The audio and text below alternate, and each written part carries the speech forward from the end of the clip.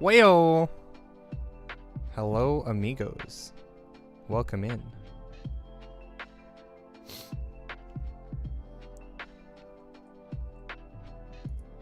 We got a fun stream in store for today. Or maybe a really boring one. Depending on if you like research. So, as we all know, about a year ago, COVID hit, locked the fuck down out of pretty much every economy. To some extent, everyone reacted slightly differently. Everyone has opinions on it, blah blah blah. Every government responded in different ways, and I was off for like 4 months last year when Canada initially locked down, and spent quite an amount of time online arguing with a bunch of people about the validity of the COVID lockdowns and stuff, masks, blah blah blah. And I spent a lot of time like researching, obviously. When I was responding to people, I try to keep my opinions based on things that I can substantiate, but I never really organized all of the research that I did. I kind of would just, if something seemed interesting, I would look it up, get some information, and then reply to people on the spot about things. But I figured it might be a good idea for me to spend some time actually organizing all of these data points, studies, and stuff that I've referenced, and just get it into like a big document. So I'm gonna do that essentially, and I figured I might as well just stream it while I'm doing it. I already started actually making the document. I got like 3 pages in so far. It's taking quite a while. I got quite a few things to cover still, but I figured I might as well stream it while I'm doing it.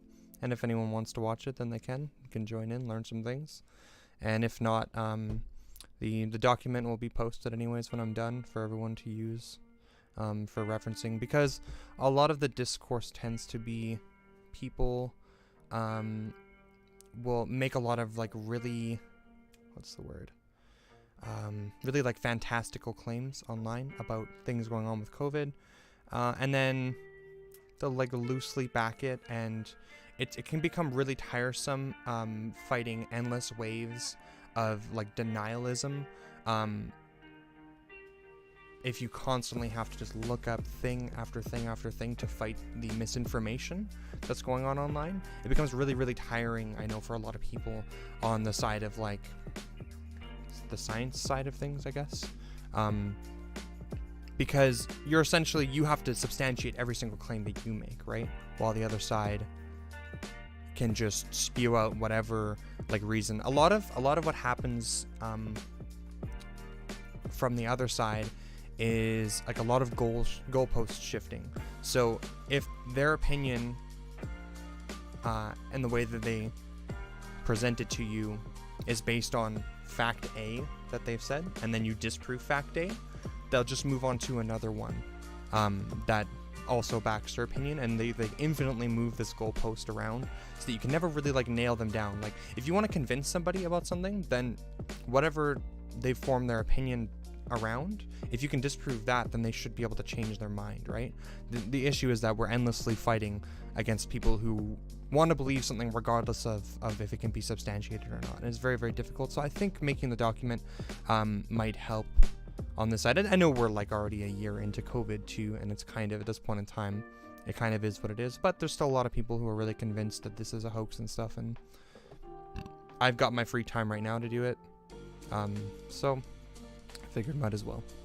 So yeah, I'm just gonna hop right into it. I'll probably just read through whatever articles I see and stuff, and you guys can follow along. Try and make it as unboring as I can and try and explain my thought process while reading these things. But essentially, I've read through a lot of these studies already, but I just want to describe that stuff to you guys, how I've reached my opinions and stuff, what my opinions are, and then and we'll end up with a document by the end of it. So switch over to this, and that's not useful. That's Facebook. Okay, so here's my document so far. So I've got like the document that I've started here. I'm trying to keep it nice and organized for us to go through each of the talking points, so that if you're ever talking to people about these things, you can very quickly make reference to each section. It'd be nice. And I've got like a loose in this notes app here. I've got like a loose kind of rundown of all the things that I want to go through. And essentially, I'm just gonna, whatever I haven't figured out from here yet, I'll be sorting in here. So far we've got, I'll probably just, I'll go through this real quick just to give everyone a basic understanding of what I've got so far, and then you can understand where I'm coming from on this side too. So we've got each of our subsections here, COVID-19.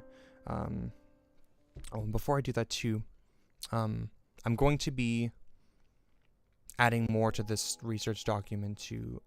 It's for anyone who watches like left-leaning content creators, you probably heard of Vosh. He's created like an ultimate research document before. His is, let's go over that real quick.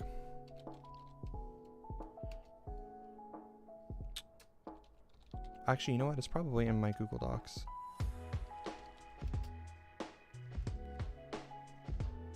Let's go into here, and then should be able to bounce from there. Docs home. Yeah. So this is where I got like the inspiration for what I'm doing right now, essentially. So I'm going to be making mine based, like mine is formatted very much in the same way that Vosh's is, right? I'm just covering topics that haven't been covered here yet, and essentially that's kind of the idea. This has been like infinitely useful for me for talking to people online about things, and even in the real world, and backing up those points. So I figured might as well do the same thing just for other topics that haven't been covered here. So yeah, Vosh has covered institutional racism, LGBTQ issues. I think he's also collaborated with people. Yeah, so Rose Rist actually did the institutional racism part. But yeah, either way, LGBTQ issues, transgender people are valid. This is a conversation that I've had online before with people, and this has been very, very useful for backing up those points. Immigration, Holocaust denial, miscellaneous studies to watch out for. This part's really interesting too. People will use studies and cherry pick ideas from them and stuff and data points to kind of try and back their really flawed opinions, and then they'll kind of just ignore the entire conclusion of those studies. So this is a nice kind of thing that's useful in Vosh's document. But anyways, mine is, like I said, largely going to be formatted in the same way. I find this really useful.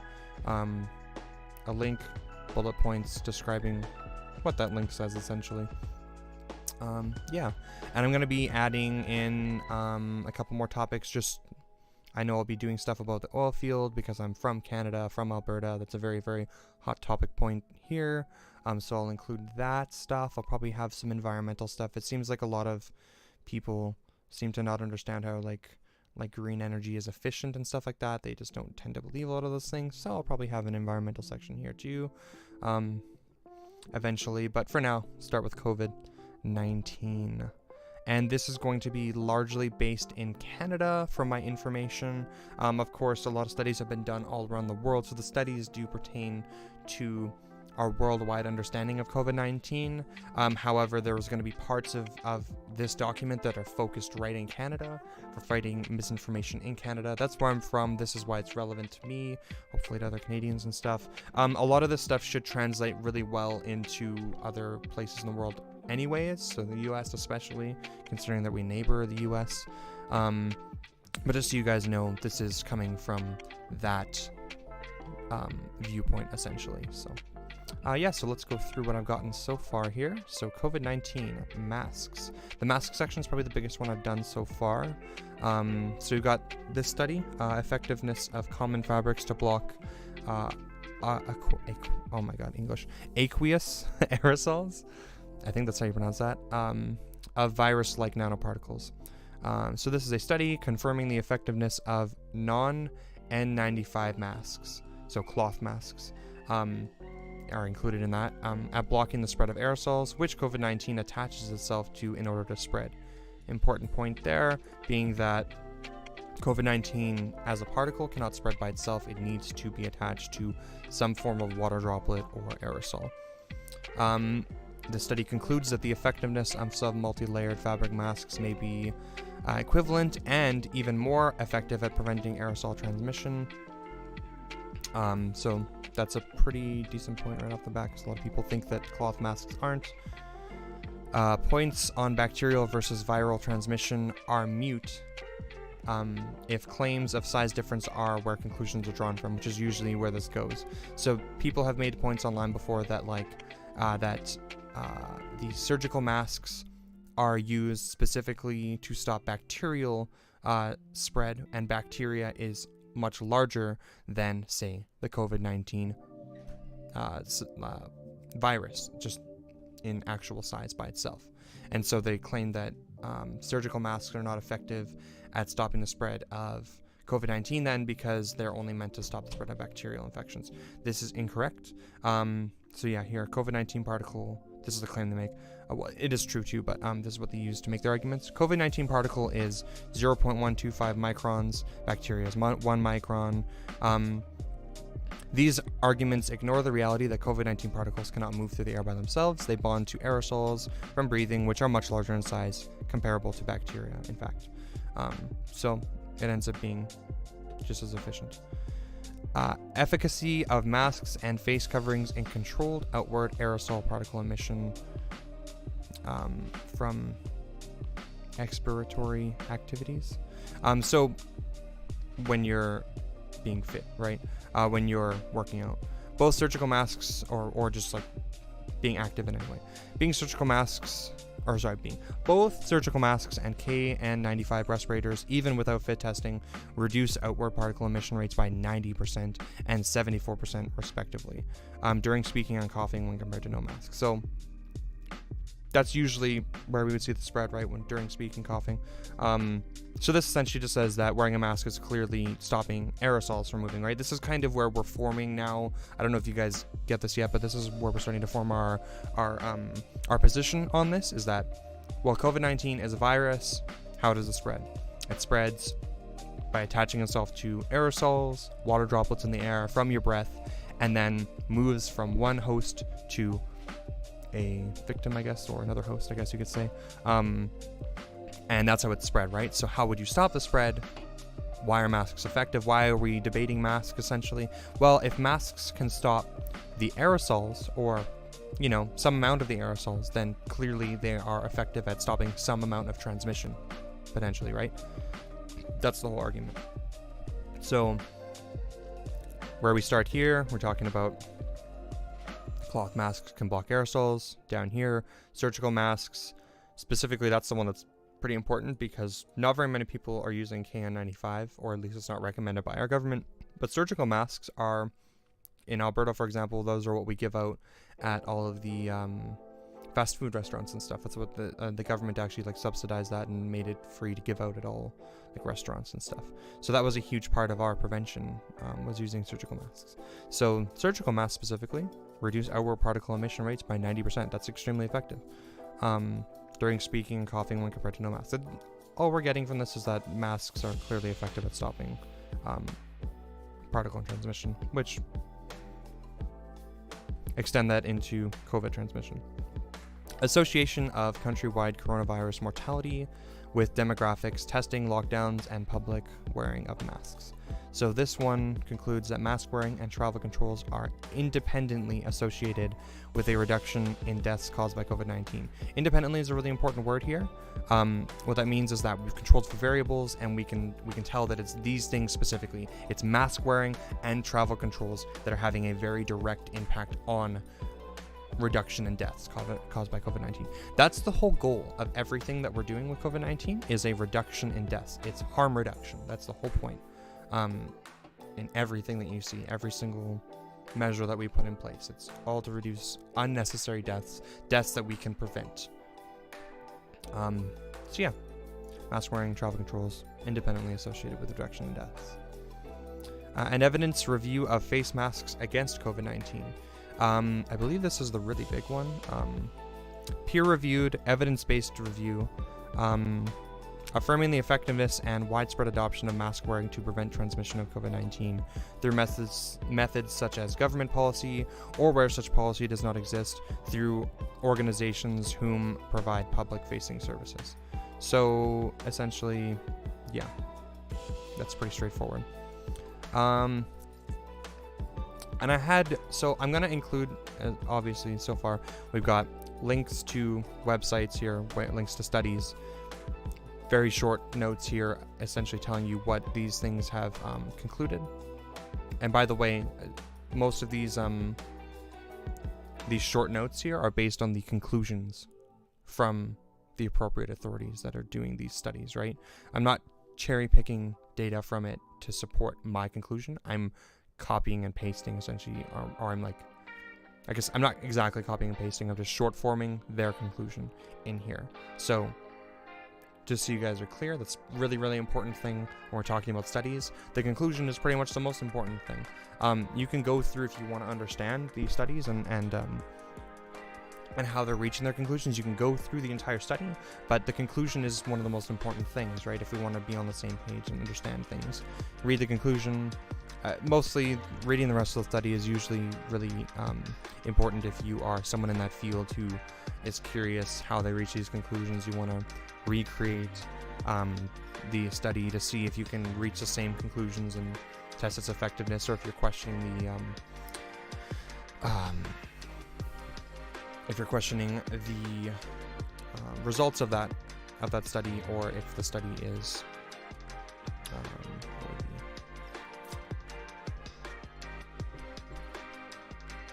brain. If you can trust the study, I guess, essentially. If it seems like the study's misleading or good.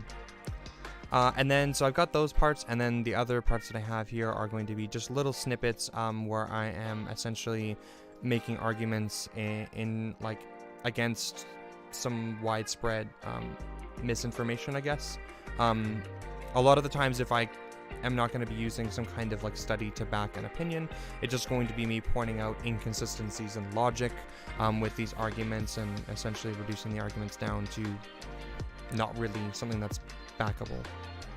So first point here, incorrect uses of a mask while reducing overall effectiveness of the mask is not a good argument against having masks mandated or adopted. So just because people are not going to wear their masks above their nose, or they're going to like maybe not clean their mask as often, making it like less effective, doesn't mean that we should just not implement masks at all. I don't understand how that would actually like support the argument at all.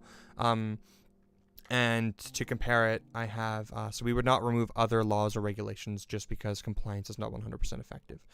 So just because people will drive drunk regardless of laws does not mean that we should remove the law. Just because people will not wear their seat belts and you know, increase their risk of like death personally doesn't mean that we should just remove the entire law just because people are gonna like not follow it anyways.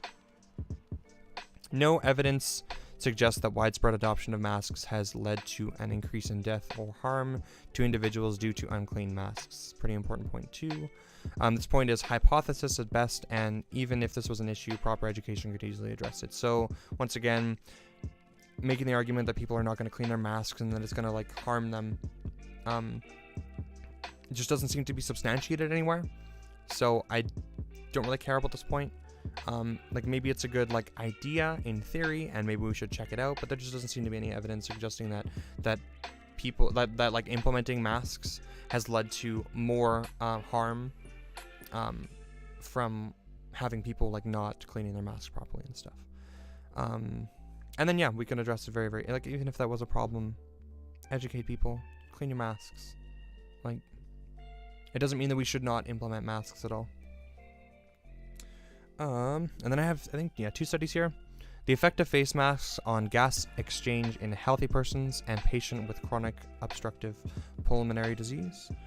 And then the effects of wearing face masks on oxygenation and ventilation at rest and during physical activity.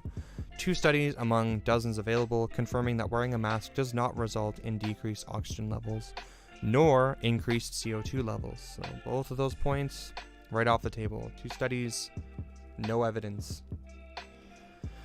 If these issues existed, we would see evidence of this within any field of work. I don't know why this is something that slips by people. I'm not really sure. Like, we have nurses, doctors, surgeons who wear masks for hours at a time. They're fine. We don't have problems with this, right? This is not a thing. It's a very, very easy point to debunk. I mean, like, you don't even really need the studies to prove that, like, but it's there, like, if you know. The initial response by, okay, so here's another point, just rhetorical strategy. The initial response by the government was based on the available data at the time. This is a huge thing, because people point back and be like, oh, the government said no masks, the government says masks now, what am I supposed to do, right? The initial response by the government was based on the available data at the time, and as more data became available, it would be expected that responses and policies should change to reflect new information. We would hope that this is how we do things. Whenever we want to make a decision, in order for it to be the most effective, we should look at all the data we have available that's helping us make that decision, and use that data to make that decision, right? To come to the best conclusion possible, whatever our goal is, right? Whatever our goal is, use that data to help us reach that goal. Like I said before, our goal with COVID-19 is to reduce harm with all of our policies that we implement, to reduce deaths, to reduce anyone, like we want to reduce the spread of COVID-19, because the spread of COVID-19 means more deaths, means people who get COVID-19 who may now develop long-term issues, with like long-term health issues that will be with them for the rest of their lives, maybe to make their life harder. Like, so clearly stopping the spread, slowing the spread will reduce harm as much as possible. Now, hopefully we use that information, we make the best decision possible, and if we decide later, if more information comes out, more studies come out, more data that suggests that our approach is not as effective as it can be, and that there is another approach that's better, or even data comes out that says, hey, the approach we're taking or that we have been taking is actually terrible, not doing anything good, hopefully I would really hope that we can have the foresight to change our approach to these things and have a better result, create a better result from that, right? We need to get like over our egos in that point, right? And for the most part, that's how science works. So going into this is where we get into a little bit of Canadian stuff here. The government, including Dr. Tam, who is our chief medical officer in Canada, made statements initially claiming that there is no evidence to suggest human-to-human transmission. This is a huge talking point. As well as an initial recommendation against masking. This is not proof of incompetence nor malice. So just because that was their initial statement and they changed later doesn't mean that they're incompetent. Doesn't mean that there's like negative intentions here from them and they're trying to harm us. It means that at the time, the evidence to support transmission and effectiveness of mask use was not available yet. We just didn't have the studies to back it. So for example, here's like kind of just a very separate example to just give you an understanding of why we would want to change our opinions as evidence presents itself. So scientists used to believe the Earth was the center of the solar system, way back in the day, until evidence was found proving otherwise. It's correct and right to shift your understanding of something to align with evidence as it presents itself. And this is what happened here. Much about the coronavirus was initially unknown. We called it the novel coronavirus. That's what that means. We don't know. And as such, statements and policies were later corrected to align with this new evidence. And this is how all science works. This is literally like pretty much the definition for science, is that you look at evidence says this, that's what we believe. We're never going to be like completely correct on anything, really. It doesn't mean that we shouldn't try to. It doesn't mean that we should just throw everything out that we know. We should always question things. But as humans, we don't have the ability to know all things individually. I have no fucking idea how rocket science works at all, right? But like, I am a second-year electrician, so I can tell you a little about electrical, and I've worked in grocery for like 12 years before that. I know grocery very in and out. I know produce in and out. Like, we all have our individual fields of expertise. Like, I've done like music. I could tell you like a little bit about music, like recording, right? Bits and pieces. We all have like our own like knowledge that we are good at understanding. People have spent their whole lives focusing their knowledge. The point is that humans don't like, we aren't capable of knowing all things and being experts at all things. And we need to appeal to appropriate authorities, people who have studied in those fields, in order to understand things, in order to understand everything, because we're not going to have the time to go through, we're not going to have like the mental capacity to go through and test everything, and like, you know, the amount of studying or testing that goes into, and like effort that goes into doing any of these studies, we're talking about decades worth of like someone learning how that field works so that they can be the best at researching these things, right? I don't have the time to do all these things. I have to appeal to the appropriate authority who knows these things, right? The people who are going to know best, at least, right? And that'll give us the best shot at being effective at whatever approach we want to take. We use this logic with pretty much everything else without really thinking about it. So this is a great example that I like to use all the time that's really, really hard. I can't see any argument against this. If we want to build a bridge, let's say, or we want to build a very large skyscraper, like 50 stories or whatever, are we going to hire a structural engineer to do that? Or are we just going to hire like a carpenter, you know?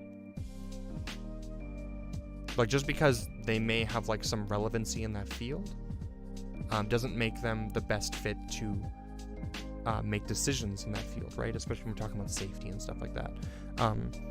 I'm going to trust a structural engineer to build me a good, sturdy bridge that I can cross without fear of it falling, and that's good for my health, my survival, over, I don't know, someone who, let's say a construction crew who like works on roads and stuff. Just because they happen to lay pavement on the bridge doesn't mean that they also know the best way to build a sound bridge, right?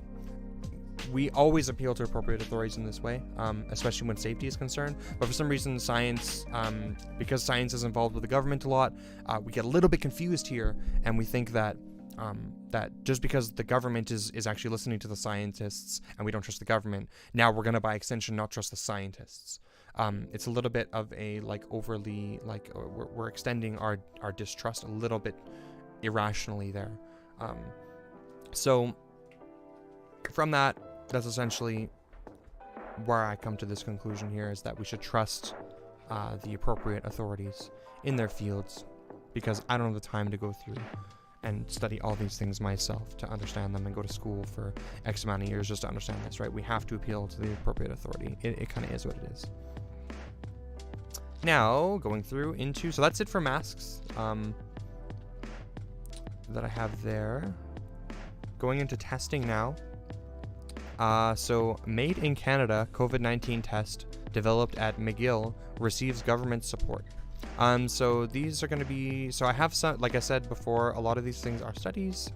Sometimes to prove a point, I just have some articles that talk about things essentially, and it just gives me the information I need to make some of the arguments against the misinformation. So for this one, I believe I had this point specifically to tackle the misinformation that, yeah, let's see. I'm just gonna go to the website real quick. Yeah, I'll check. Thanks. No.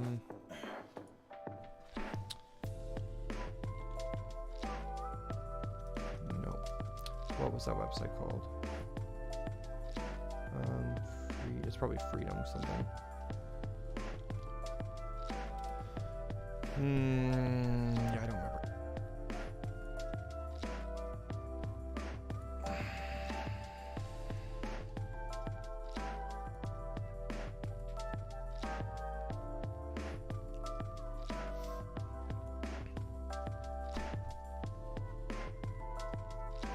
Super Rally.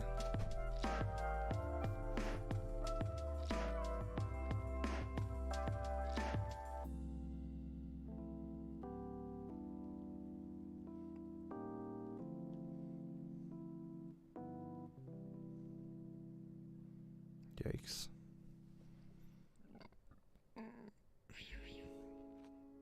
Where is the name of the corporation?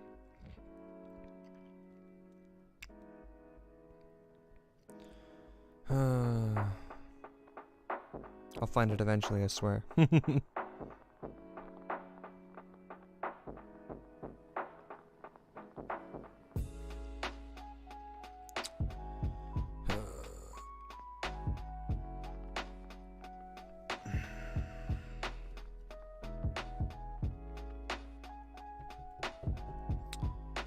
Oh boy.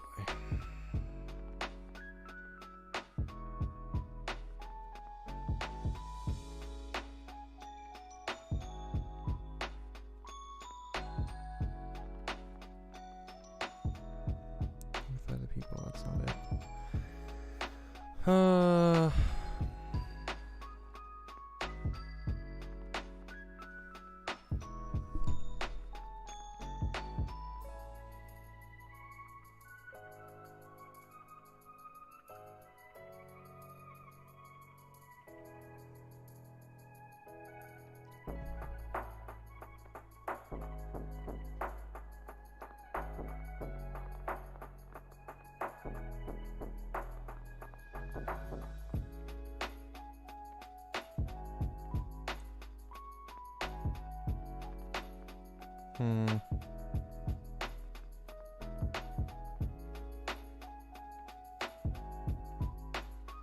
Freedom Unity Alliance. I think that's it.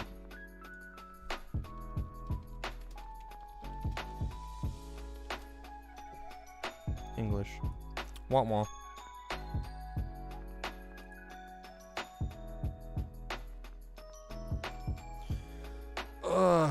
Okay, so yes, so here's the point that this is disputing. The Johns Hopkins University CV-19 test that most doctors used, called the PCR test, does not measure for virus, only genetic material that represents a list of virus-like symptoms. Not correct at all. Like, this is like literally just a straight up lie. The genetic material, it does look for the genetic material. It looks for the genetic material that is the virus. So, going back to it here now. So, made in Canada COVID-19 test. This is what our government uses, essentially, is what this article is talking about. Tests since the beginning have been industry standard PCR, so same thing that they're talking about, polymerase chain reaction, which detects the actual virus within those suspected to have COVID-19. So it detects viral RNA. That's literally what the virus is. If you look up what PCR tests are, they detect viral RNA. That's what it says they do. If you look up what a virus is, it's literally just RNA. That's what the virus is. So by extension then, the PCR test is literally detecting the actual virus.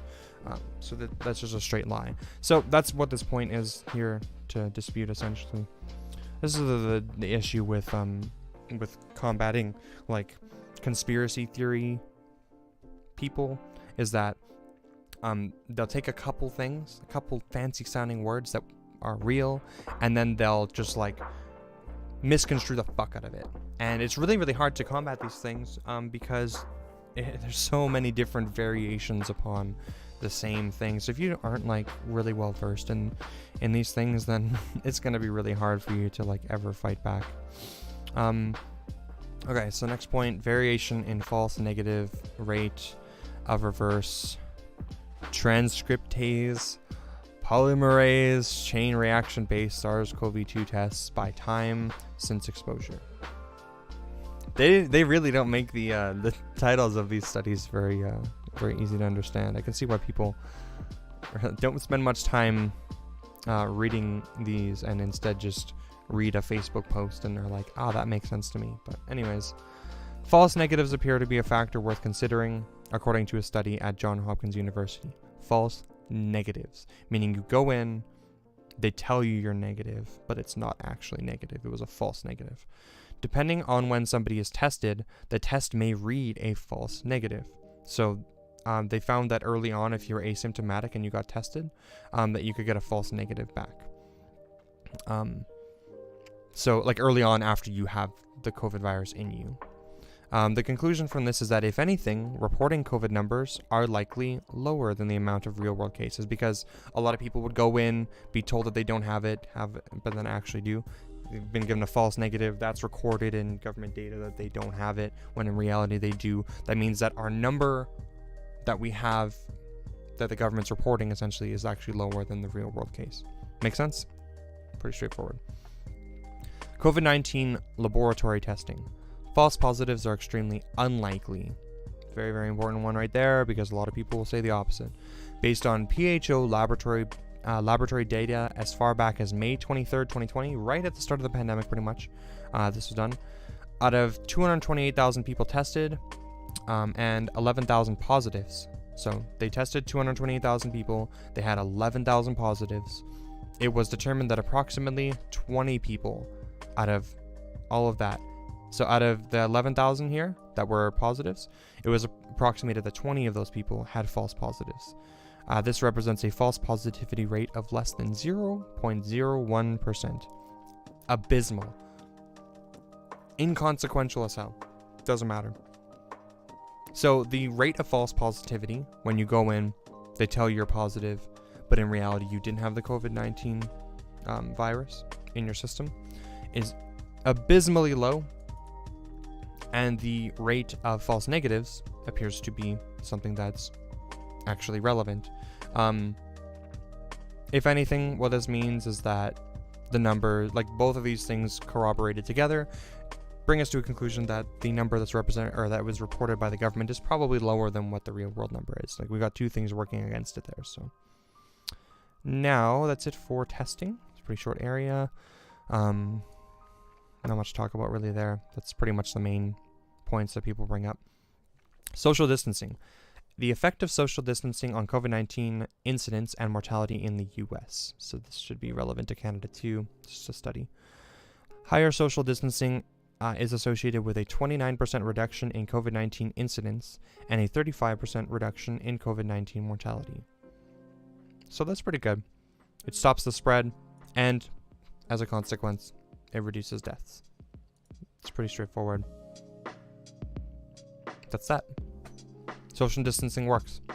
That's the conclusion we come to from that. Like, it clearly does something. Another, and maybe I should touch on this right now too, really quickly. I know that everyone wants things to be 100% effective. That's just not how things work in the real world, unfortunately. We can't just implement something that's like gonna be effective 100% of the time. Even vaccines aren't 100% effective, but they're damn close. And we do the best with what we've got, right? If we don't have a vaccine, and that's usually our best option with dealing with things, because it's got the highest rate of preventing deaths and stopping spread, then we've got to work with what we got. Social distancing, masks.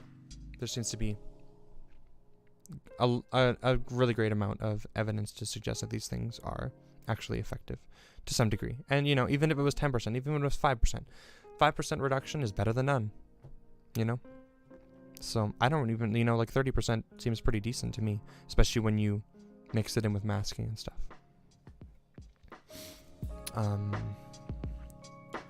But I would still say we should still social distance, even if it was something that was lower, like 5% or whatever, right?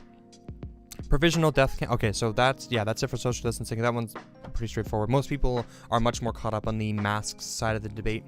I don't think I really need to like go too much into the social distancing. I've not seen very many people arguing against that. It's mostly the masks because they think it's fucking with our freedom and stuff. Deaths. So this one's clearly going to be a really, really important talking point, because that's what it's all about. It's all about that. Hiccup. It's all about deaths. It's all about reducing the deaths. It's all about whatever we can do to stop that, right?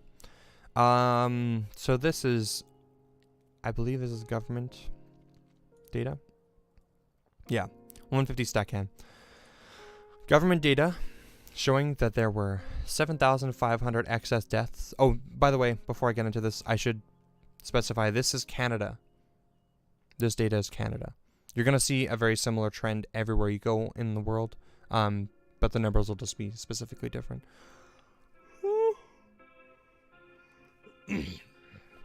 Government data showing that there were 7,500 excess deaths in Canada between March and June of 2020. That's when we had our big lockdown in Canada. That's when COVID-19 also came in originally and started ramping up really hard. And then it kind of went away after June, so that's why this data is included here. It actually went after June. Coronavirus disappeared to such an extent that our deaths were very, very minimalistic. So that's why this is focusing on that. 7,500 excess deaths between March and June of 2020, which closely aligns with the 8,345 deaths caused by COVID-19 in the same period. So this is what I believe they had marked down as COVID-19 deaths. And we had, about 7,500 excess deaths that they could figure from the data when they're looking at what are our normal causes of death? Oh, here's what over the years, here's what kills people. Here's how many people die from cancer. Here's how many people normally die from heart attacks, so on and such forth. You gather all those numbers. You have your average amount of deaths every year, and then 2020 comes around. We add all these together, and oh look, we've got 7,500 other deaths that don't seem to be explained by anything other than COVID-19. Oh, that aligns well with what we've reported so far. That's pretty straightforward. This is government data, by the way, too. This further outlines the severity of COVID-19, as well as the accuracy of the autopsies, which means that their number count throughout the months ends up aligning at the end of the year with the excess deaths. So obviously the autopsies, or the way that they concluded that the deaths were COVID-19, it was obviously accurate when determining if COVID-19 was a factor for individual deaths. Let's see how far. Okay, so we're getting close to the end of what I've written so far.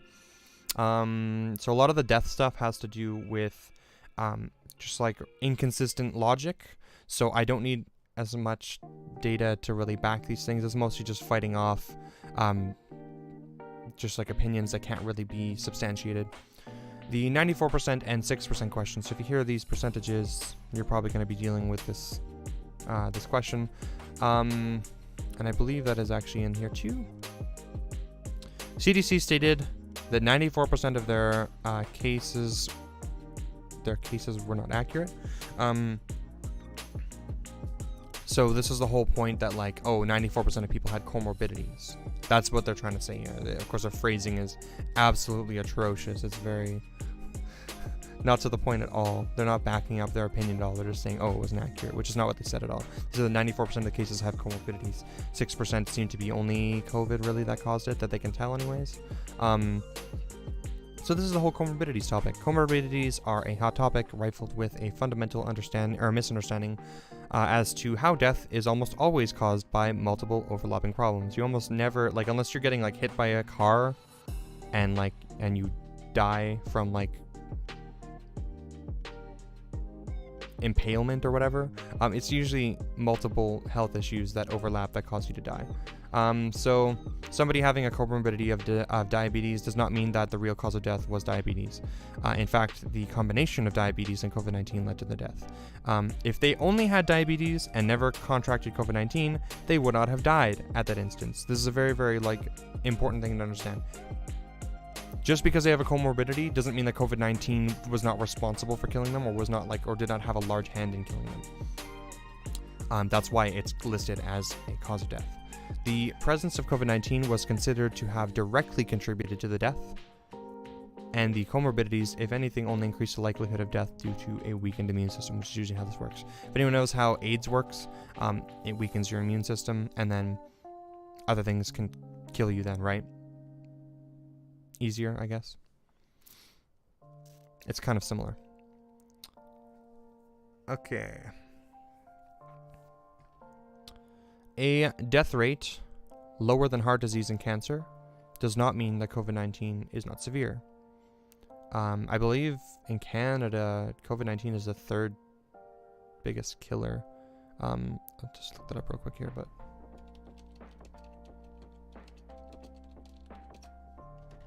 pretty sure it's the third biggest killer.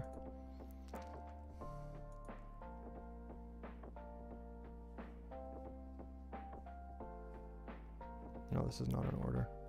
Big sad. Is this from 2020? It doesn't even include 2020. Big sad.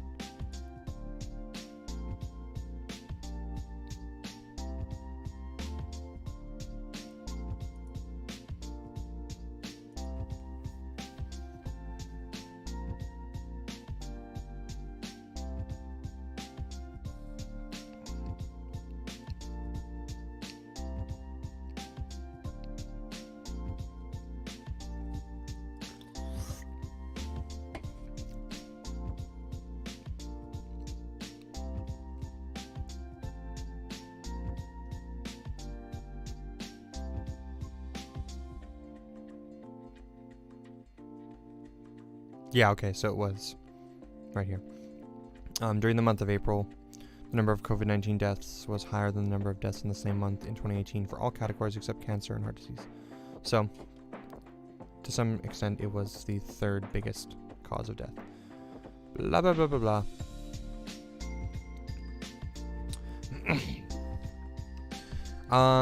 So yeah, death rate lower than heart disease and cancer does not mean that COVID-19 is not severe, and also completely ignores the preventability and treatability of what is being compared. It's really, really hard to treat and prevent cancer and heart disease because so many things cause it. It's really complicated, much more complicated than COVID particle fly in mouth. Now I have COVID. That's much, much more complicated.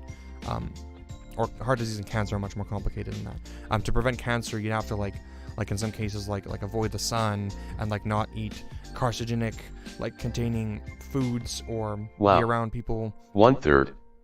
I didn't know it was that much. I knew it was bad, but wow. True.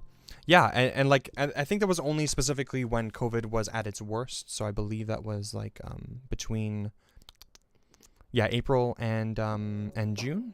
That's why they included April in that one data point. But yeah, at its worst, it gets pretty close to other really, really bad things. But yeah, heart disease, cancer, really, really hard to stop those things because they're so much more complicated. If you eat a lot of food that clogs up your arteries or whatever, I don't even understand heart disease completely. So maybe I shouldn't talk to my ass here. But I know that these things are much more complicated to stop than COVID-19. Whereas with COVID-19, wearing a mask, if everyone wears a mask and social distances, you reduce the transmittability of it substantially.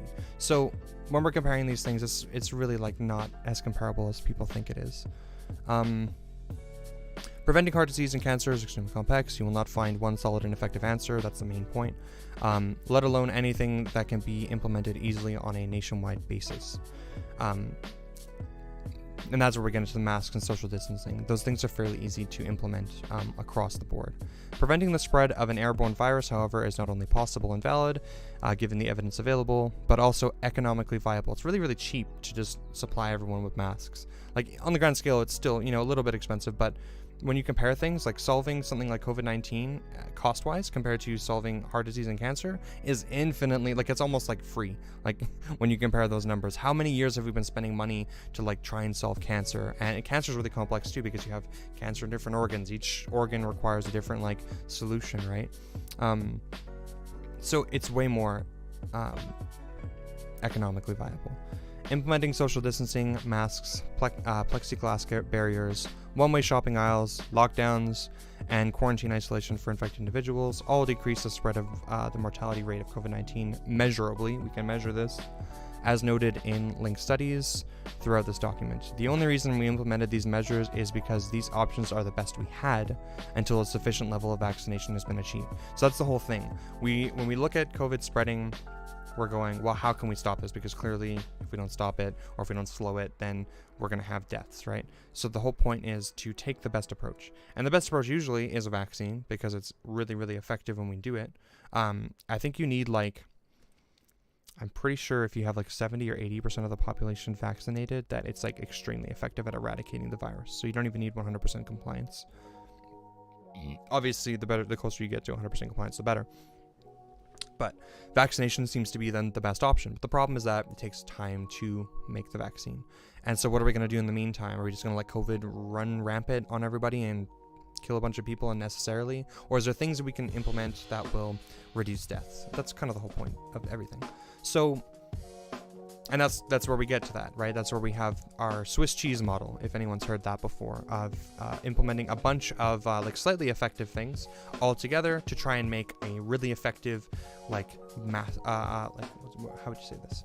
A really effective, like blanket solution, essentially. And yeah, that's as far as I've gotten so far here, anyways, with the document. So now I'm gonna spend some amount of time going through studies and researching and filling out the rest of this thing.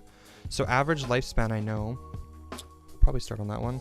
Average lifespan seems to be a pretty common talking point from the other side, being that they'll say that, I believe in Canada, the average lifespan of someone is like 81 years old.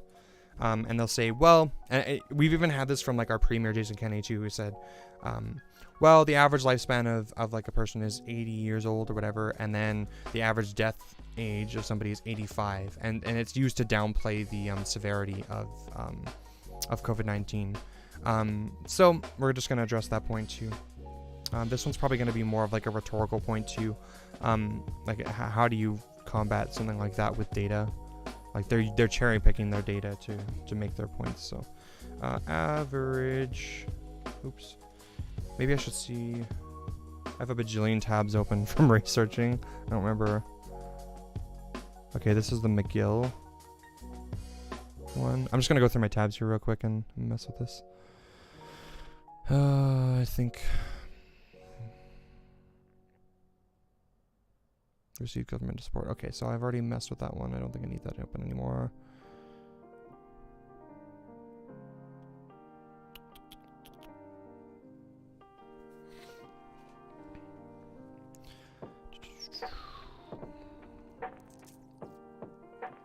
I'm not sure about the study.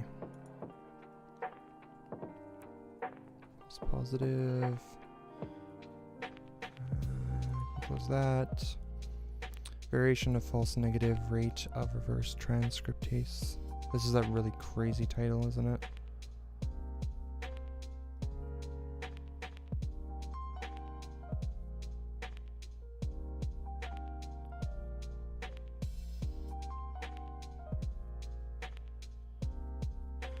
Over the 4 days of infection before the typical time of symptom onset, the probability of false negative. Okay, so this is false negative stuff.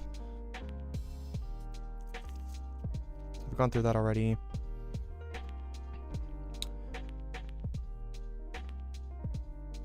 This is also where I got, this is a quick little snippet from before when I was talking about PCR tests. The PCR is very sensitive and will detect the presence of viral RNA.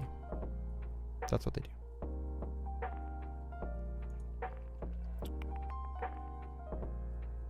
This is probably that same article, actually. It is, yeah. So I've gone through that.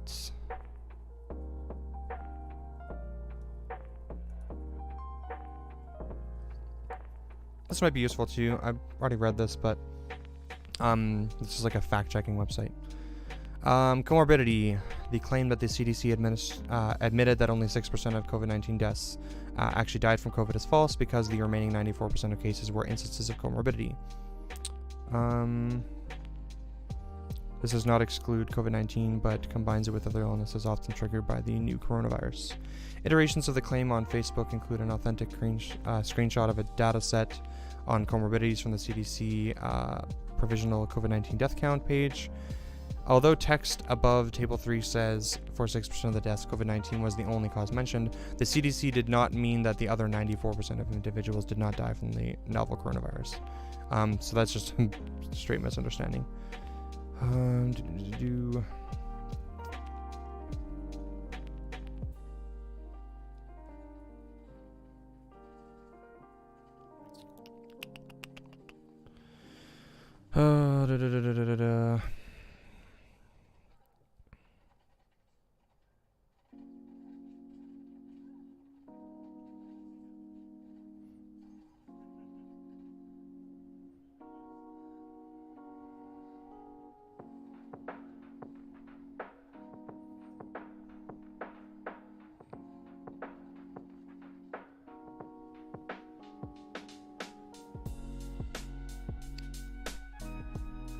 Yeah, pretty much the same conclusion. If they had not gotten the infection, they would still be alive.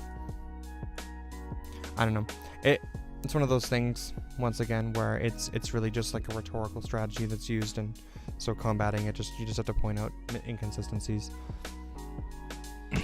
things that don't make sense. Done that.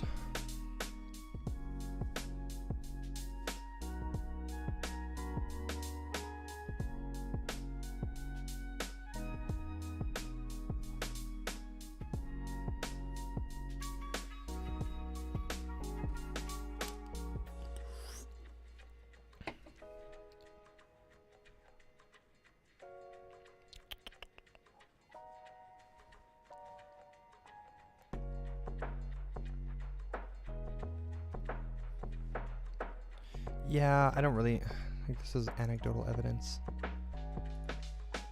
I'm not sure what I had this open for. Surgical masks blocking aerosols, don't need that. Fact checking. Done that point. Okay, is this comorbidities?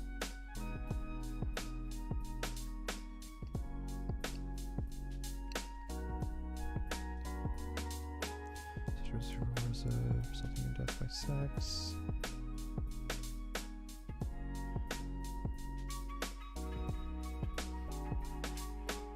So, getting into the comorbidities part again.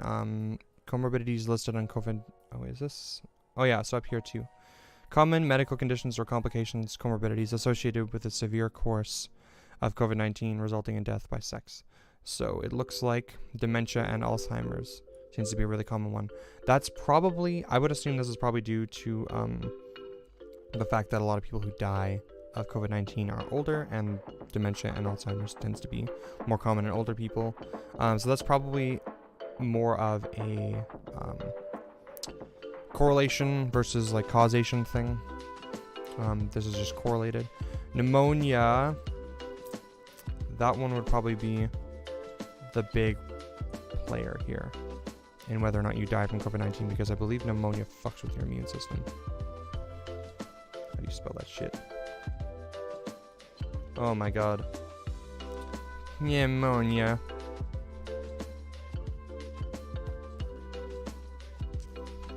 Ah, yes, is an infection that inflames the air sacs in one or both lungs.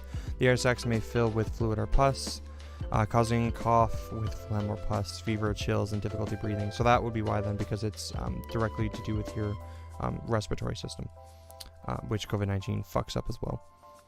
A variety of organisms, including bacteria, viruses, and fungi, can cause pneumonia. Cool. So that makes a lot of sense. Yeah.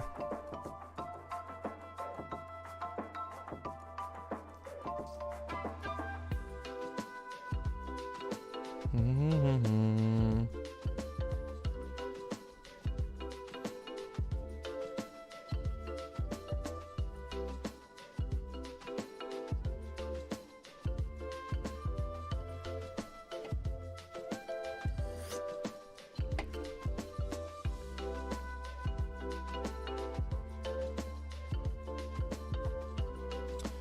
100% of the COVID-19 involved deaths of Canadians under the age of 45 as of July 31st had at least one other disease or condition certified on the medical certificate of death.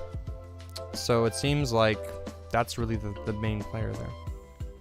The proportion of those with at least one other disease or condition decreases with age, ranging from 93% for those aged 45 to 64 to 89% for those aged 85 years or older. Cool. Probably have to come back to that point, but I'm not sure if I need it much more now. COVID-19 comorbidity 94. Did I have this open in 2 tabs? I probably did. Yeah, I did.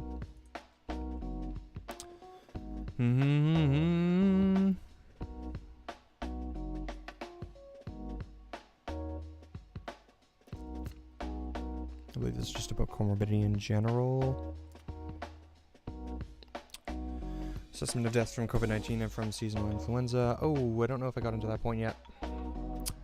Influenza.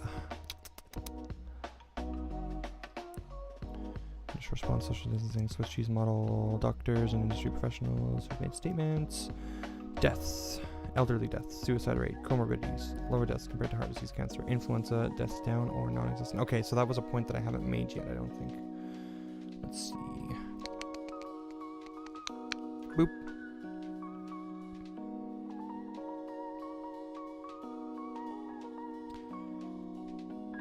Comorbidities, cancer, lifespan.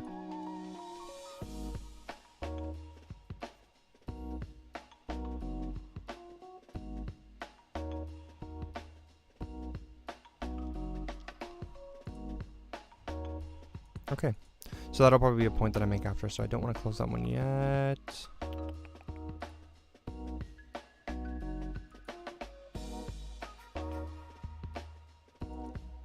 But that one's pretty easy.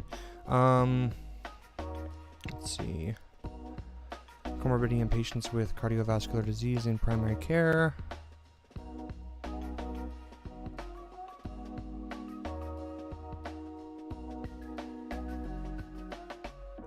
Did I include this?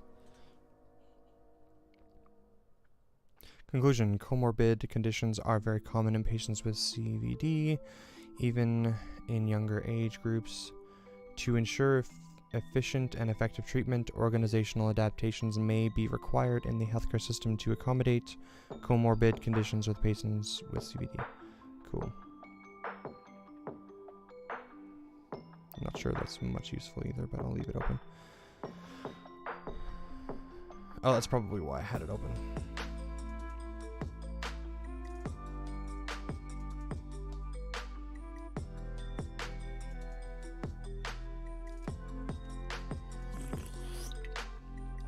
Wump.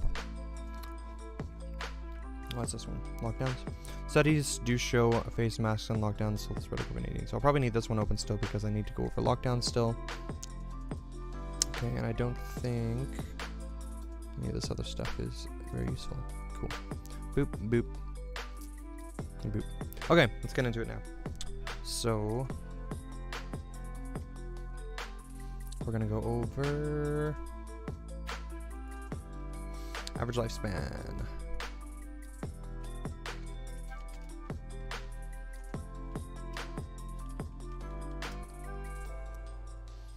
Okay, so 81.95 years in 2018. I'm sure it hasn't changed much.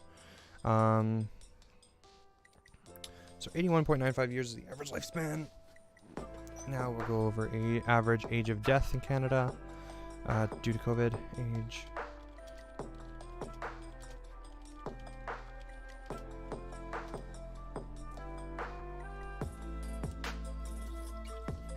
Wump.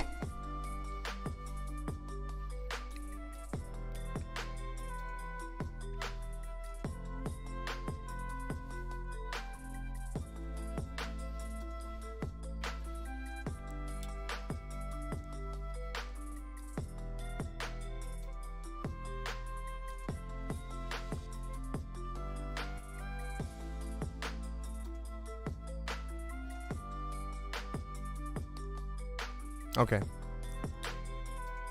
Probably the same website that I went over the other deaths from.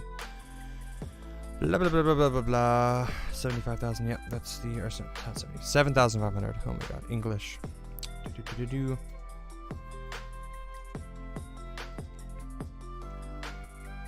From the end of March to the start of June, there was an estimated 7,576 more deaths than what would have been expected if there was no pandemic.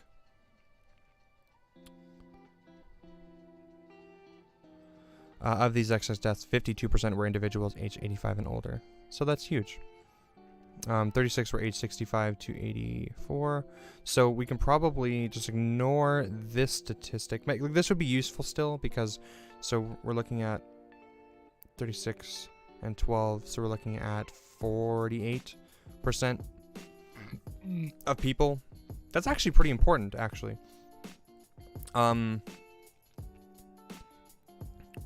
48% of people are pretty much, see, I don't know how close it gets to, like how many of these deaths are between 81 and 84, which is difficult. I wonder if it's included here. It would be nice if I got the real breakdown, but I'll have to look into it more, but if a lot of those deaths are spread out across that age group there, did I lose my spot? Here it is.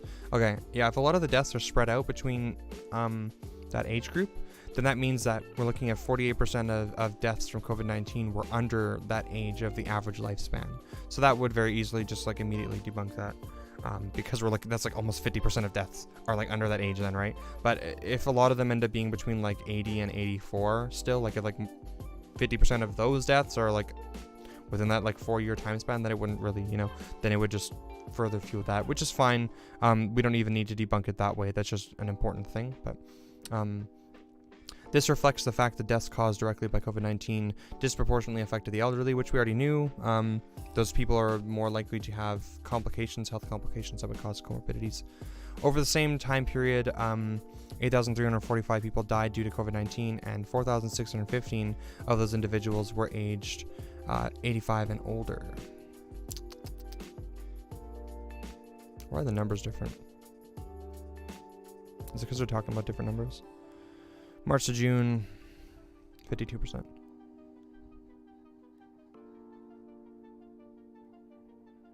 There must be a reason why those numbers are different. Excess deaths over this period have affected females, 53%. Excess deaths over this period have affected females more than males. That's interesting. This is again in line with patterns for deaths due to COVID-19 itself. From March until, maybe it's because like females tend to have longer lifespans, so maybe more of the elderly population is female, and so you should expect to see more females dying then because they just end up being overrepresented in the population. That's my guess. From March until June, 4,515, 54% of females died due to COVID-19 compared to 3,830, 46% of males. The difference between the two sexes comes from deaths among people over the age of 85, where more women than men have died of the disease. In the younger age groups, more men than women have died of COVID-19. Interesting. Okay.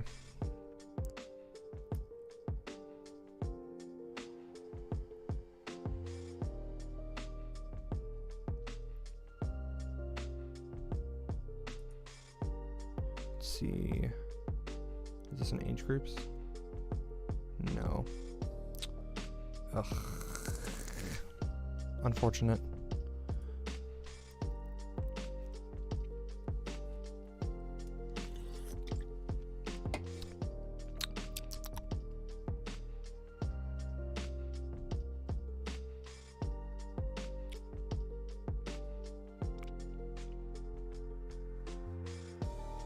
Okay, maybe this will be it.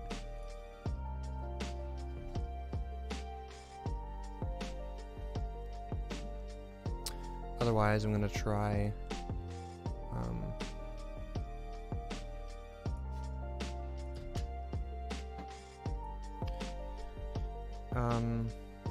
COVID-19 death Canada by age. Let's try that.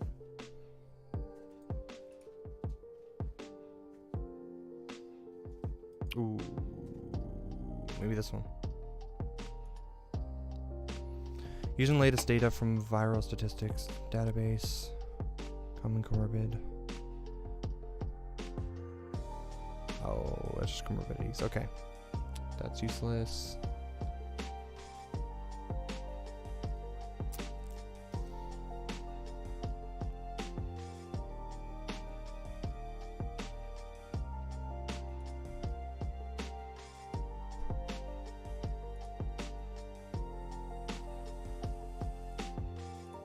Count of deaths related to COVID-19 by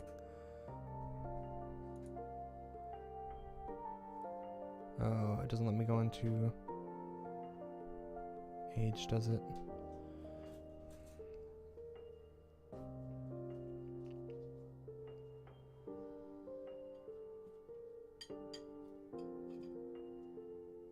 Big sad. Okay. Age distribution of COVID-19 cases. Fuck, I need deaths. Give me death.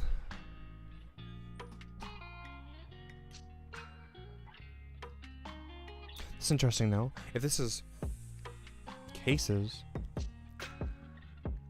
like look at how small the cases for older people are. Like it goes down compared to younger people, which just further illustrates that the vast majority of the spreading of COVID-19 is done by healthy people, and that in fact by stopping the spread in healthy people, you reduce deaths in older people. That's kind of the whole point too.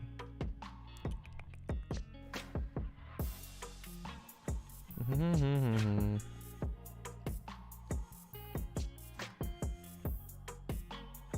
probably not going to find what I want here. A lot of the data does tend to be hard to find. Age and gender distribution of COVID-19 cases. Deceased. Is that the one? Age and gender distribution of COVID-19 cases. Deceased in Canada as of March 26, 2021.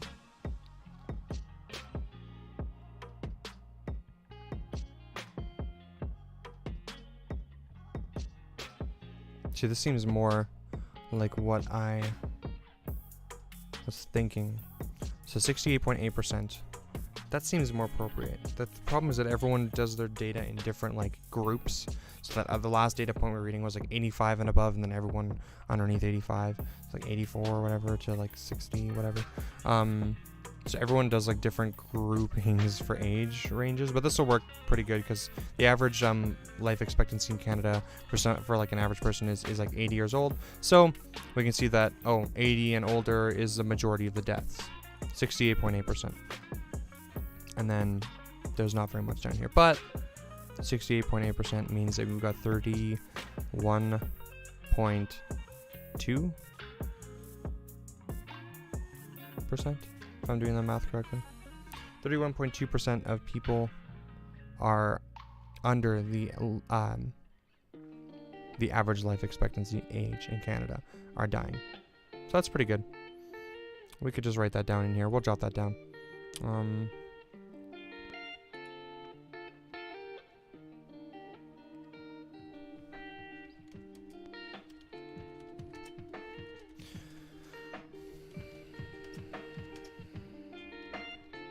81.95, I think.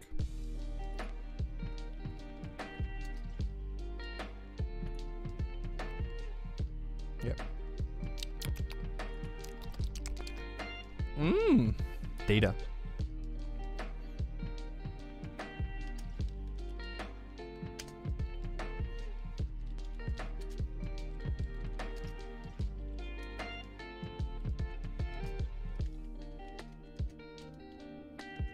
I'm also absolutely terrible at typing. I'm so sorry. I literally type like this. So it takes forever. This is why this is taking me so long to do this. But that's fine.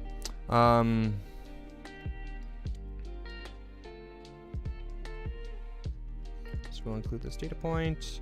I believe it was... I have so many tabs open. I don't remember. Nope. Did I close it? That'd be so unfortunate if I closed it.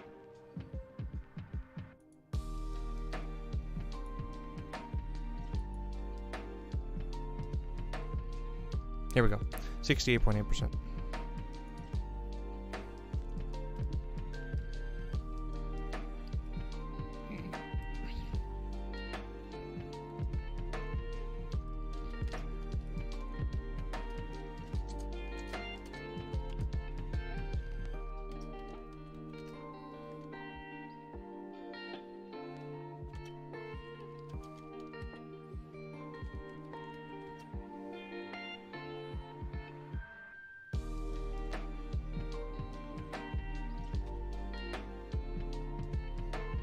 Hope I'm doing that math right.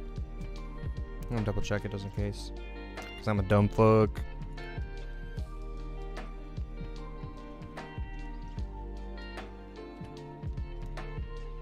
Yep, got him.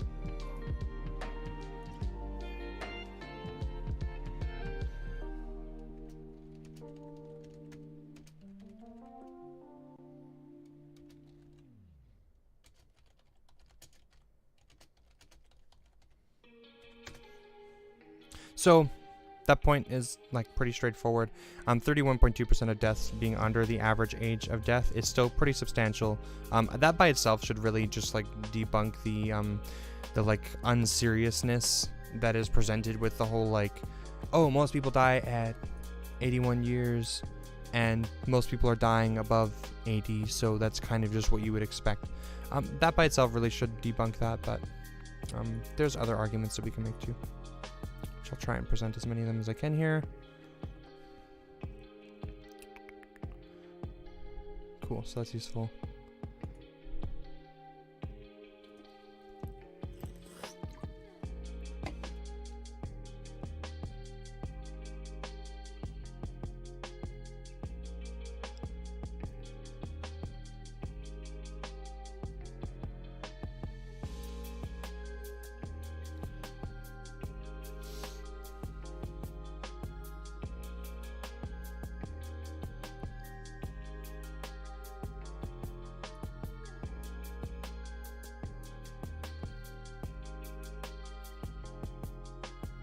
Damn it.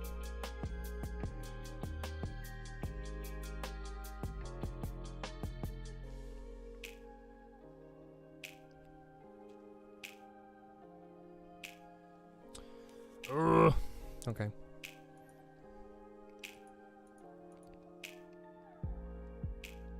I wonder if I should have actually...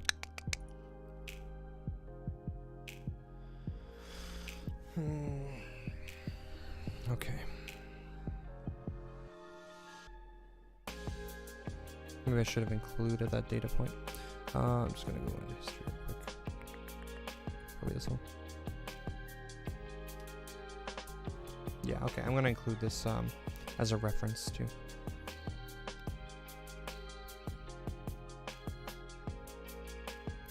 Since this is where we got our data from.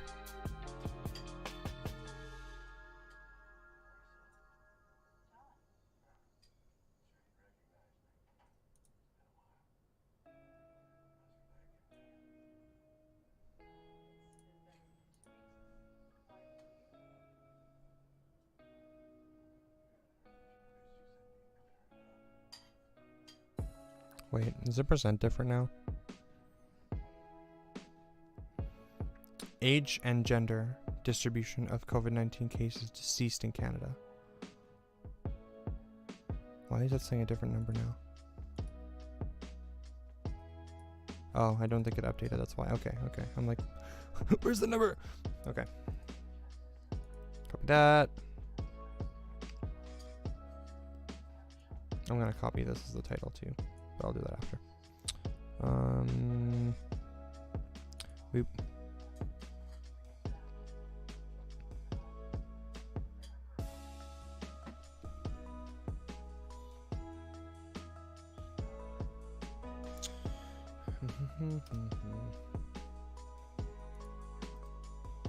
Oh, I think actually I have to copy the frick. Haven't done this in a little bit.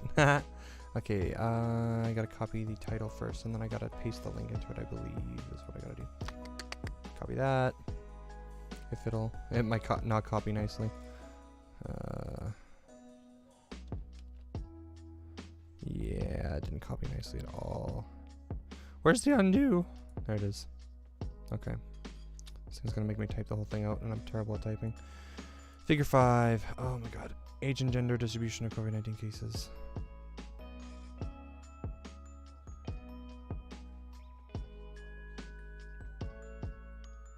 Okay, I'm just gonna put death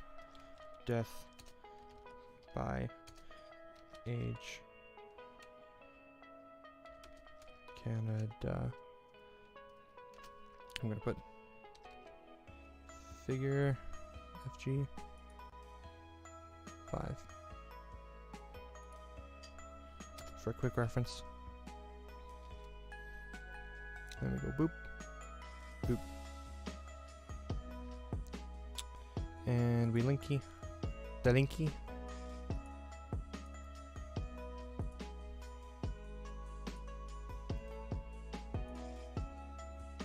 Apply. There you go. And then here, tab.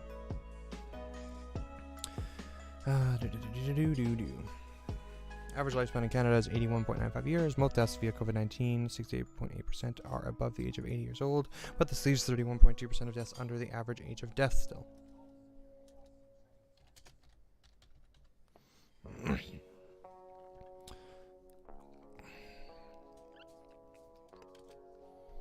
And what was the other reason that this was not very useful? Oh, I remember.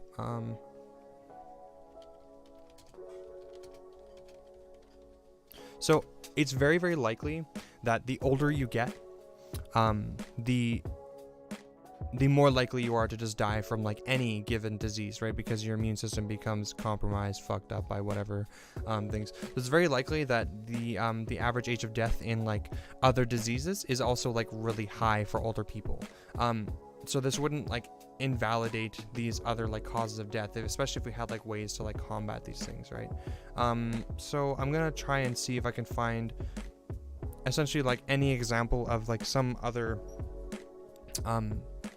common cause of death that disproportionately affects old people, because that would easily like debunk this talking point as like relevant, because this talking point is used to delegitimize the seriousness of COVID-19, right? They're saying, well, people normally in Canada, they tend to only live till like 80 years old, and the average age of death is like 80, whatever, so like no big deal. That's kind of like the whole point. That's what they're implying, right? So if we can prove that anything else kills at that age too, then, and we still take those things seriously, then we can kind of just move forward with that. So we will do that. Average age of death, let's go cancer.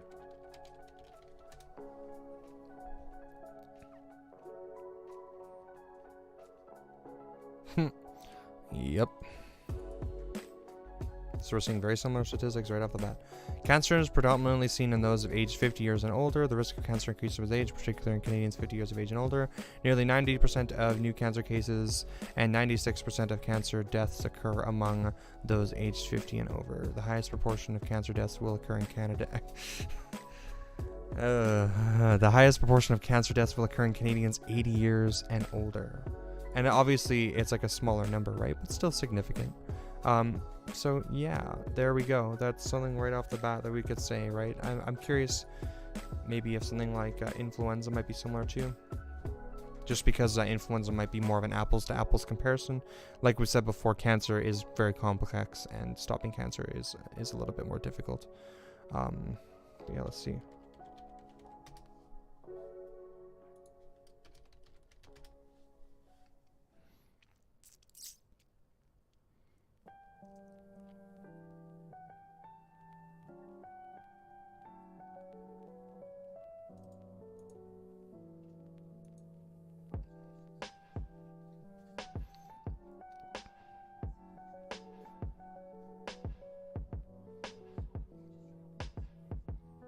Right.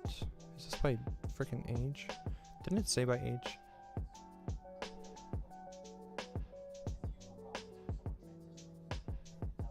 I don't see the age statistics. God damn it.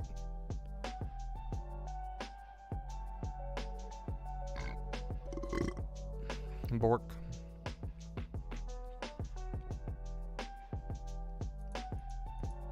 Let's just do 2019. I don't want this the shit. Apply.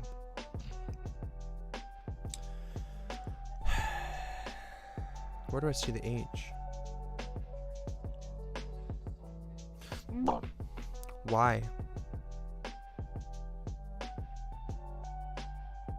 Well, let's find influenza. Okay, influenza pneumonia.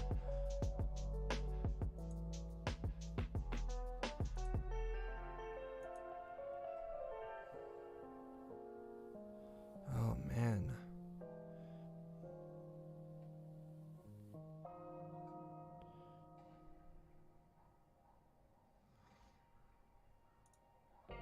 Oh. Well, that's frickin' annoying. Okay, okay, well, now we gotta... Making me do math, god damn it. Okay. Influenza, pneumonia. So it looks like we've got all ages. We've got 6,893. Okay, so we're gonna have to write that down. Deaths. Deaths.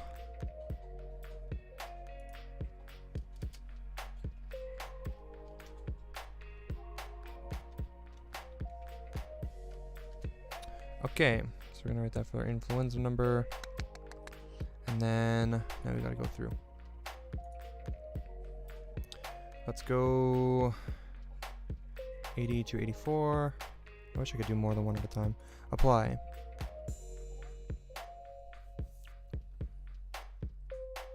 Oh man, it takes so long to load to re. Okay, influenza pneumonia.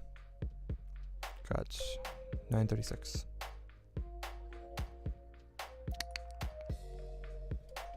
we're gonna. Should we just. Okay, 936 plus.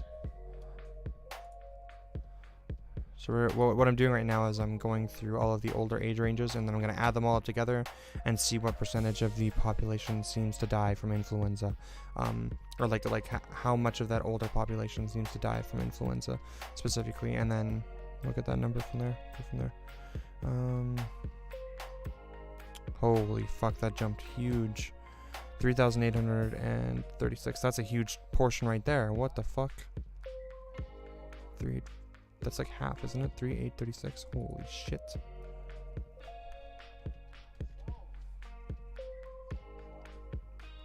Well, not surprising. I don't know, man. If anyone puts in like 5% thought into these things, I don't understand like why we don't come to these conclusions. But like, why isn't it easy to understand? Like, these talking points are so fucking useless.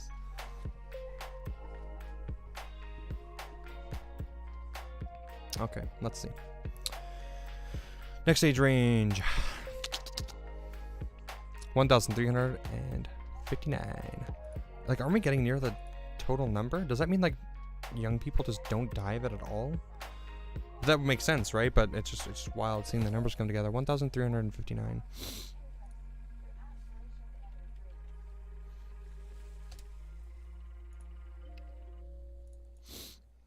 Okay, 90 and over. I'm guessing this number is going to be a lot smaller because otherwise we'd be getting really, really close to our like total number there, right?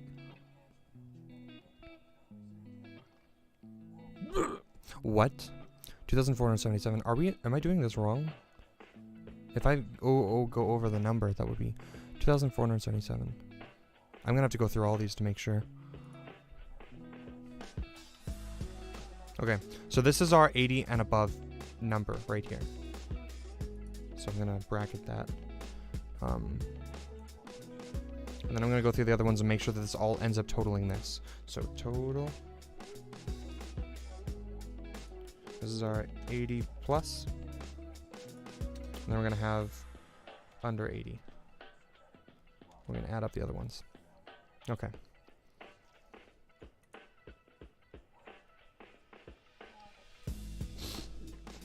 And this is where the stream gets really boring. I'm so sorry.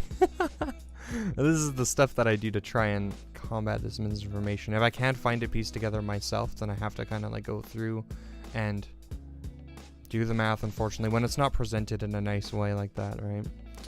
Influenza 581. Okay, so 581 plus. That's cool. We jam. Playing some. What the hell? Do these things overlap? Is that why? Was I not paying attention? 75 to 79. Oh man, these things overlap, don't they? Oh, that's why. That's totally why. I wasn't reading it.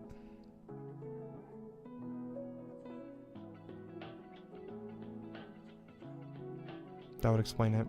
Okay. So the first two ones that I put together would have been the total.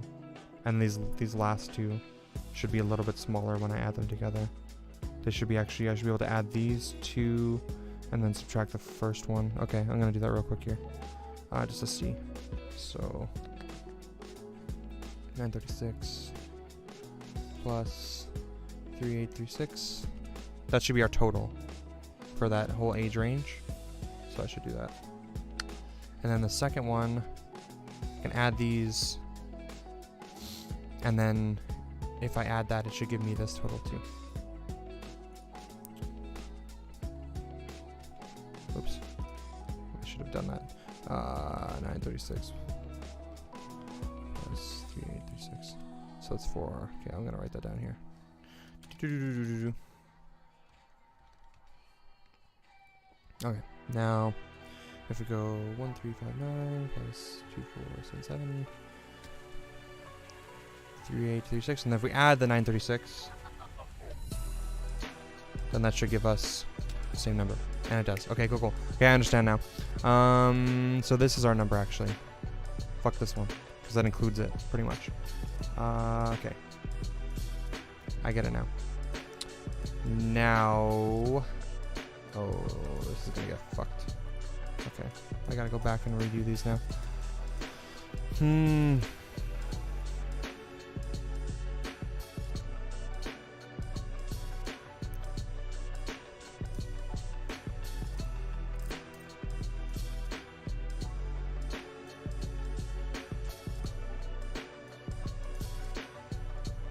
Okay, looks like we can do it in big chunks. 1 to 14.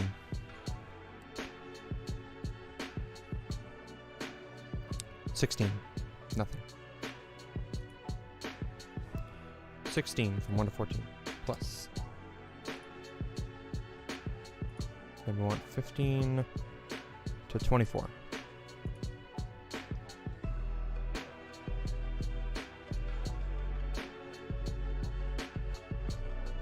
Influence and ammonia. So we got 11 here. 11. 24, so next one's gonna be 25 to 34.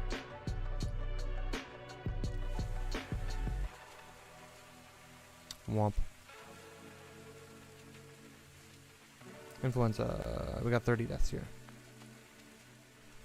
30. Look at how small these numbers are in these age ranges. Like, nobody is dying from influenza at a young age. 34. So next one's gonna be 35 to 44. Apply.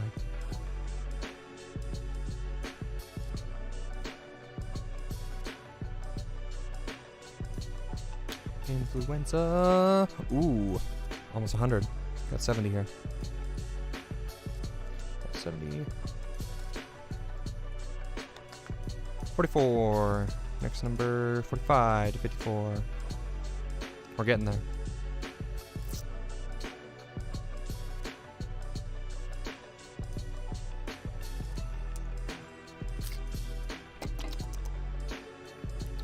$158. Oh, buddy, we got there.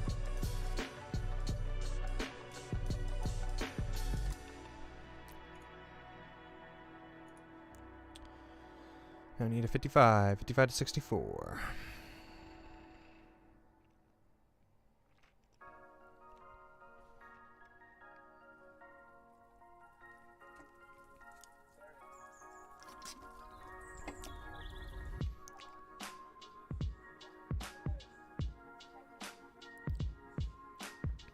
$434. So I'm just doing this to make sure that the math is correct. Going through all of it. Because I don't want to be like doing incorrect math and then come to wrong conclusions because of it. 65 to 74. We're pretty much done now. We've covered most of it. 812. We got. Now we just need 75 to 79. Okay. Is that just 75 to 79? Okay, cool.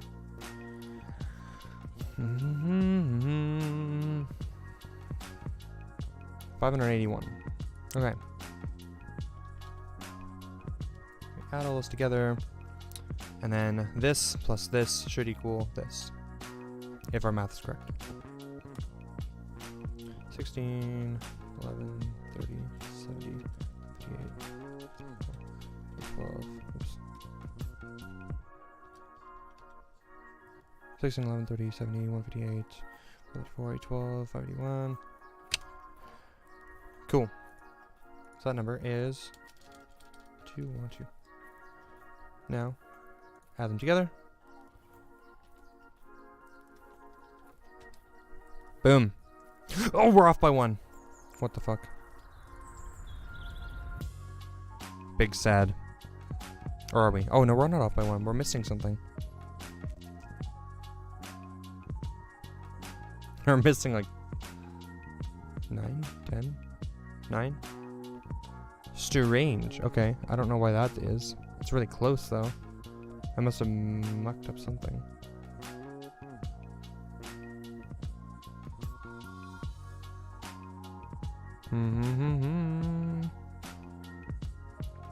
So I did 80 plus, and I did, I guess it'd be 79 and under, which is fine. Yeah, that should give us the total. Did I get the total number wrong before? I'm not sure. I don't know why that's not aligning. But I mean, it's really, really close. So clearly, if my math is off, it's not off by much. I'm thinking, though, I'm pretty sure I wrote everything right. So what I'm thinking is that there's just something else going on. I must be missing some data somewhere.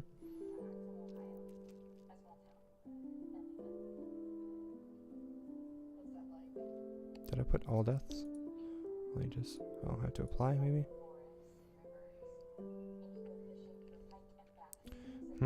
Yeah, I don't know.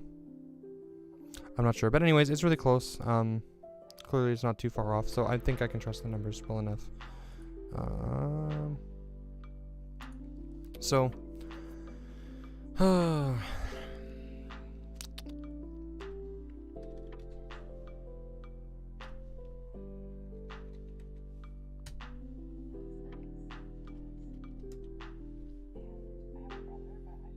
69% of deaths in influenza are above the age of 80. 80 or above. That's where we get that number, essentially. 69. Yeah, cool. So, we'll include that in our data points.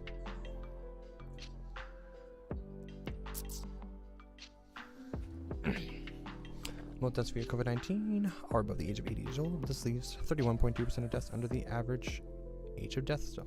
So,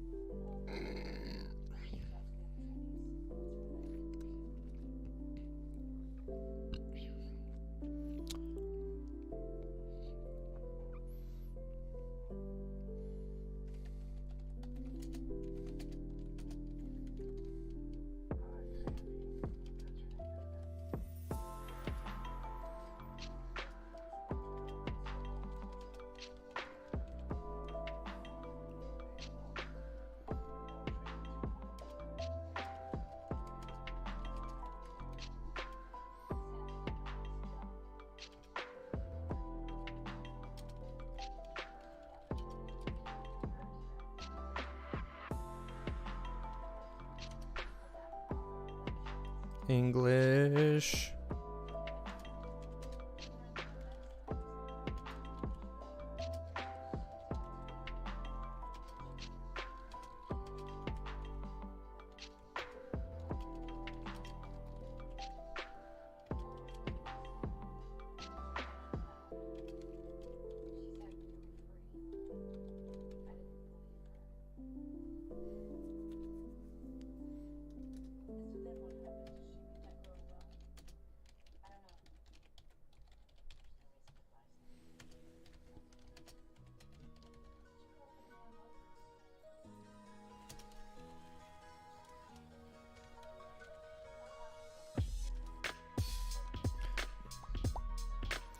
Cancer. Where's my cancer? Where is my cancer? Is it open still?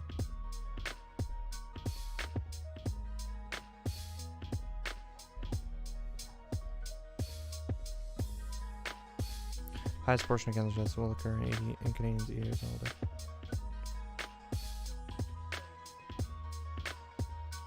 %34.1%.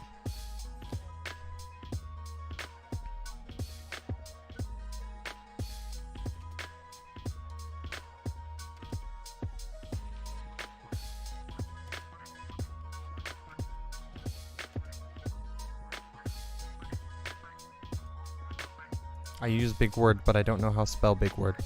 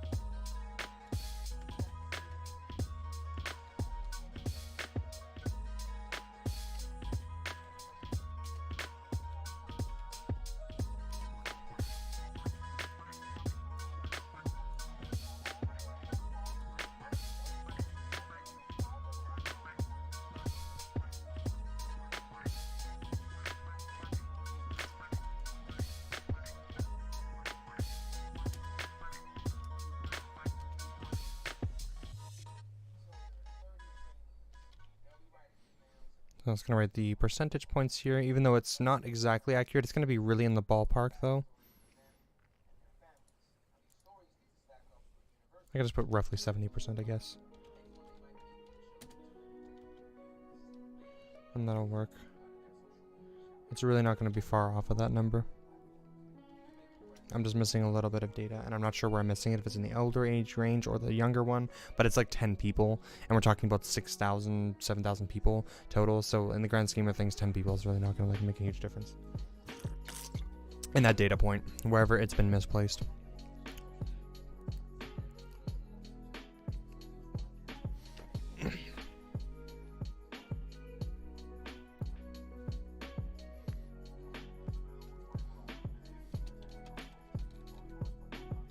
There we go. So these points are just more like decent talking points, like to kind of like combat the whole age argument.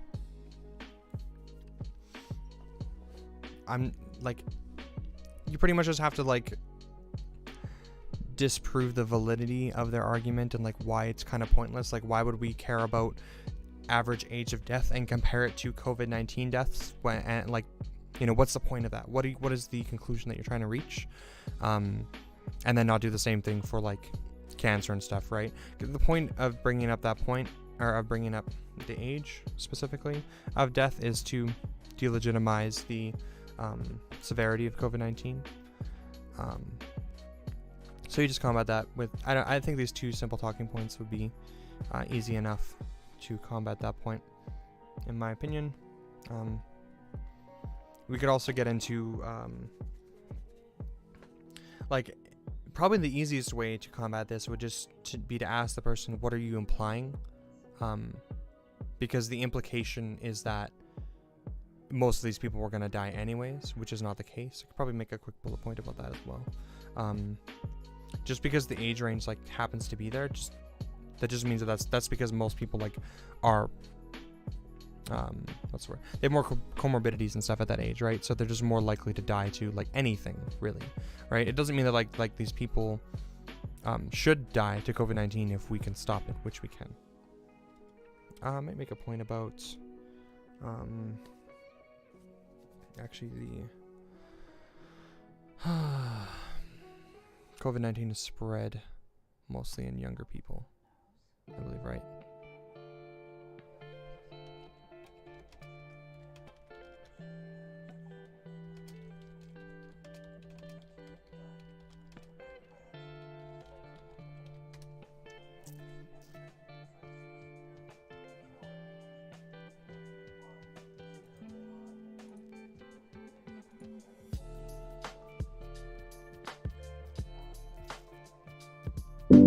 I'm Mother Nature. Yikes. Rip ears.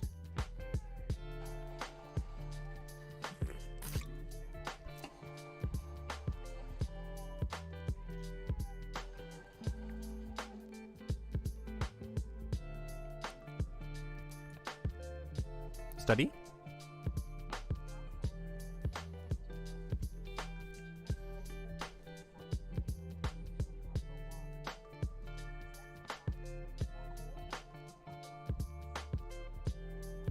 Results. We find that as of 29th of October 2020, adults aged 20 to 34 and 35 to 49 are the only age groups that have sustained SARS-CoV-2 transmission with reproduction numbers consistently above 1. Holy yikes. So for anyone who doesn't know, the reproduction number, that's also referred to as the R number. What that is that if I get COVID-19 and then I pass it on to, say, one other person, and before my COVID-19 like dissipates and like let's say I survive or whatever, and the illness dissipates and it's no longer contagious, so I spread it to one other person, then that's an R number of 1. We would consider that to be, in that essentially there's no growth because one person gets it, they pass it only on to one person, so the amount of people who are sick stay relatively the same. This is why the R number of 1 or less is ideal. Because if you can get your R number down to 1, your numbers stay consistent essentially. Or obviously if you can get it under 1, then you start declining. Any R number above 1 means that you have some amount of spread. So R number of 2 would mean that I get COVID-19, I pass it on to 2 people. They now have COVID-19, they pass it on to 2 people. You can see it doubles, right? For each person that contracts it. That's bad, that's huge. We in Alberta had like an R number of like 6 or 7 consistently. Even it almost touched on 8, I believe, at some point in time too. That's a huge amount of spread. So that's why that's important. So it seems like young people consistently had R numbers consistently above 1. So the high reproduction numbers from adults are linked both to rebounding more mobility over the summer. Young people are more likely to travel, and elevated transmission risks per venue visit among adults aged 20 to 49. Before school reopening, we estimated that 75 of 100 COVID-19 infections originated from adults aged 20 to 49.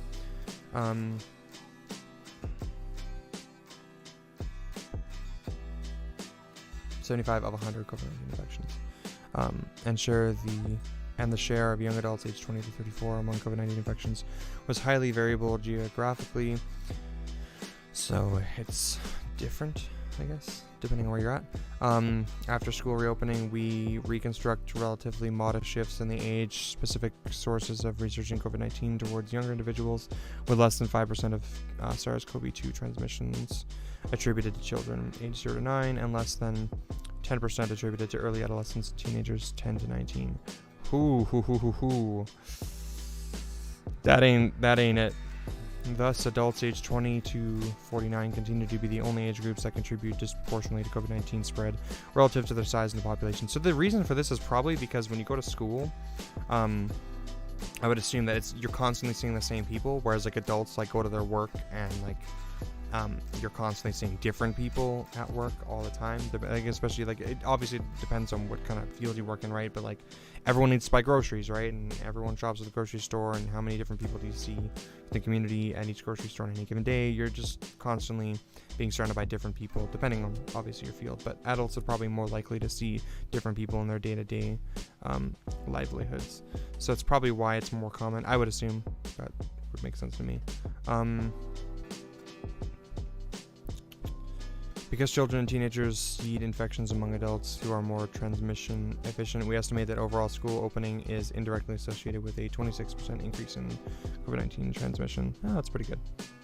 Conclusion, we show that considering transmission through the lens of contact patterns is fundamental to understanding which population groups are driving disease transmission. Over time, the share of age groups among reported deaths has been markedly consistent, and the data provide no evidence that transmission shifted to younger age groups before school reopening, and no evidence that young adults aged 20 to 34 were the primary source of research in epidemics since the summer of 2020.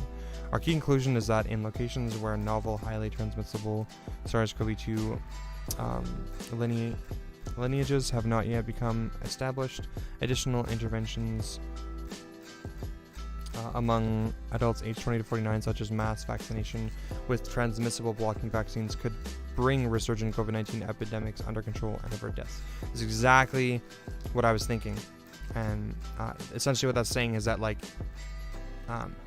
who are the main spreaders of COVID-19? Who seems to spread it the most and the worst? It seems to be this age group. Young adults, essentially, right? And then, I guess, mid-adults? I don't know what you call that age group. So if they're the ones who are mainly contracting the disease, and then and old people tend to like get it and then die, so they don't have the opportunity to spread it as much, I guess, then it seems like the best way to stop the spread would be for the whole population then, right? Especially this population that spreads it more, to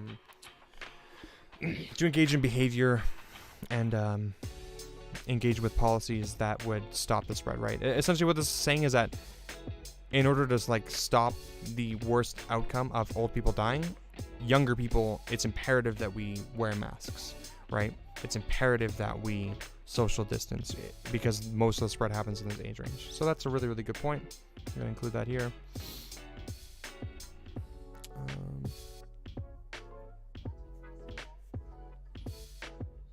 And this is just deaths in general. Yeah, so I'll include that in here.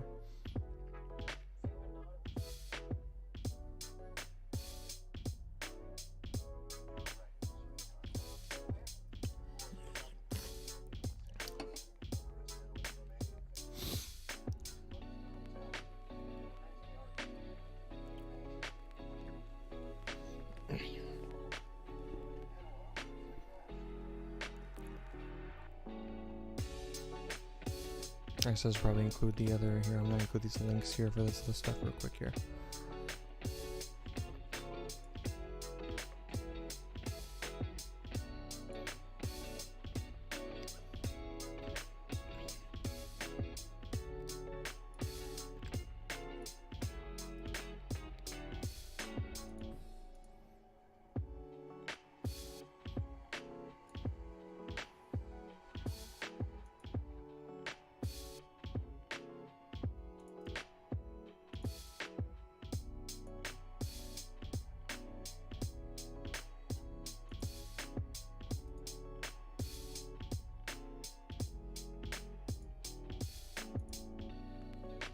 Did I copy that link?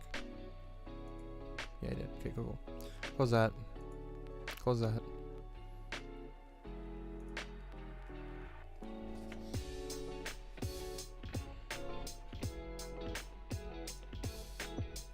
Okay, and we'll probably do a bullet point here. Doop. Oh, fuck. How do I have to like do that? Probably. Yeah, okay. Do do do do do do do do do do.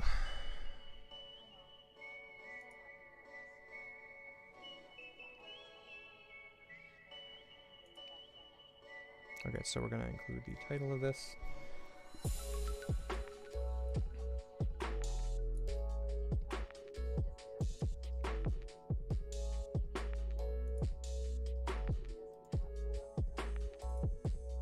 Right, this thing does not like me using the copy paste function.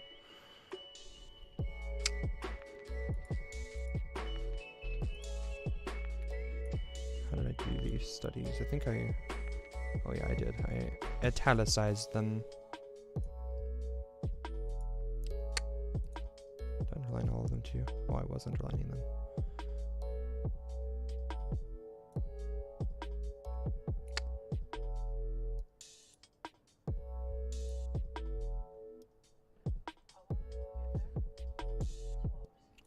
So bad at consistency. Womp.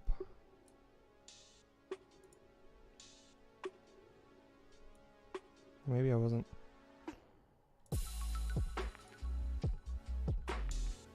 Could have sworn I had italicized all of these, but oh well.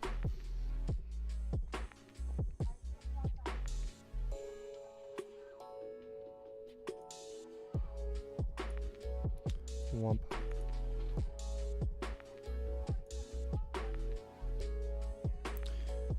Doop doop. And then we linky the linky.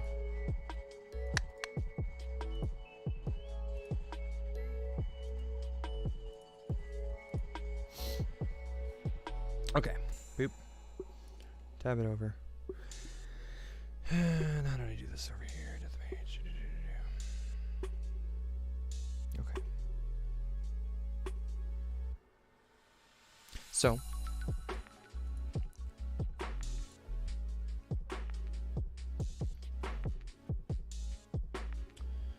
Results.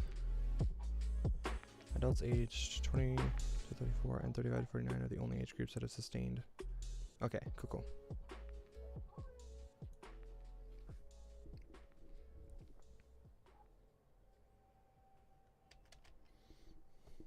Nope. Boop, boop.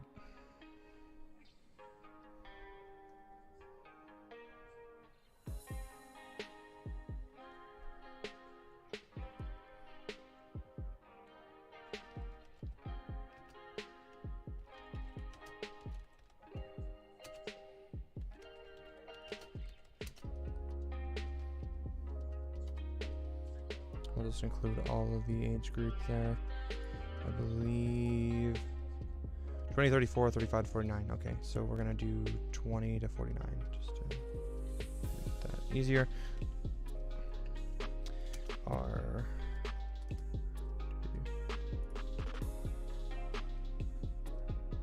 the only age groups that have sustained SARS-CoV-2 transmission with reproduction numbers consistently above 1.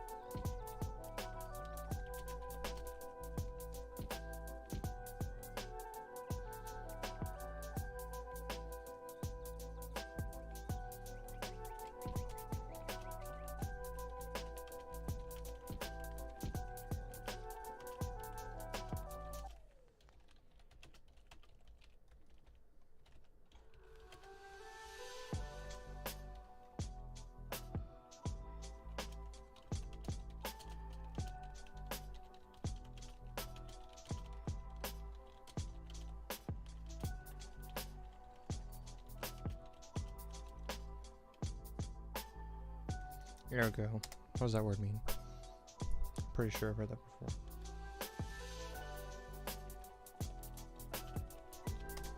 It's either ergo or... yeah, therefore.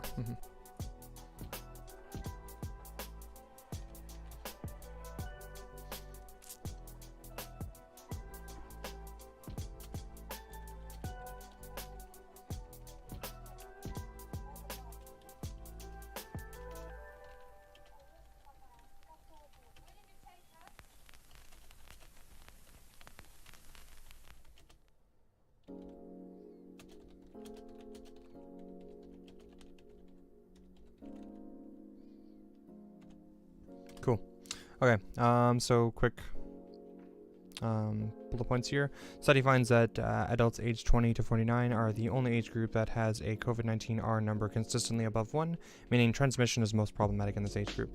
Based on this, we can conclude the need and efficiency of participation by this age group in harm reduction techniques noted in this document, so masks, social distancing, quarantine lockdowns, vaccination.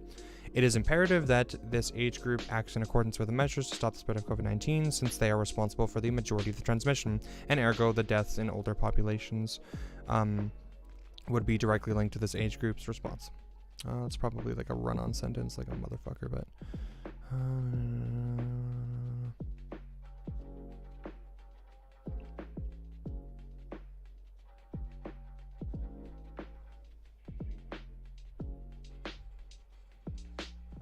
fuck it, whatever. It gets the point across, even if it's not grammatically beautiful. Cool. And that's probably it for that point. Am I getting close to the end of the death section now? I probably just have to cover the influenza stuff. And then I believe I'll be done the death section. Let's see, so we've got elderly death totals. Oh, I didn't do suicide rate yet either.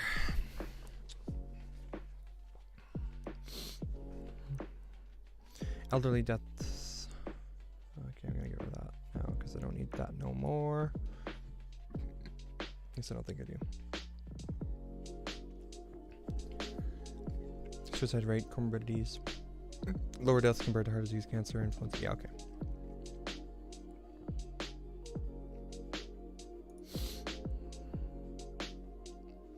Okay.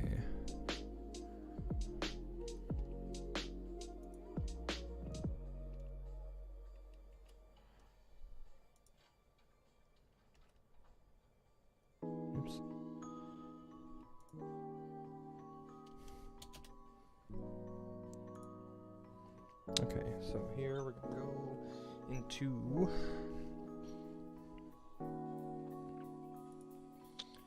influenza.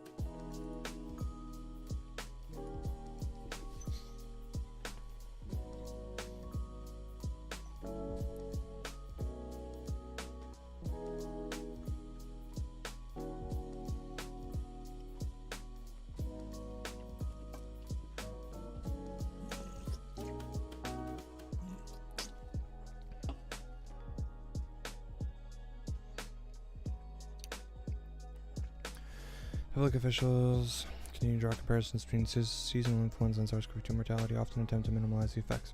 The root of such incorrect comparisons may be a knowledge gap regarding how seasonal influenza and COVID-19 data are publicly reported. The CDC, like many similar disease control agencies around the world, presents seasonal influenza morbidity and mortality not as raw counts but as calculated estimates based on the submitted international classification of disease codes. Between 2013 2014, 2018 2019, the reported yearly estimated influenza deaths ranged from 23,000 to 61,000.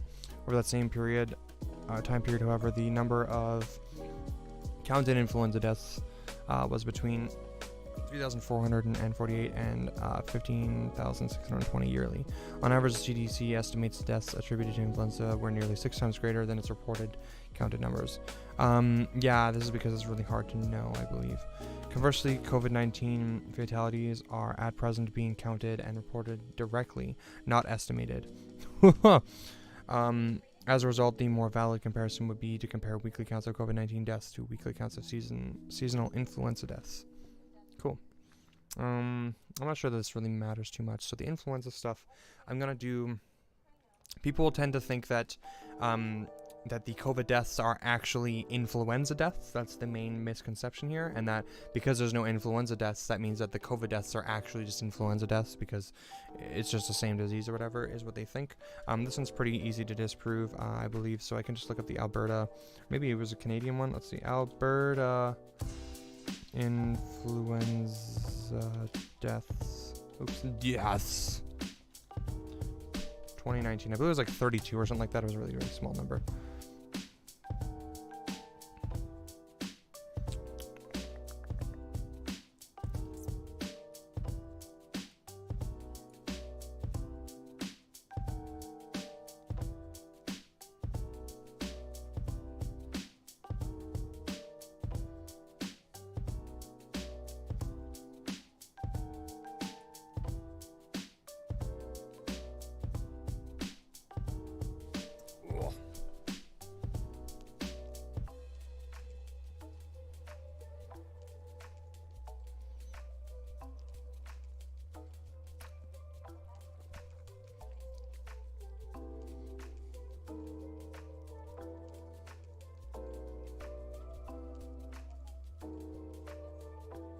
The Alberta government purchased 1.96 million doses of influenza vaccine for 2021 season.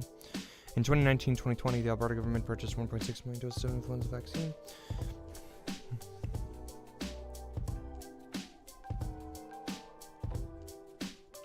See, I know I saw the number before, but where the fuck was it?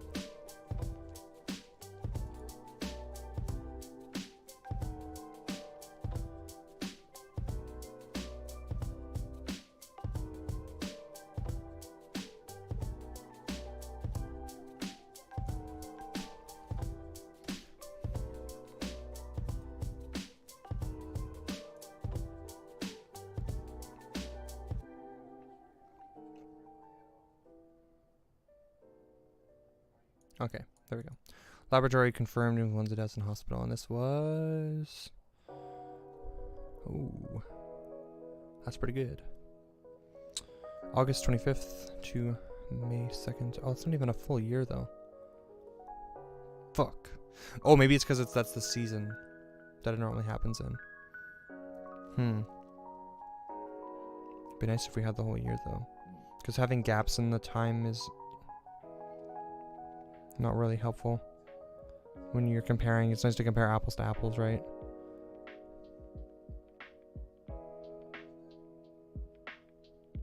Because that's like dodging the entire...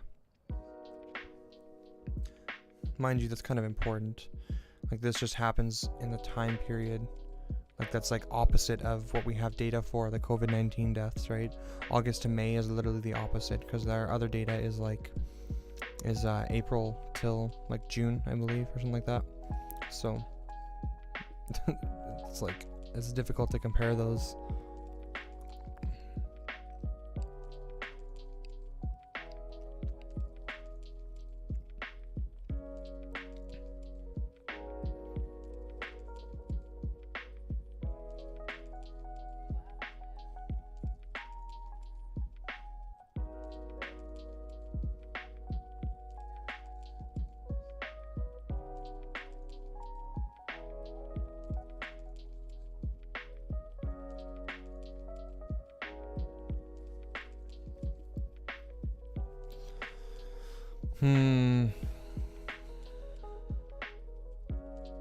Okay. We're going farther down here, but cumulative total August 2017 to June. It's nicer. It's a closer gap.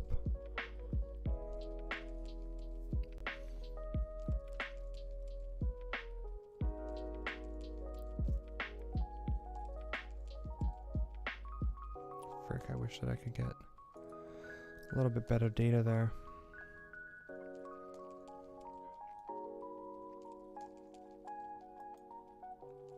Well, maybe if we can cover the same time period.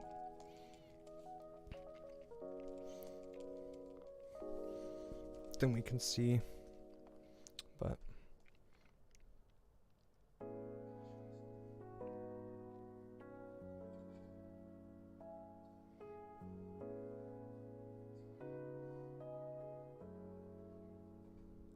season began October, ended April. Ah, man. See, I'm guessing it's because of the, yeah, because it's a season.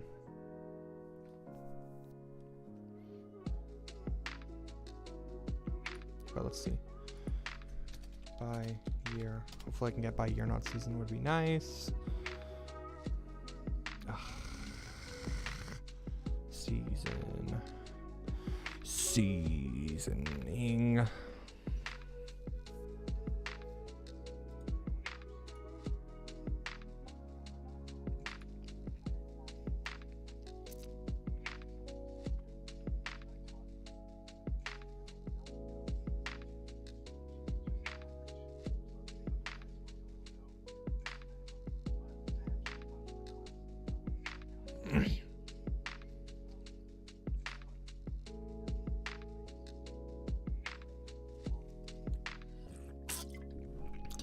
Yeah, maybe the issue is that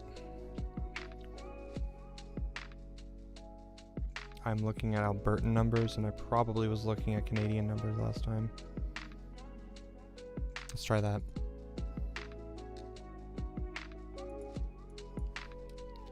I believe it was like 69,000. It was like the top end of deaths for influenza.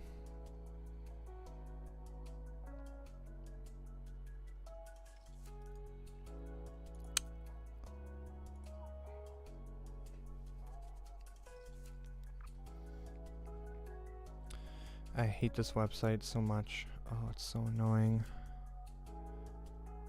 Useless.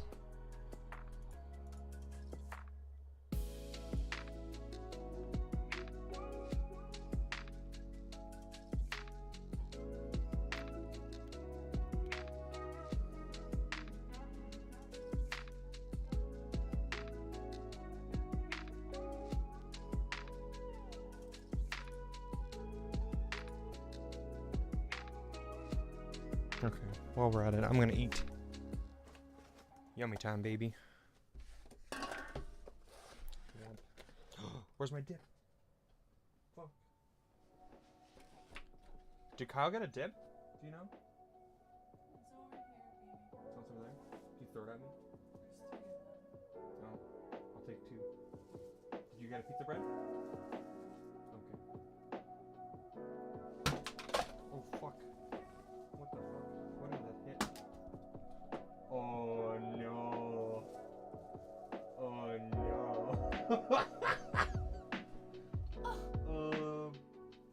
Hit the table, baby.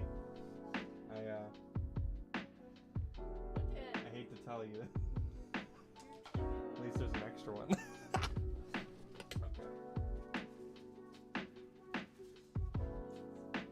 Please. Where did it explode? Oh, it cracked on the bottom. On the bottom. Shit.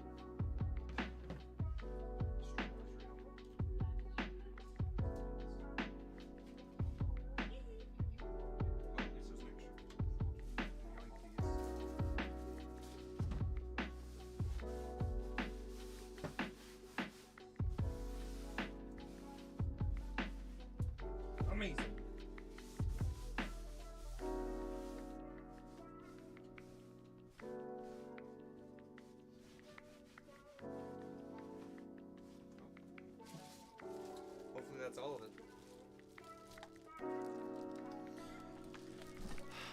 Wayo.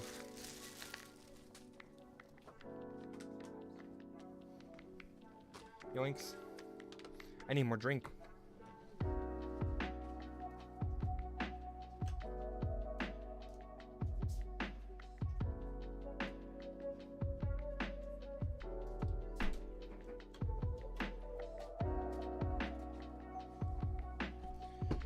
Ugh. Okay. We continue.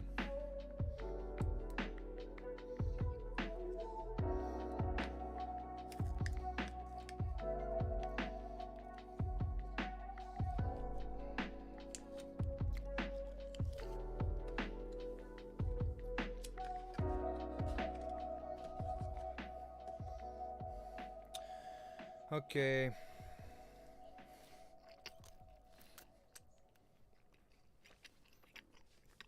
So we're looking at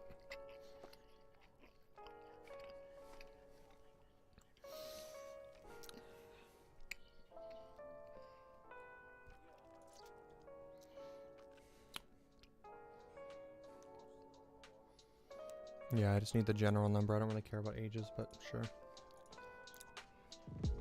Oops. Come back. We're just gonna get 2019.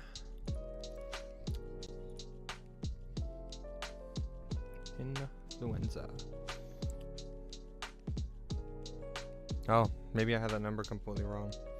Oh, it's probably the US number that's like 69,000 or something.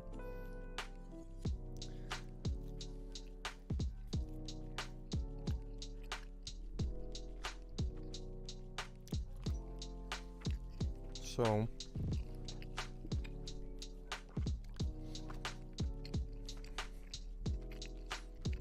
yeah.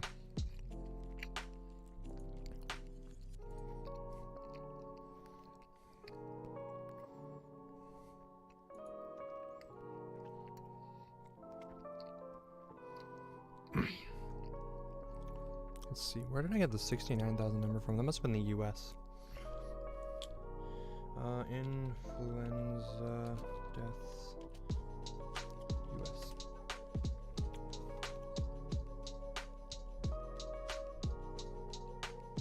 Aha, ha, ha. Here we go. Okay.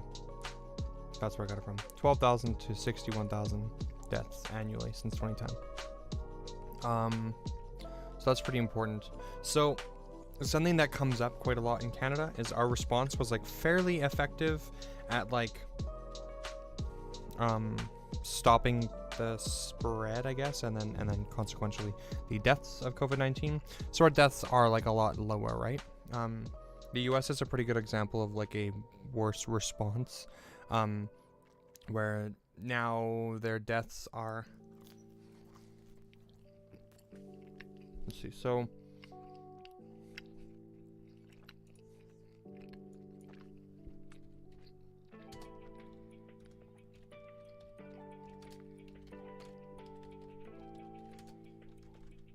oops, where are you going?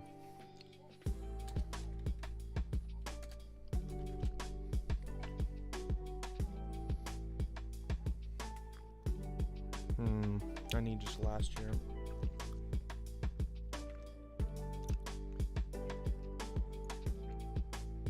Fuck.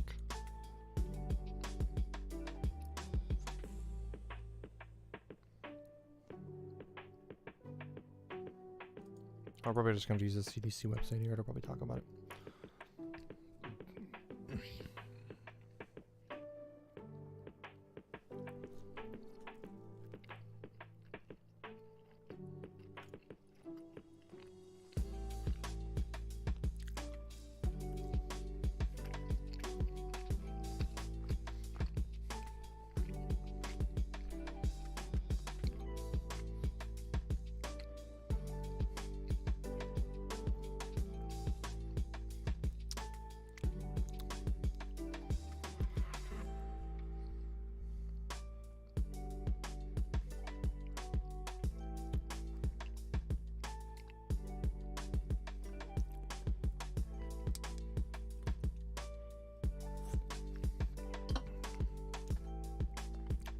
So these were all the excess deaths.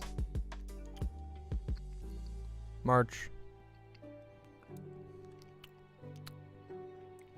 to February. Oh wow, in 2021.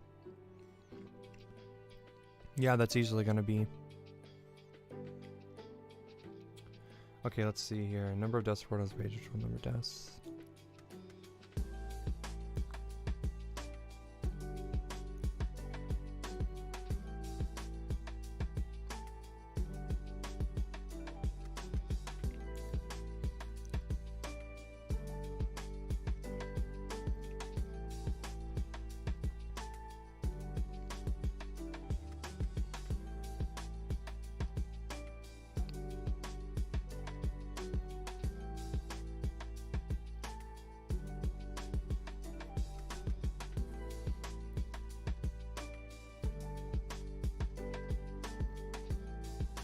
I love charts and all, but I love just the numbers too, would be great.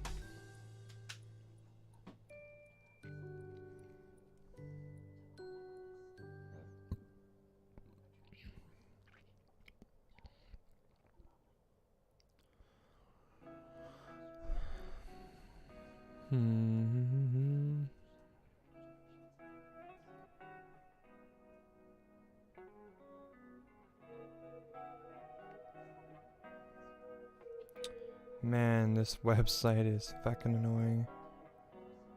I don't want it. It's like they had the chart there, but then they don't really talk about the numbers in the chart. They just go on to a bunch of other things. Oh, man, come on.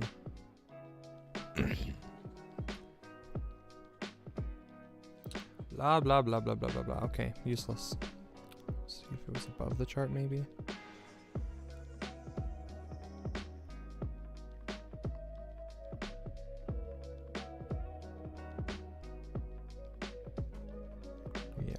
Nothing useful. It's a nice visual, but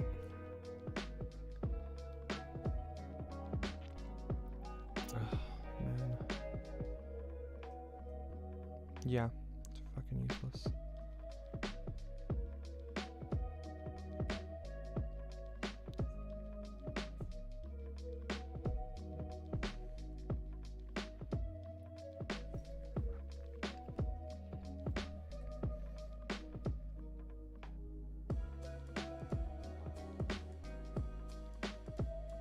Okay.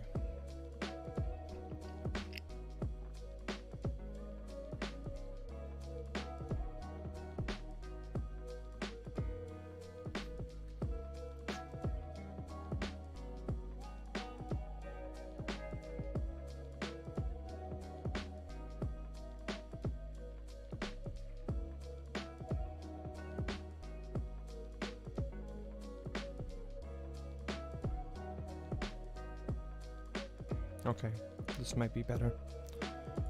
Seems to be within the time frame that we'd want it to be.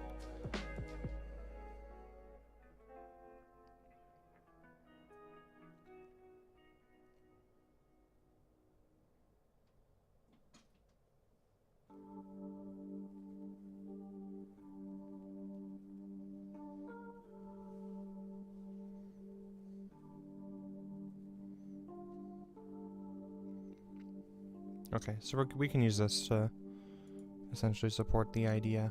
So the whole argument here now with influenza is that there is influenza is the cause of death, or the cause of these deaths, which wouldn't line up essentially. We're gonna go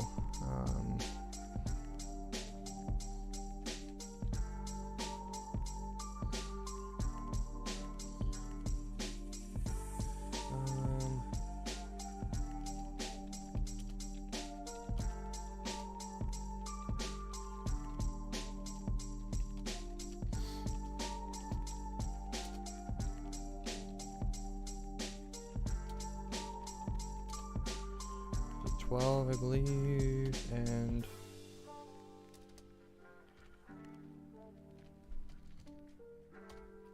61,000, I'm pretty sure was the number. I'll just verify that after.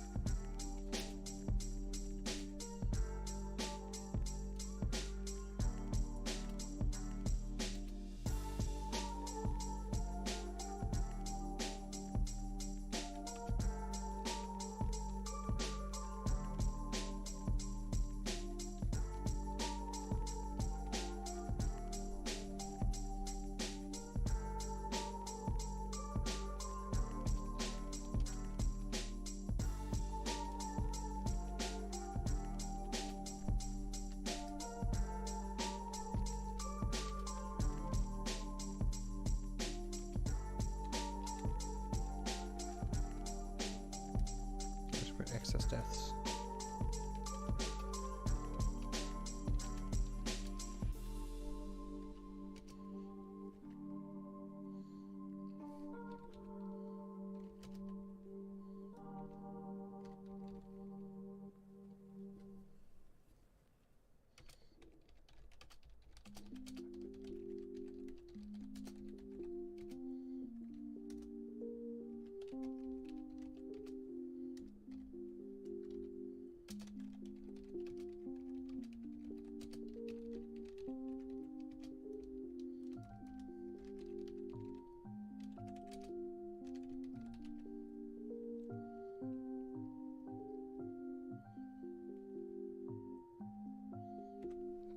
Okay, so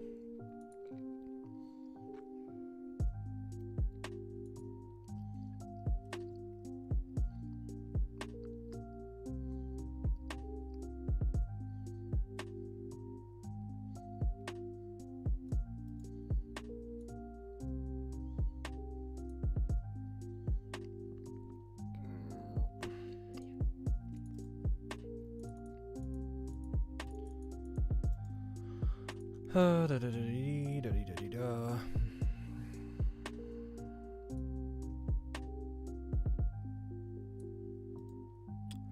Linky.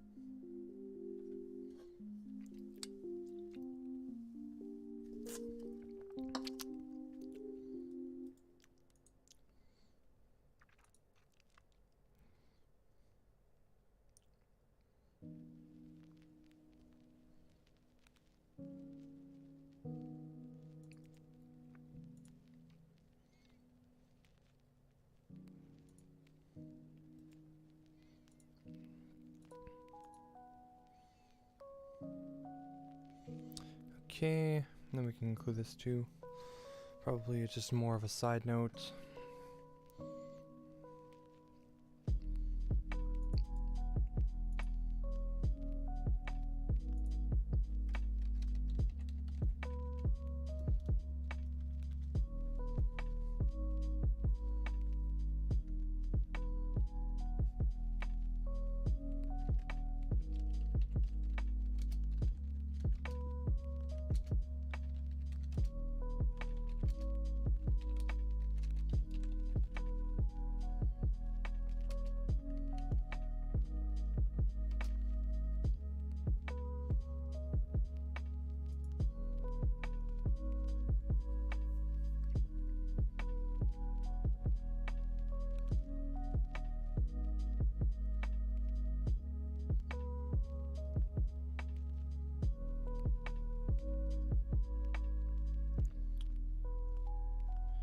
There's no... Okay.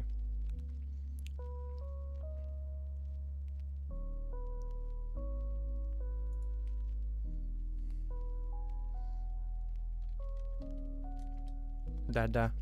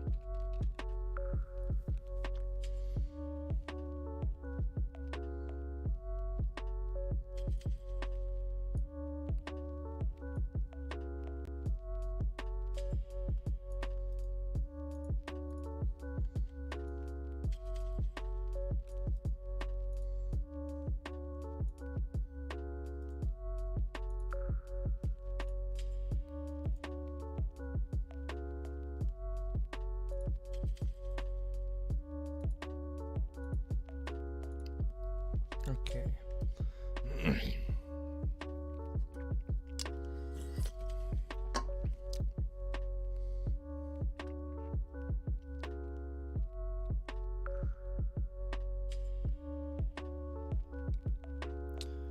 Got that covered.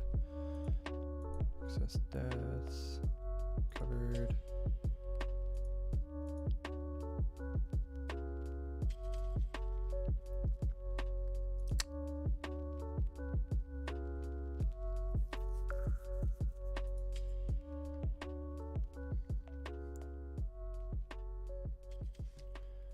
That's all done. All done.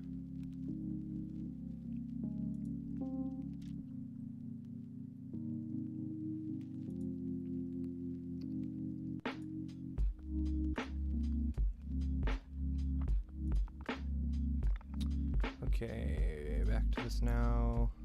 So I think we've covered influenza now. Oh yes, there was one more point of influenza to cover. And it was...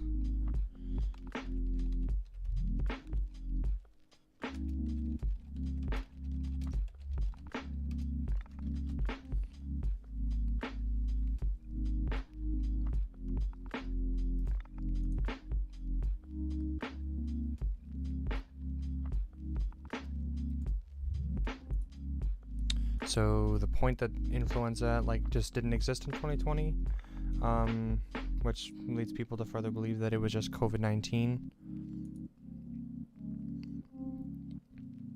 This one's pretty easy to debunk.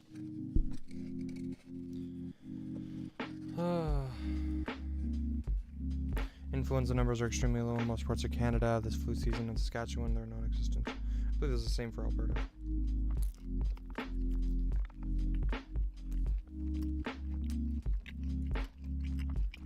Find an Alberta article.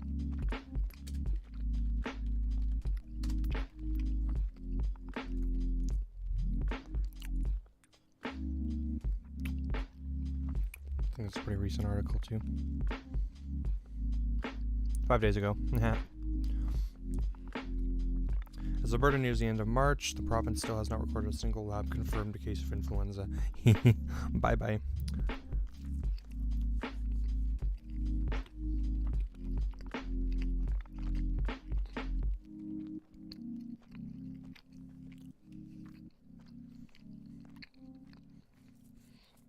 Here we go. 39 deaths.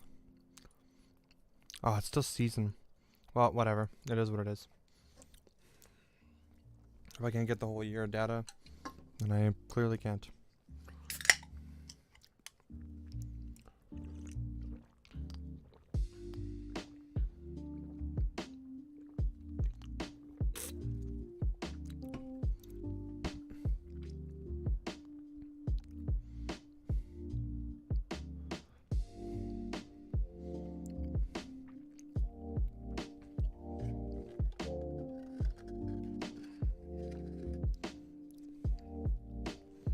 This is interesting.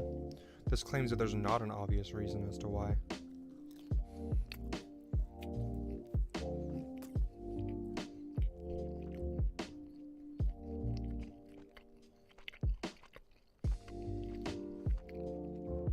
Yeah.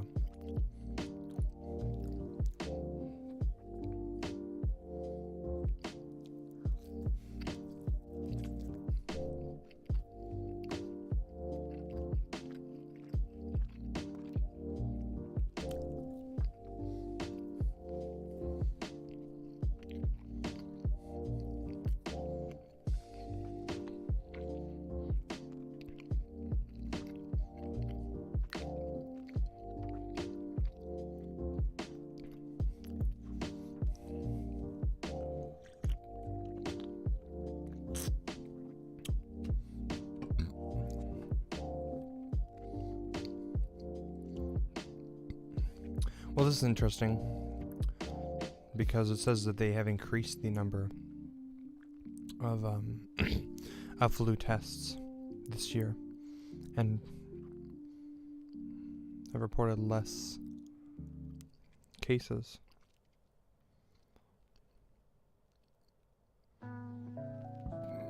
Okay.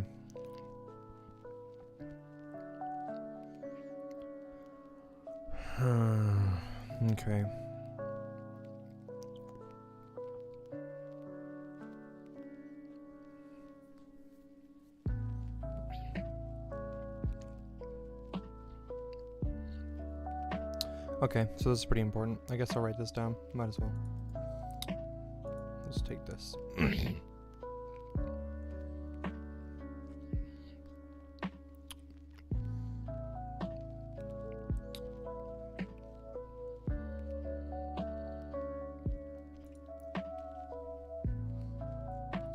So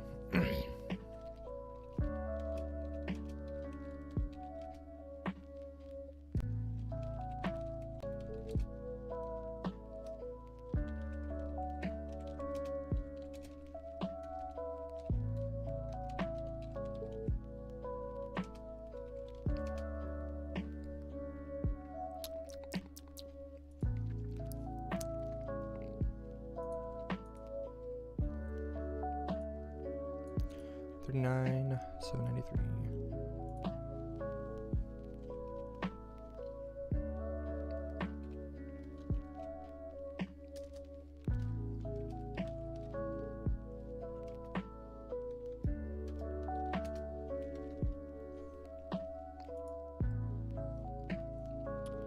$107,820.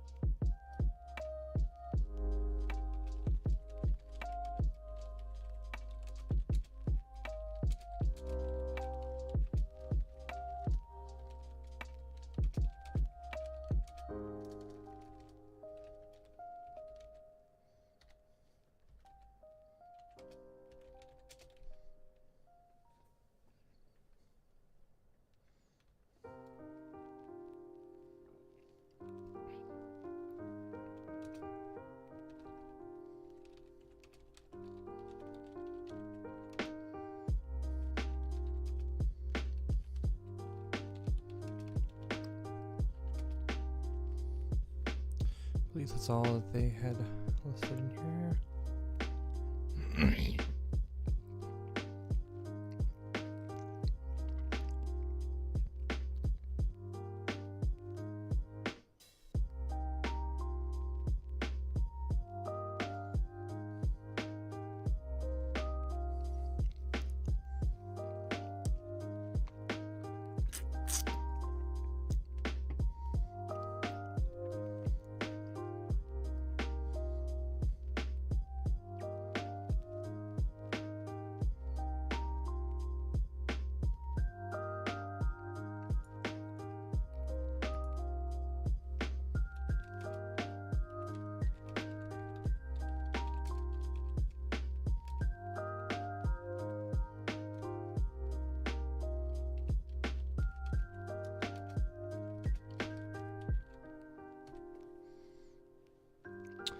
Influenza testing increased in Alberta from 39,793 tests to 107,820.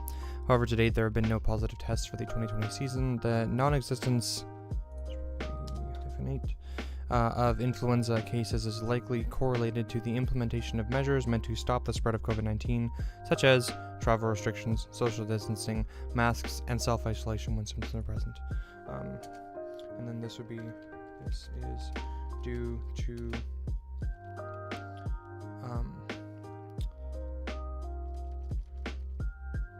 I guess we could say influenza is considered less contagious than COVID-19, meaning these measures will likely be even more effective when considering influenza. Cool. And then we just link all these things. So influenza testing in Alberta increased in Alberta. Okay, so we'll link this here.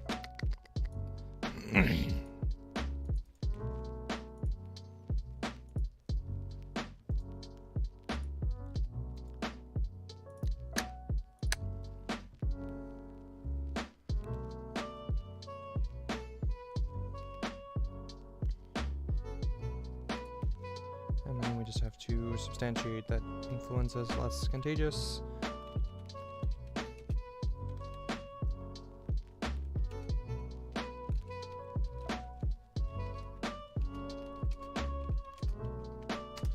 This has to do with the R number.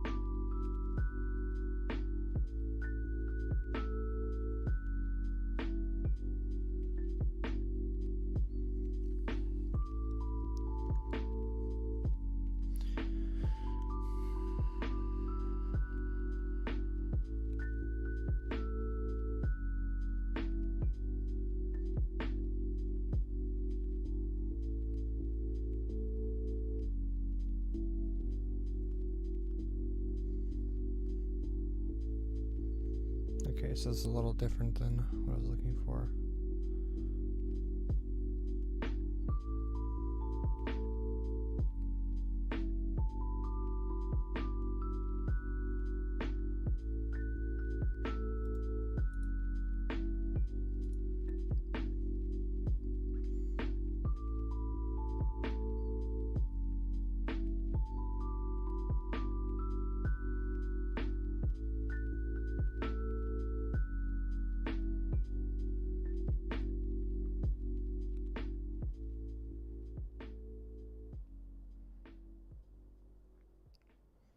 Okay, so here we go. Influenza. It's got a. Okay, so according to Wikipedia.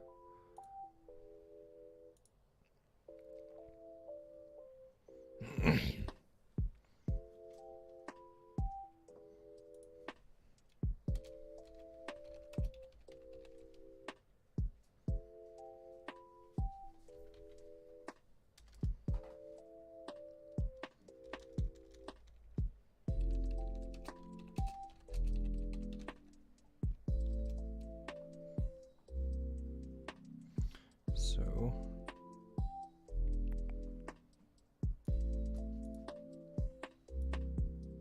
I guess I'll just highlight this whole part. Oops. Link. Big brain. Copy. And this is good because this will explain what the R number is here. So that's a pretty good reference point there. Anyways, having a Wikipedia link. I believe.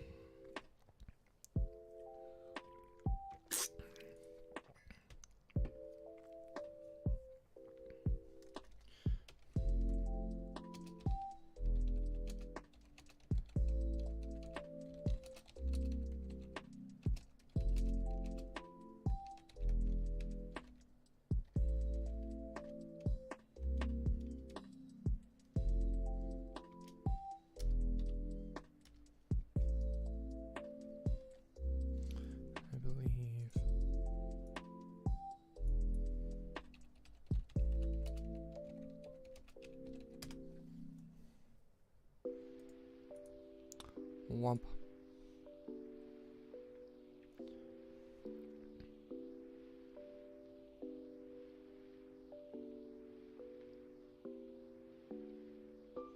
Okay, and we'll just copy this one because this talks about both viruses are transmitted by contact, droplets, and fomites.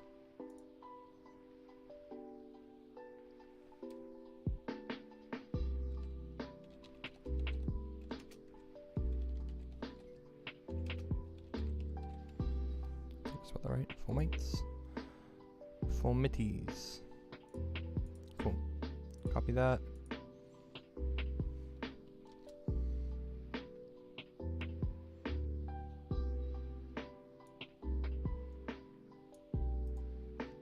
Link. Paste. Apply. There we go. Ugh.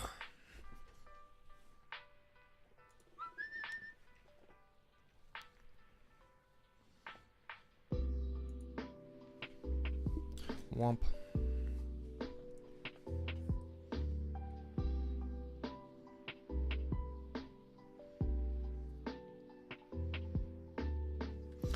Okay. So we've covered.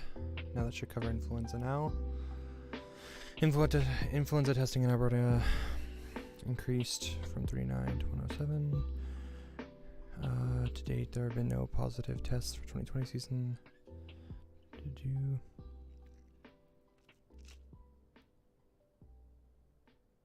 Cool. Okay. That covers that.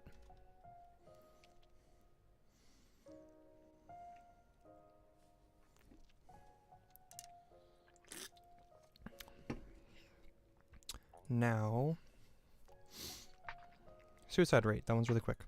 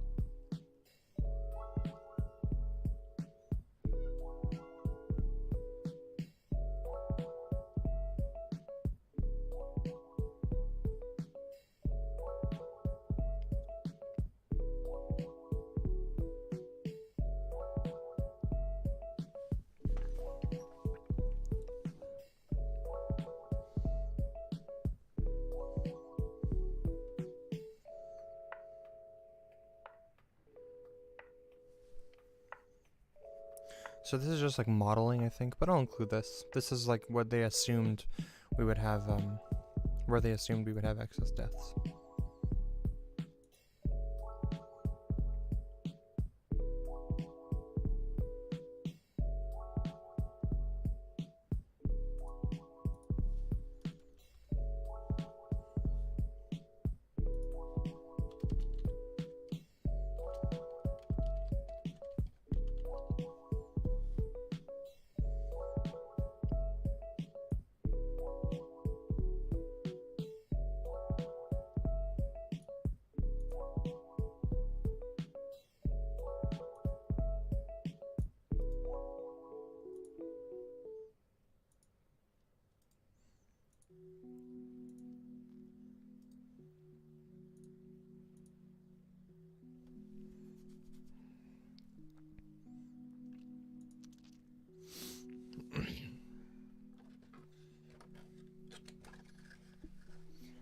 Cheesy bread. Ree.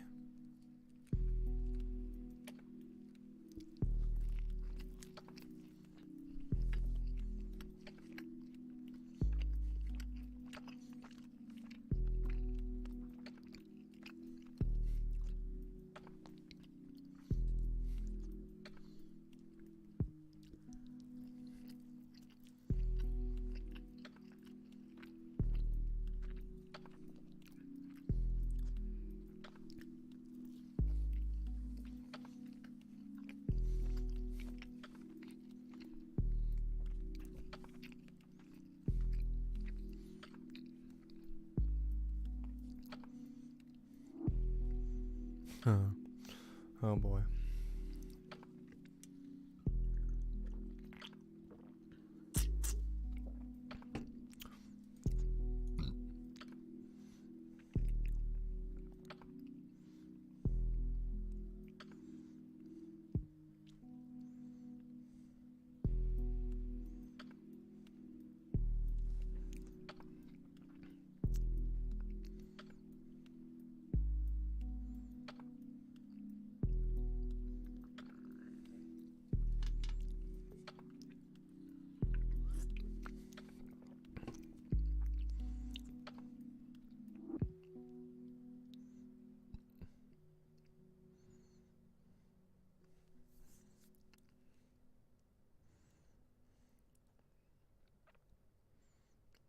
Yeah, this was pretty huge too.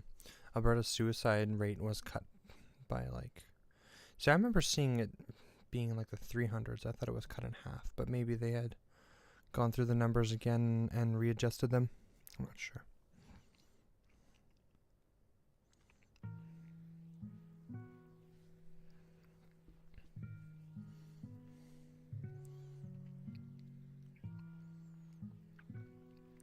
Okay, let's see.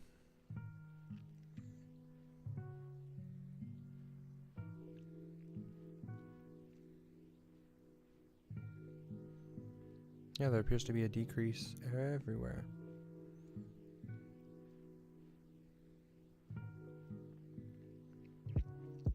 Cool. Well, we will just take that and link that in here too.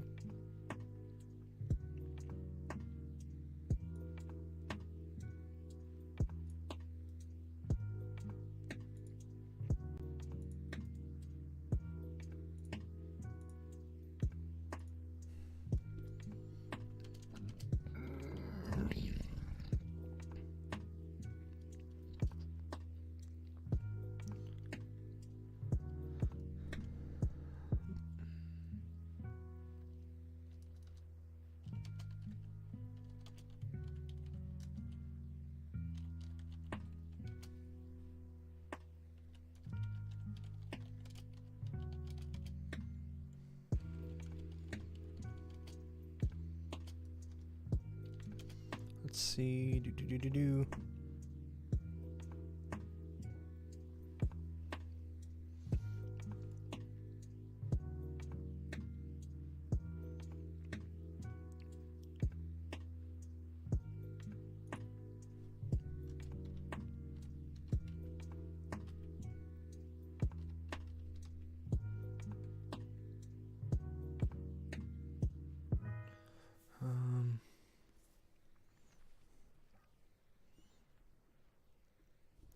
Right.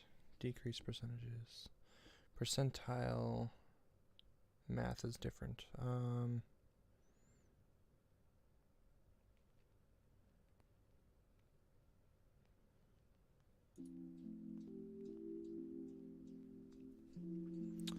Percentile math.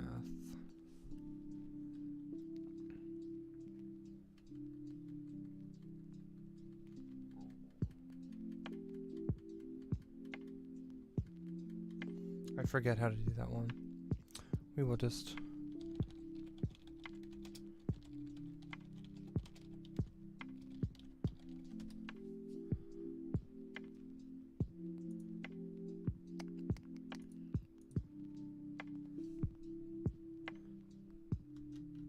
It's 468 and 601.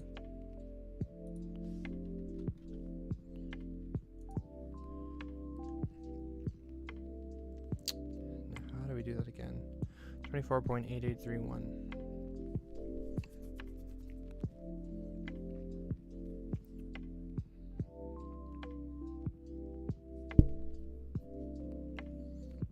I feel like there was an easier way to do this than this.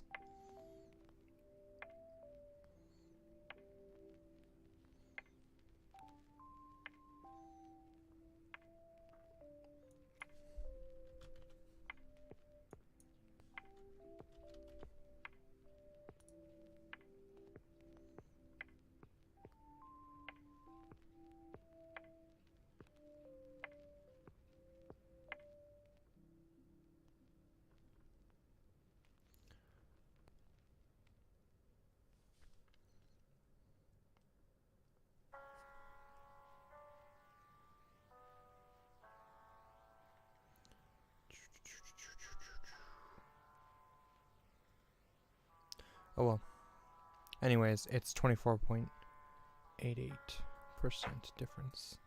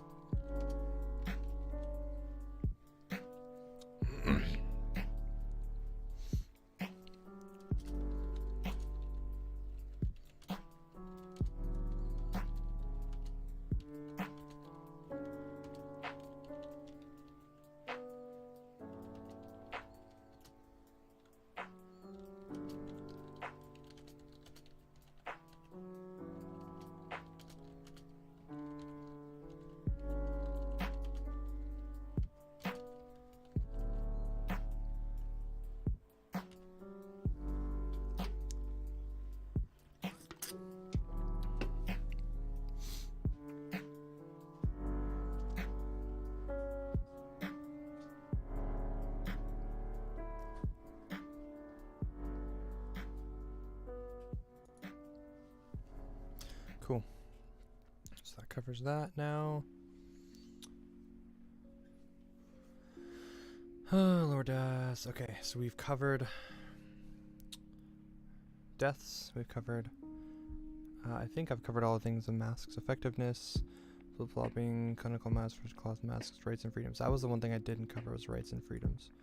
People wearing them wrong, does it cause more problems? Oxygen deprivation, bacterial transmission. So this is something that I still need to cover. But otherwise, is there a way for me to like...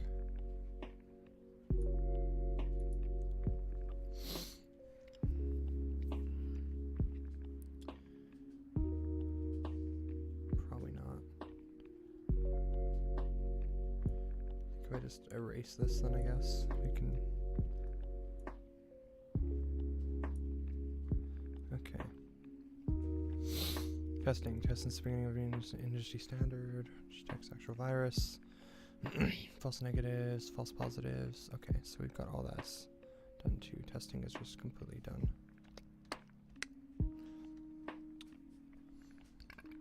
Kind of covered the initial response already.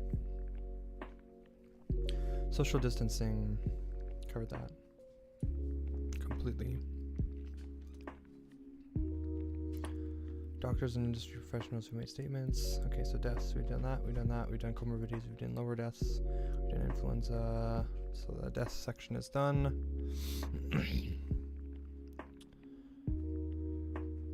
Okay. Might cover lockdowns next. Because I know that's a big contention for people. So let's go there. Enter.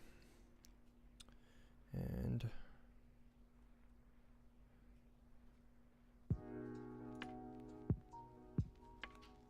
frick, which one are these? These are heading 1, okay. Heading 1. Okay. Lockdowns. Boom. Cool. I'm actually just gonna take a brief break. I'll be right back. Aha. Very good.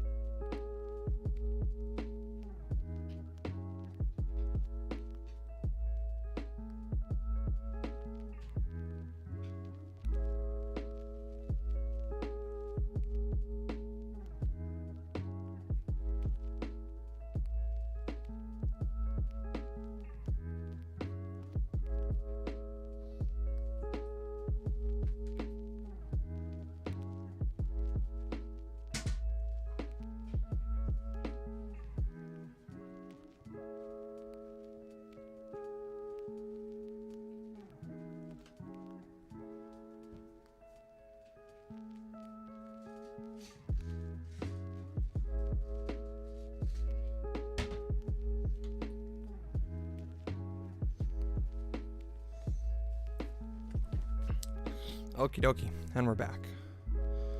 Womp. Oh!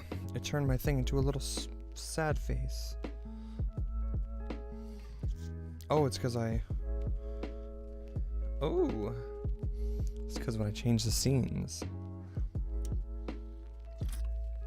the keybind is like a frowny face keybind. That's funny.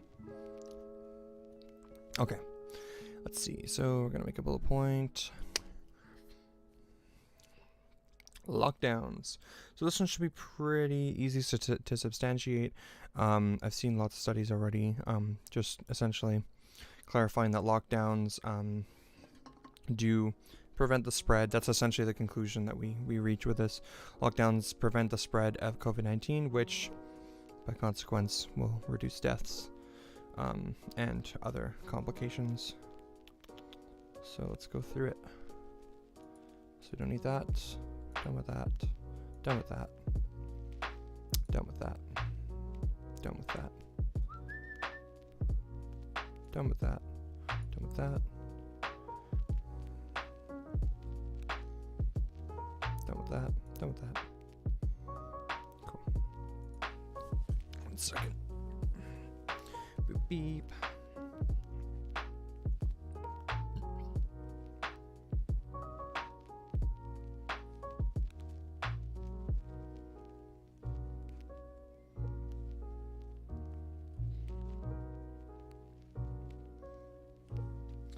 Okay.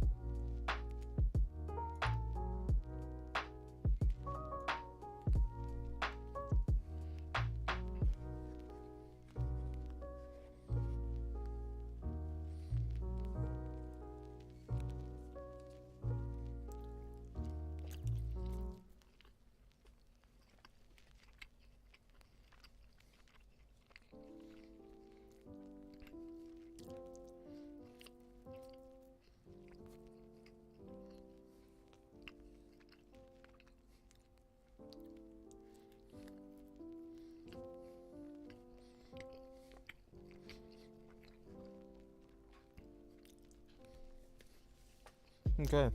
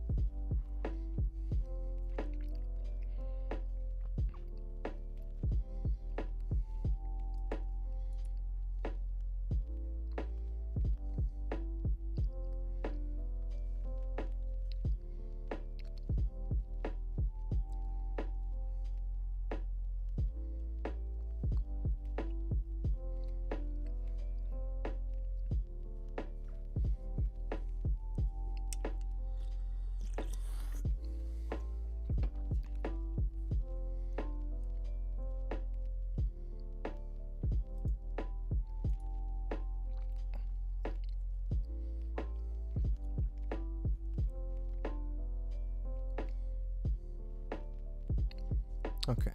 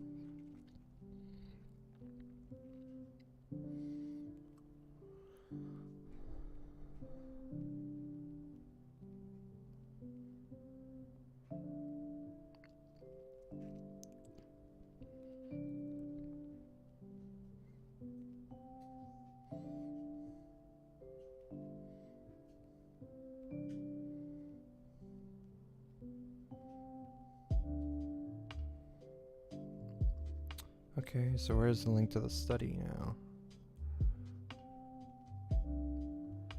Why don't you link me to studies?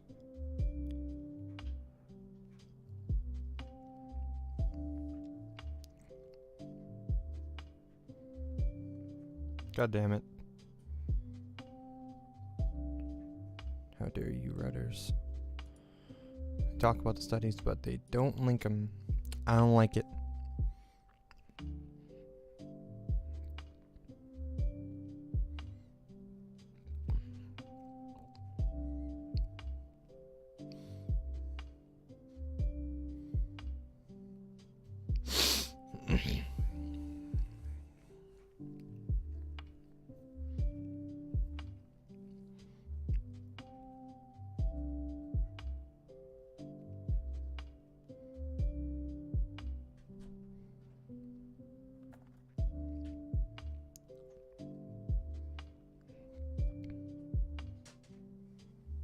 Is this a study?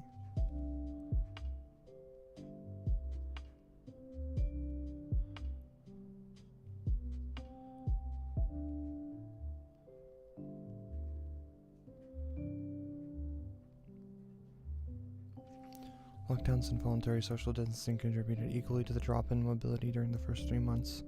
Oh, interesting. Of a country's epidemic. The contribution of voluntary social distancing was larger in advanced economies where people can work from home more easily or can even afford to stop working thanks to personal savings and social security benefits. Conversely, people in low-income countries are often unable to opt for voluntary social distancing as they do not have the financial means to cope with a temporary income loss. The analysis of job posting data provides similar insights showing that both lockdowns and voluntary social distancing contributed substantially to the drop in labor demand.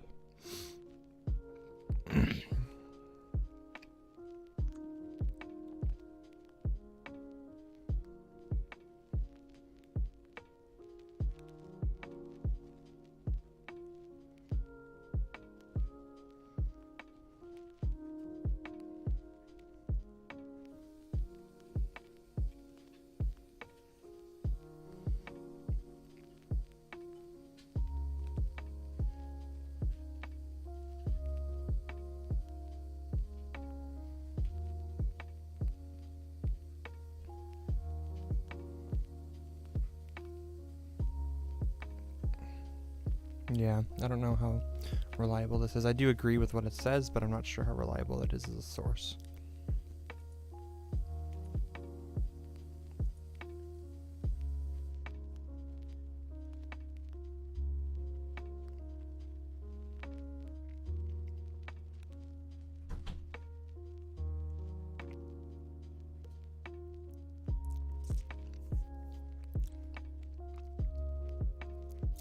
Results.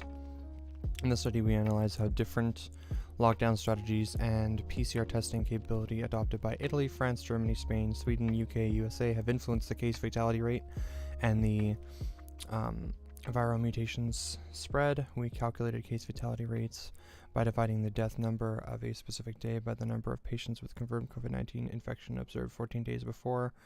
And so that's because it takes about like 14 days. That's interesting. Before, is it 14 days before you show symptoms or something like that? I think. I don't know.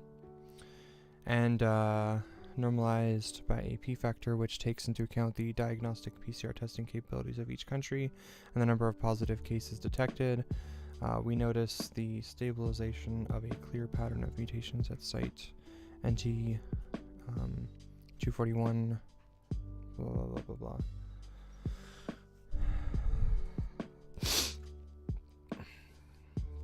Strict lockdown strategies together with a wide diagnostic PCR testing of the population were correlated with a relevant decline in the case fatality rate in different countries. The emergence of specific patterns of mutations concomitant with the decline in case fatality rate needs further confirmation, and their biological significance remains unclear.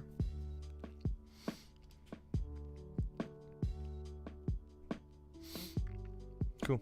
So, decline in fatality rate.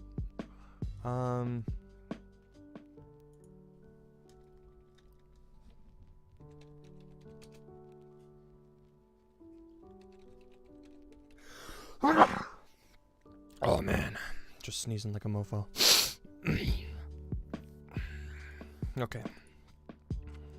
More study. It's the same one. It's the same one. No, it's different.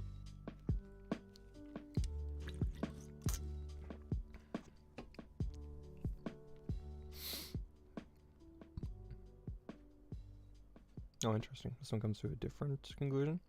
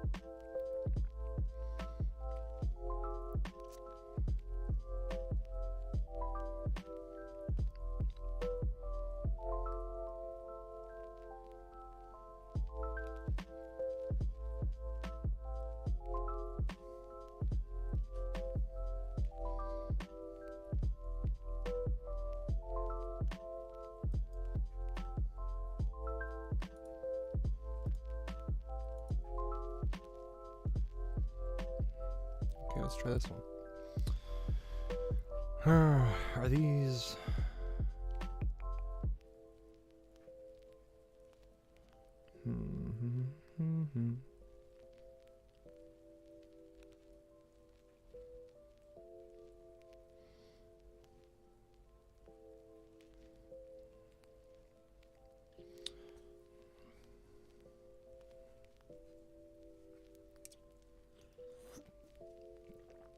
Yikes.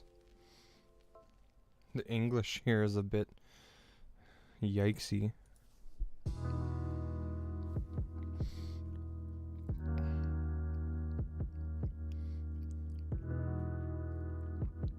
Results. There was a significant 61% and 43% reduction in infection rates 1 week post-lockdown in the overall in India cohorts, respectively, supporting its effectiveness. Okay, so overall 61, 43 in India, respectively.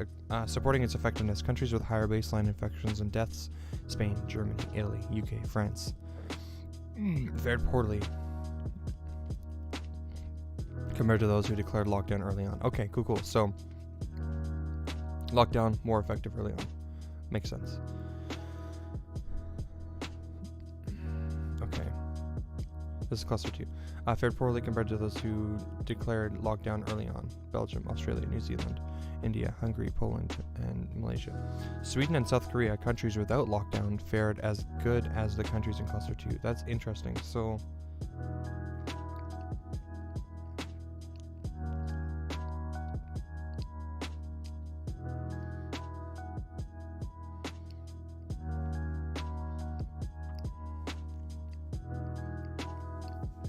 Isn't South Korea like fairly like isolationist though too? I think that's what it was. It was South Korea was like really isolated. South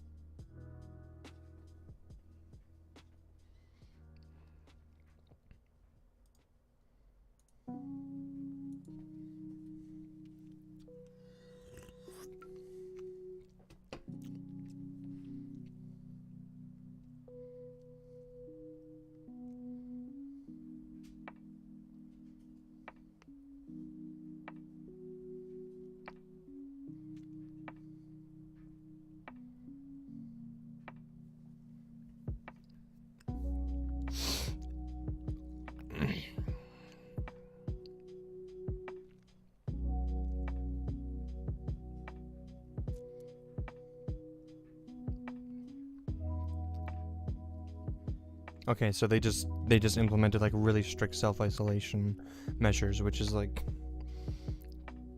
I mean, it's different than a lockdown, but you're just implementing a very strong policy then, which is still fine. Doesn't mean that lockdowns are ineffective. It just means that they took a different approach and it was effective. Cool.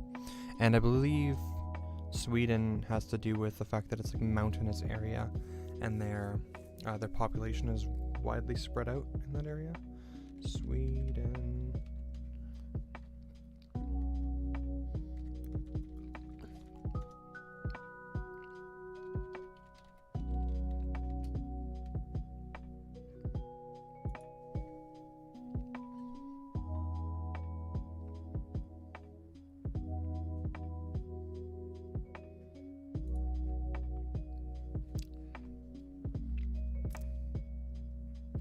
Yeah, let's go versus Canada.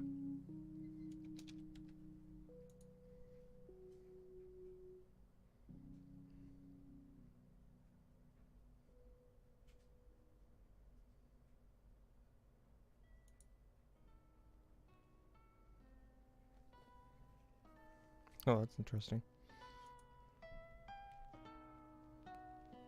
So they're more densely populated? Maybe that's the wrong word then. Okay, let's just look at it.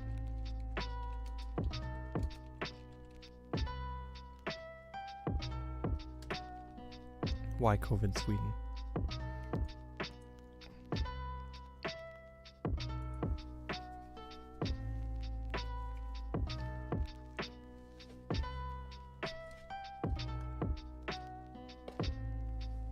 Internet, please. Okay, fuck that website.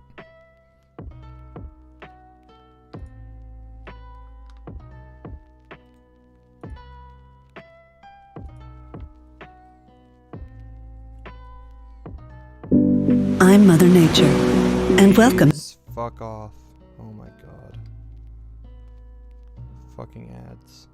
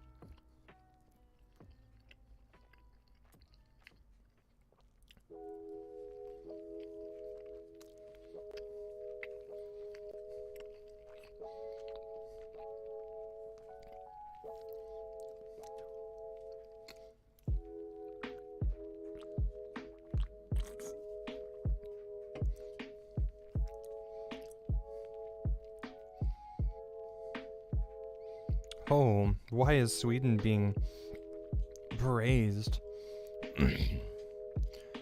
Denmark, Norway, and Finland, with a combined population of around 16.75 million, so it's a big number, have recorded 4,331 deaths. All three enforced lockdowns early in the pandemic. Sweden, by contrast, has registered 12,798 deaths, so that's more. That's like what, 3 times the amount, roughly, and possess a population of 10.2. So they have less people but way more deaths.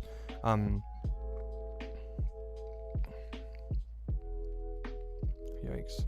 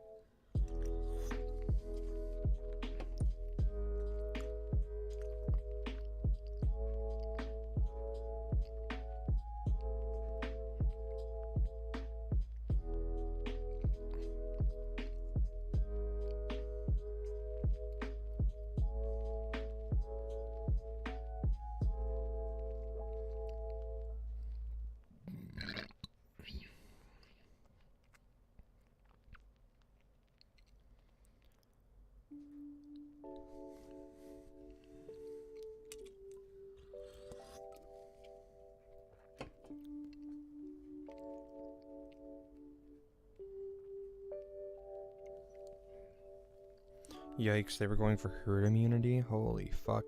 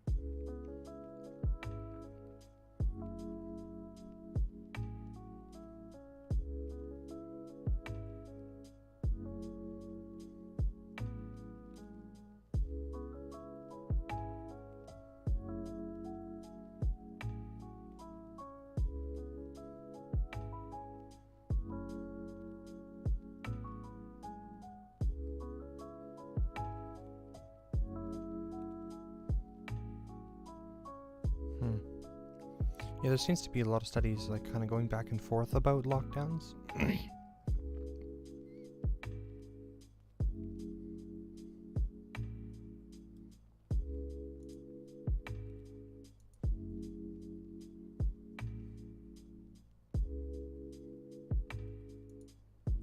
wonder if I can find.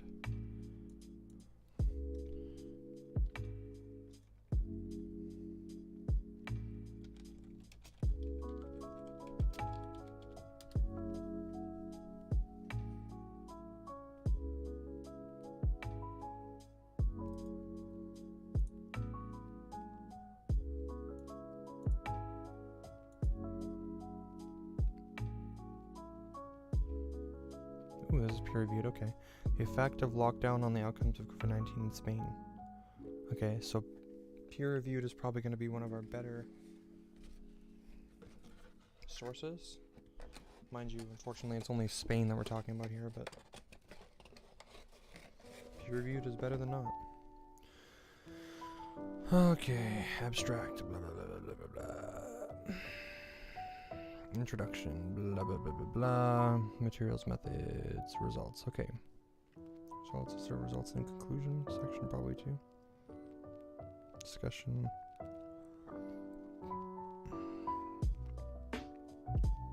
Okay, we'll read the results section.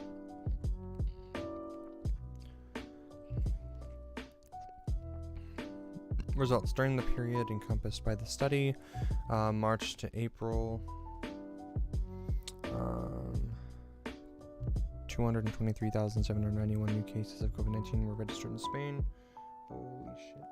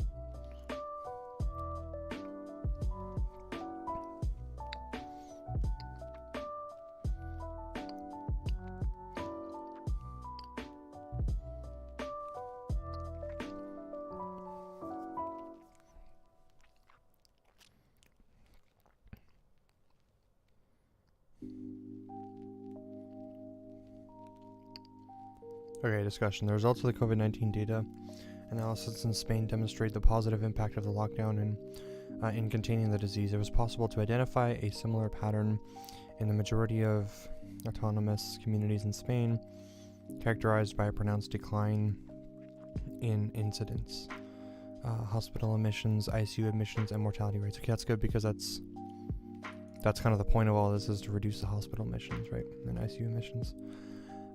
This is part of it, and then mortality rates too. The best indicator for the elevation, the consequence of the pandemic, was the mortality rate, which presented the highest uniformity across registries. Besides representing the worst outcome of the disease, the assessment of these trends is a vital instrument to substantiate decision making. Different countries and different continents have enforced non-pharmaceutical measures, of which the lockdown can be highlighted. To contain the propagation of the COVID-19 pandemic, lockdowns enable the health system to increase its assistance capacity and reduce the transmission of the disease by about 60%. That's huge. Considering its effects, it affects symptomatic and asymptomatic patients. Okay, well, that's a pretty good data set. Different countries, different continents have measures. Lockdowns enable the health system to increase its assistance capacity and reduce the transmission of disease by about 60%. That's huge. A study that evaluated pandemic data in Spain between February 24th and April 5th identified that physical distancing measures were effective to control the spread of the disease, especially when correctly enforced with the adequate duration. Scientific literature also reports similar results to those presented herein in countries that effectively controlled the pandemic by adopting these restrictive measures: Singapore, South Korea, and the territory of Hong Kong, as well as China. The study analyzed data after the lockdown was enforced by the Spanish government on March 14, 2020, until the beginning of the flexibilization of social restrictions. A state of alarm declared by the government centralized by the decisions of the country, even through the Spanish healthcare system, is organized per autonomous communities, which generated criticism from some autonomous communities.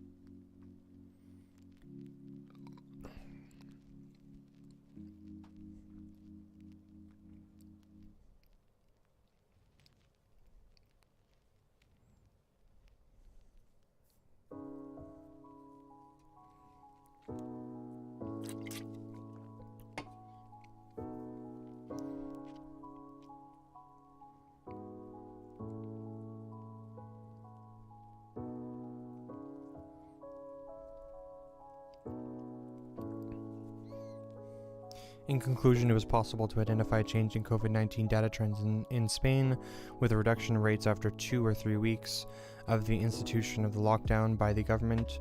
Even with the enforcement of the lockdown, some communities experienced increases in daily mortality rates over 20%, such as Catalonia and Aragon, reaching a maximum 34% increase in the daily number of deaths in Catalonia. The higher rates in these communities are possibly associated with the higher demographic density of the most affected cities and higher mobility before lockdown. The communities with the lowest quantity of cases, among which Ceuta and Melilla, in contrast, practically did not suffer increases in mortality, emphasizing the benefits of early lockdowns. So that's a huge thing, early lockdowns. Finally, the current scientific literature is assertive regarding the importance of physical distancing enforcements, especially in the absence of effective treatments or vaccines. However, more studies are still required, focusing on the real impact of physical distancing, especially considering health indicators. Better comprehension of the importance of policies that enforce lockdowns is vital to contain the pandemic and reduce the future consequences of its evolution in different countries. Okay, so it seems like what this does is this supports the idea that like early lockdowns are like really effective.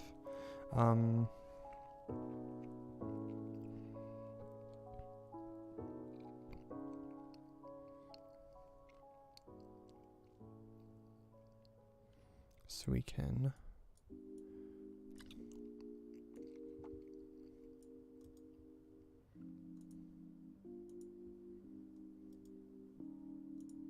right. Oh fuck, wrong button.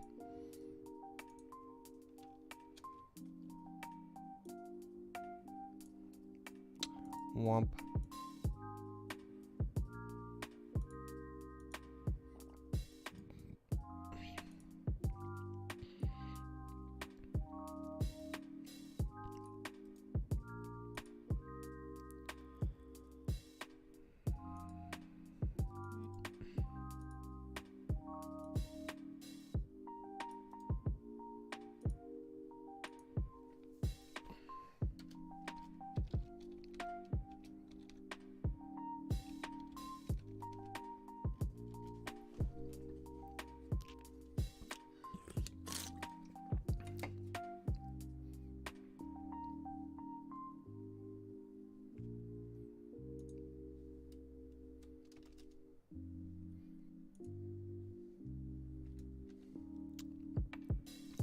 Okay.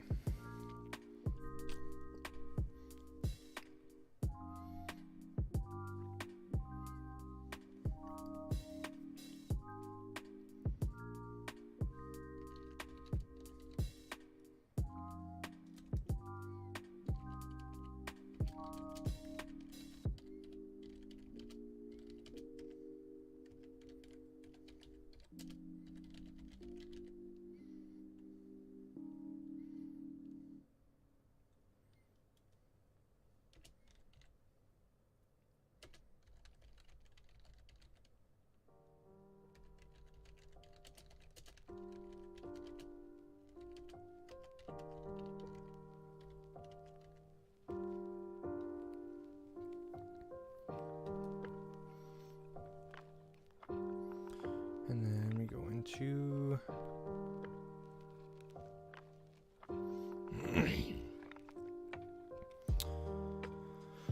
lockdowns enable the health system to increase its assistance capacity and reduce the transmission of the disease by about 60%.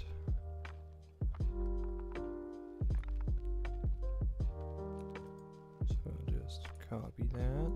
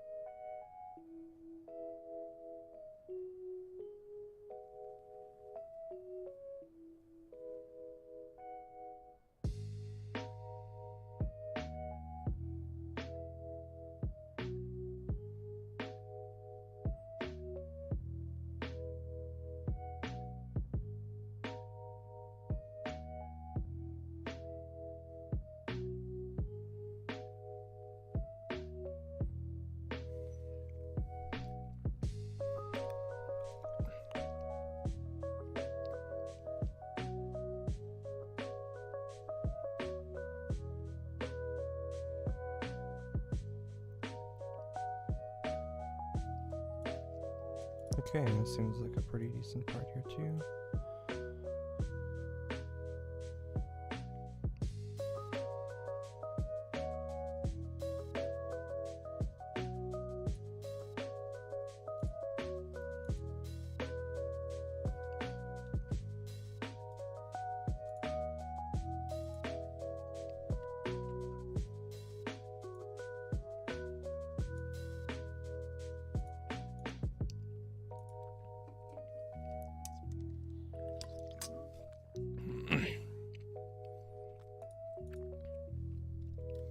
And usually I kind of reword these, but the wording on these is pretty, like, perfect for what I'm getting at here.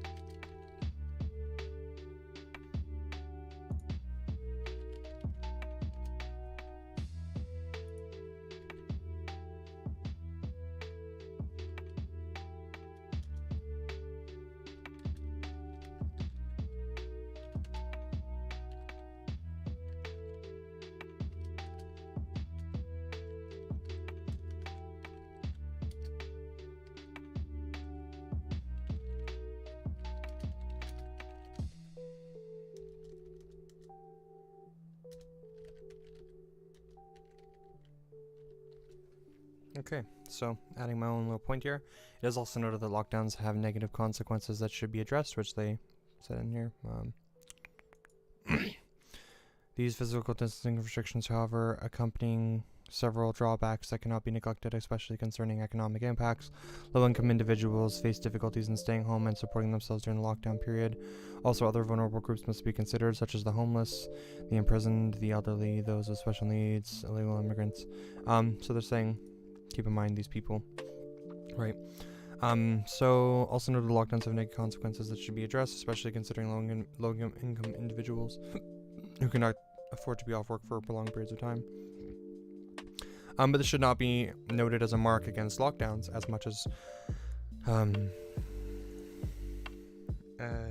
just consideration for social safety nets, i.e. these are benefit from Canada, or in Canada, which we have.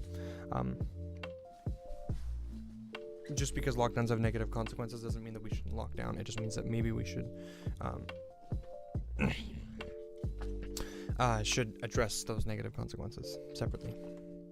Especially if lockdowns are effective enough that we should do them over other things, right? If something else is more effective than a lockdown and works better than, and is less costly, doesn't have as many negative side effects, then clearly we should do that, right? But we kind of picked the best things. Cool. I'm actually not sure if lockdowns require much more here.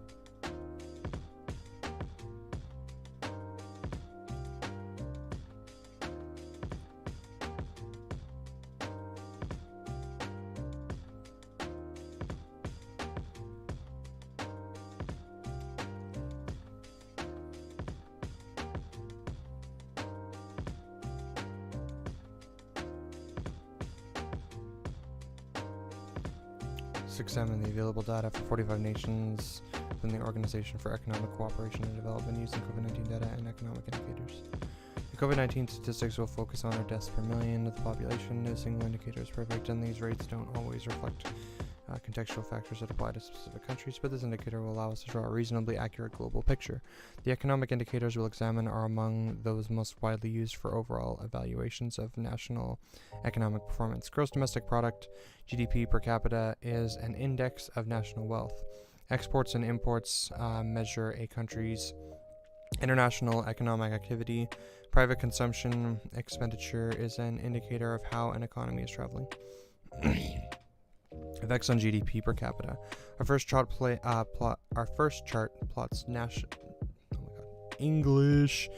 plots nations' deaths per million from COVID-19 against the percentage change in per capita GDP during the second quarter of 2020. The size of each data point shows the scale of deaths per million as of June 30th using a logarithmic or log scale, a way to display a very wide range of values in compact graphical form. If suppressing the virus, thereby leading to fewer deaths per million, resulted in worse national economic downturns, then the slope in figure 1 would be positive, but the opposite is true, with the overall correlation being negative 0.412. The two outliers are China in the upper left corner with a positive change in GDP per capita. Okay. And India at the bottom. Okay. China imposed successful hard lockdowns and containment procedures that meant economic effects were limited.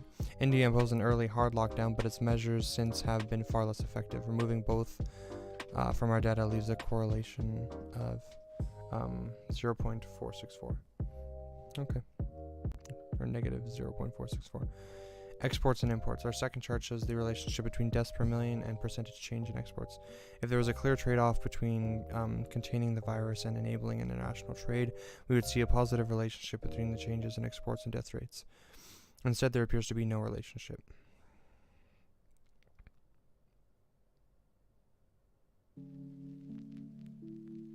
Change in exports, deaths per million. Okay. Our third chart shows the relationship between deaths per million and percentage change in exports. As with exports, a trade-off would show in a positive relationship, but there is no evidence of such relationship here either. Our fourth chart shows the relationship between deaths per million and percentage change in private consumption expenditure. This complements the picture we get from imports and exports by tracking consumer spending as an indicator of internal economic activity.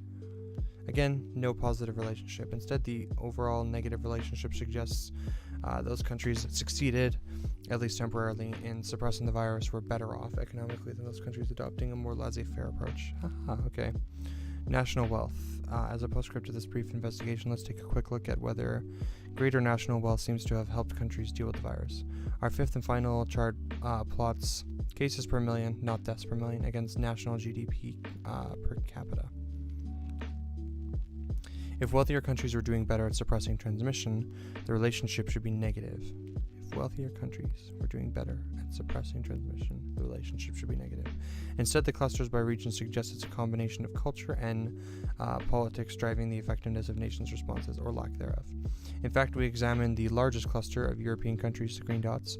The relationship between GDP per capita and case rates is positive, the opposite of what we would expect.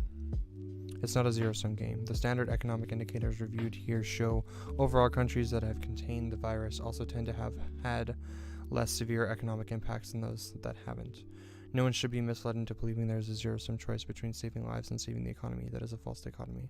If there's anything to be learned regarding how to deal with future pandemics, it's that rapidly containing the pandemic may well lessen its economic impact. Okay, cool. So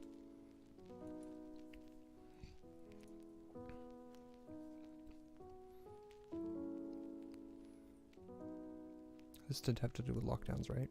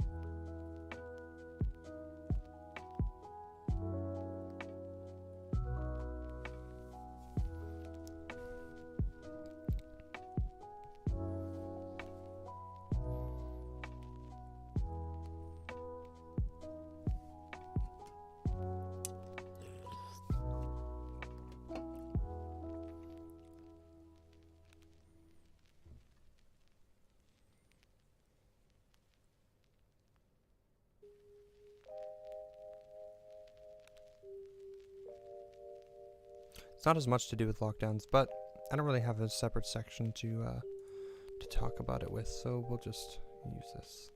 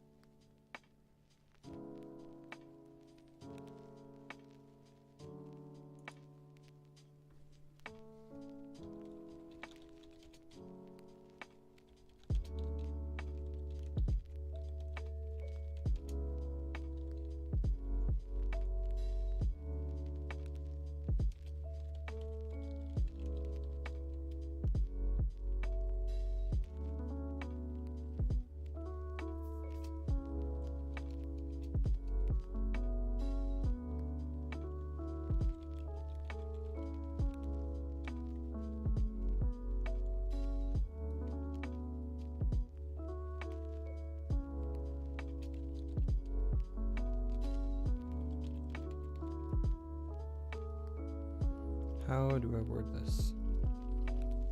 Probably...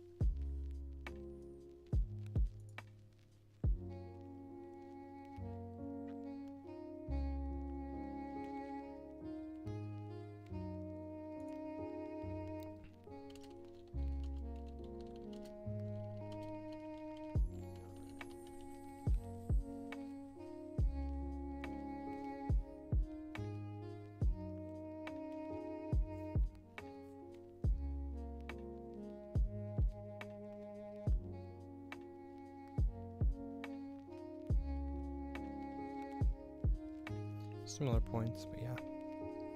Cool. Okay, that's probably it for lockdowns. We've covered lockdowns. We've covered the effectiveness of them at stopping the spread, and then we've covered the point about lockdowns being like bad economically, or at least like the worst option.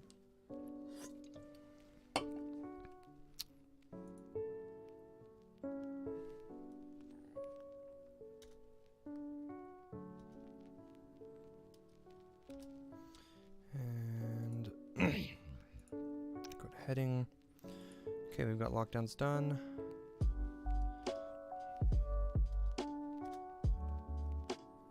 Let's see.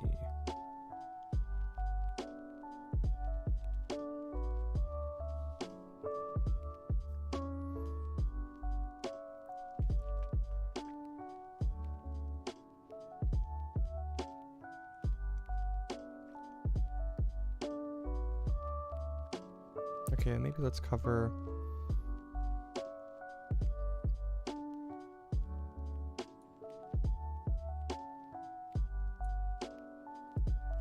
I guess this could just be a part of this, actually.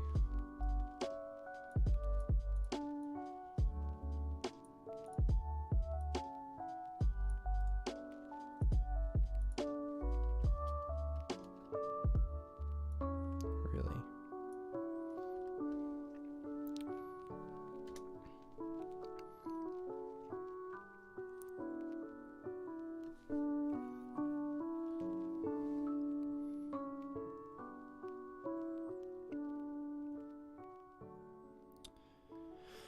Oh, maybe I should cover the rights and freedoms part.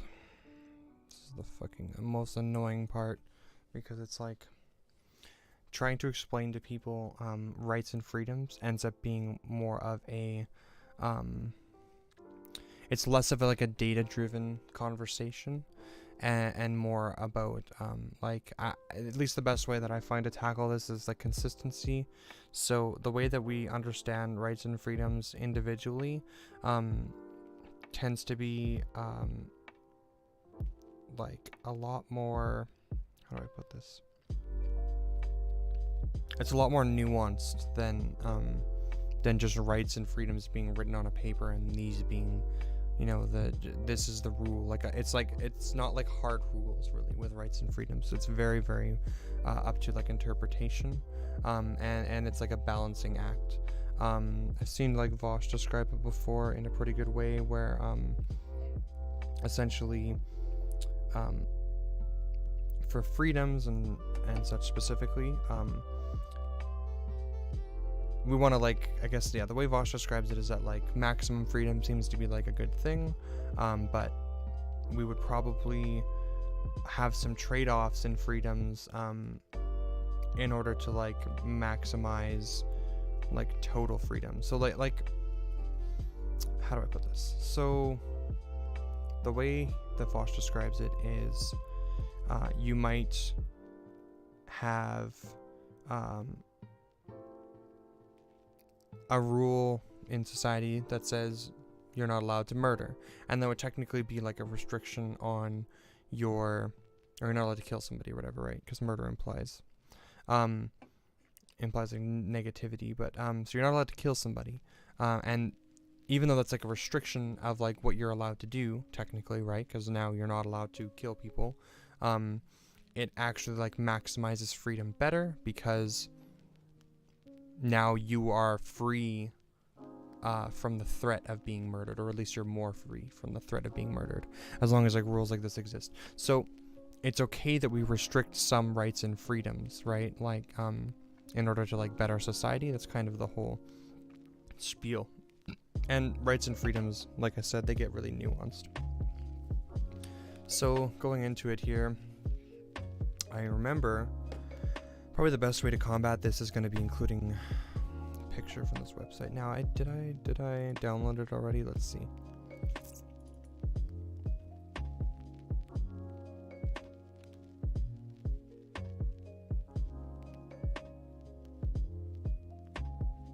I don't Unless I put it right into my pictures.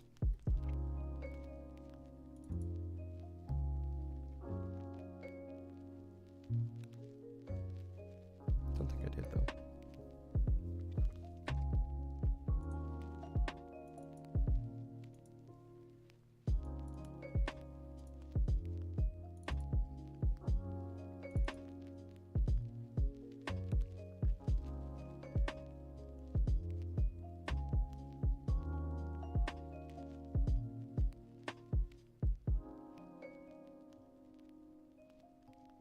What is this? Oh yeah, memes. Okay, probably didn't, so let's see if I can find it. It was that Freedom Alliance thing.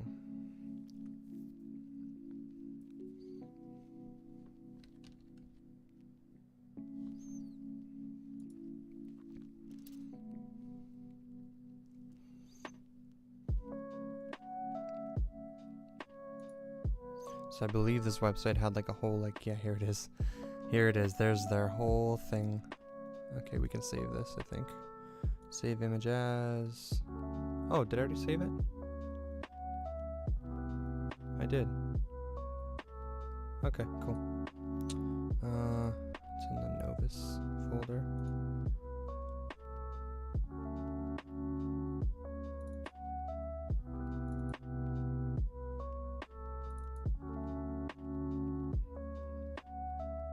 So what they do here is this is their whole spiel here, the Freedom Unity Alliance. That's a group of people who are against the lockdowns. They've written down a nice little thing for us to reference here that goes over all of their violations in our freedoms here. So mandatory face masks violates section 2A and B and 7. So they're saying 2A. So mandatory face masks violate freedom of conscience and religion, they're saying. And it violates freedom of thought, belief, opinion, and expression, including freedom of the press and other media communication. This is so, like, loose. And 7. Section 7. Everyone has the right to life, liberty, and security of the person, and the right not to be deprived thereof except in accordance with the principles of fundamental justice. Like, I don't even know how to begin with this stuff, because, like, how do you correlate masks with, like, your freedom of thought, belief, opinion, and expression, like, being violated, including freedom of the press and other media of communication? Like, this is literally just, like, your ability to, like, say what you believe or whatever, right? Mandatory face masks don't go against that. Freedom of conscience and religion, how does that go against that either? Like, everyone has the right to life, liberty, and security of the person, and has the right not to be deprived thereof except in accordance with the principles of fundamental justice. So, I don't even know, like, how do you begin, like, combating this? Like, people who believe this just have to be delusional, right?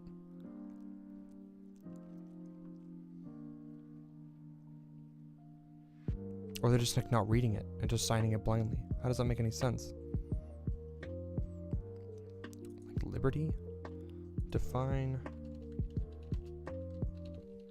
liberty. The state of being free within society from oppressive restrictions imposed by authority on one's way of life, behavior, or political views. So maybe they're making an argument for, like, liberty there. But then at this point in time, we could, like, make a bajillion counter arguments that they would probably accept as, like, okay.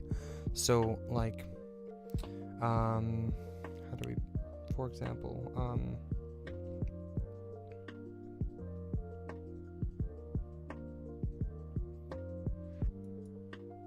driver's license might be a good example. You can't drive without a driver's license to prove that you are, like, safe on the road or whatever, right? The point of the driver's license is to train people to get, like, to a certain minimum threshold of, like, knowledge that would end up reducing fatality in road accidents and stuff, which ends up affecting everybody else, right? If I go out and I drive and I get in a car crash, that will probably affect somebody else's life too, right? I might kill somebody else, right? So it's not just my life, it's everybody else's life, right? So would we say then that the province of Alberta making you, like, mandatorily have to get a driver's license in order to drive is, like, going against your freedoms here? like your way of life, your behavior, or like obviously not political views, right? But the power or scope to act as one pleases, like, you know, because you want to drive, but you have to get a license first, right? Is that like an unnecessary oppressive restriction imposed by an authority? I don't think anyone would consider that to be, right? So it's like we're picking and choosing what we're okay with and what we're not okay with, and it's all about who we trust, right? We don't trust the health authorities and obviously the government to be like telling us like what to do about this, about like COVID, especially when we're talking about something as would it be implicit? I'm pretty sure it's implicit, actually.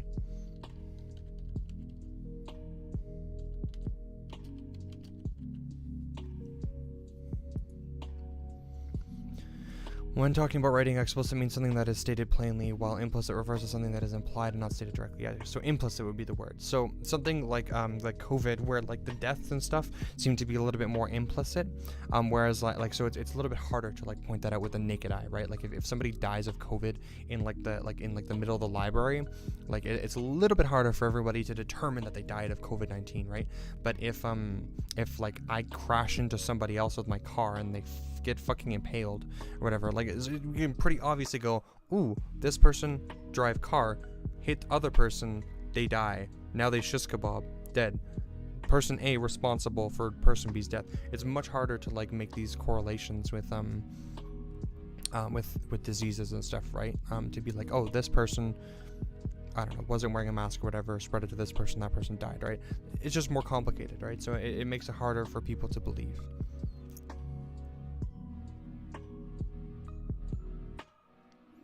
So I reject it.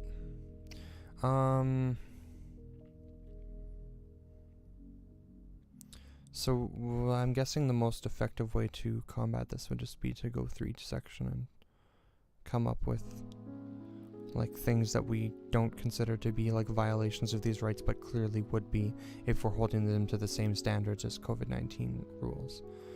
Hand sanitizers violate like what? Hand sanitizers?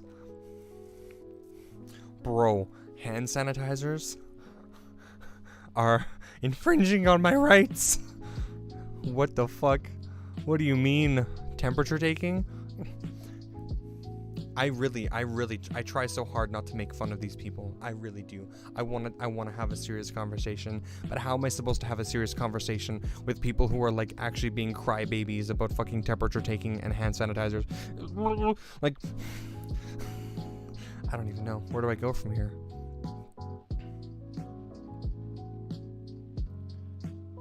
So, is it the same sections?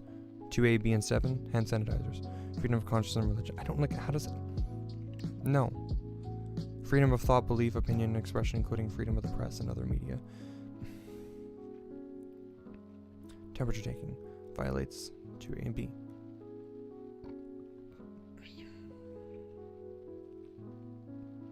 Mandatory vaccines. Violates 2A and B again. Okay, so here's... And this one's a little different. Let's go through that. Mandatory vaccines. Freedom of conscience and religion. Let's see freedom of conscience. Let's define freedom of conscience, okay?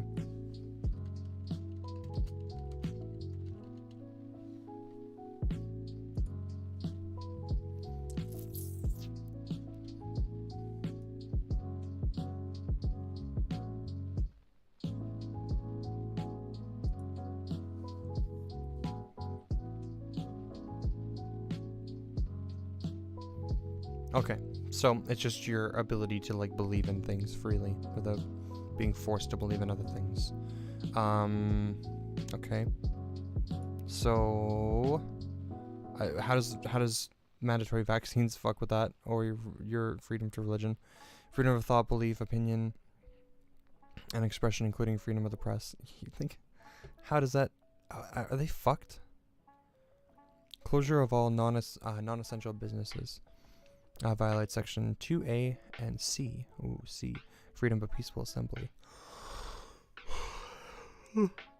This one seems a little bit more like a better argument, maybe, but it's still not good enough. Ugh.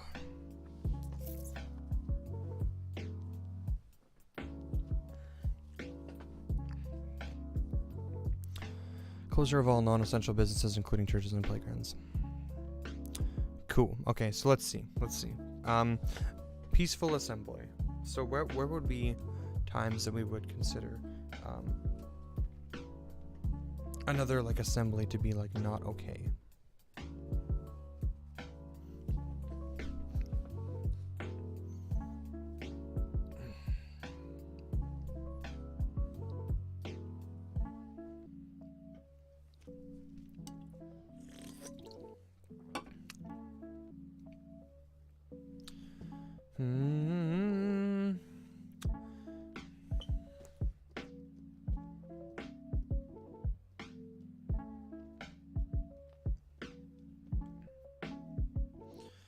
What are gatherings that we would consider to be maybe not okay in certain situations?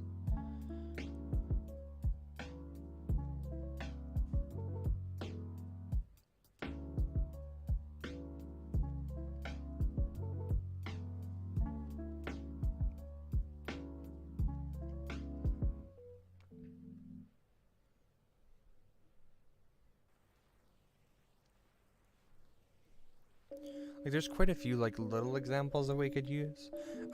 Maybe if you like have private property, right, in any way, shape, or form. So whether it's a business or like your home or whatever.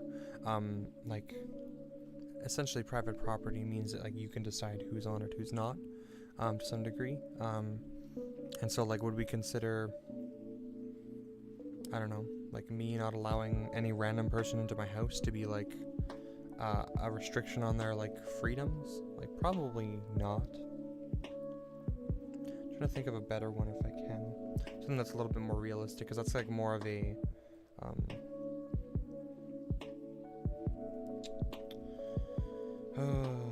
what's the word?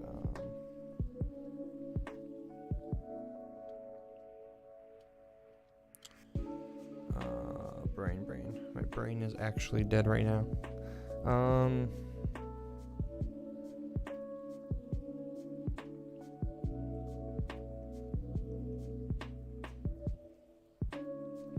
What is that called?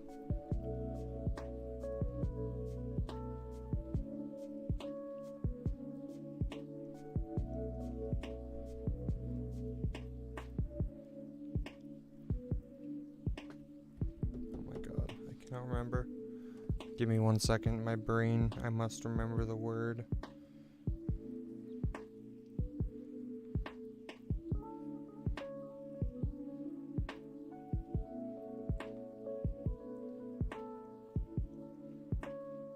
Oh, I remember.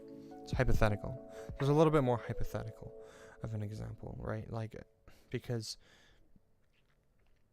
like, it's not something that we, I guess, think about in the real world very often, I guess. Assembly. Peaceful assembly. Well, maybe we can find an example online.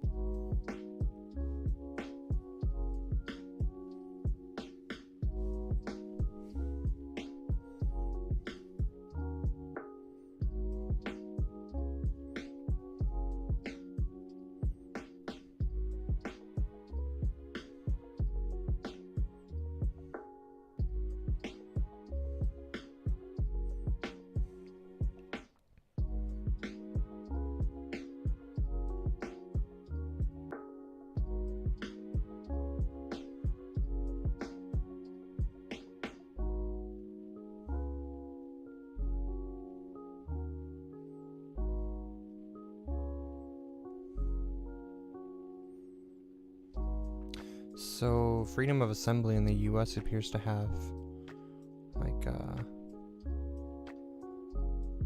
clauses, I guess,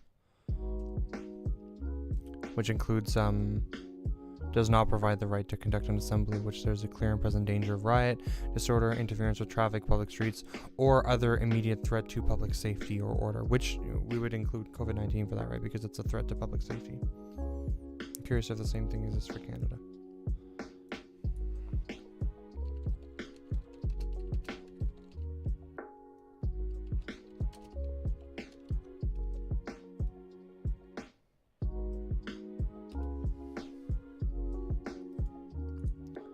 Let's see if we can find a similar thing.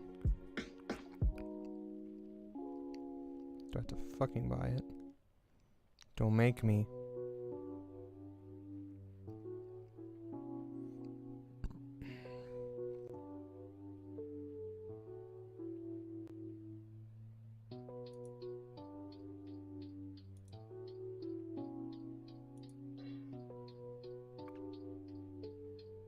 God damn it.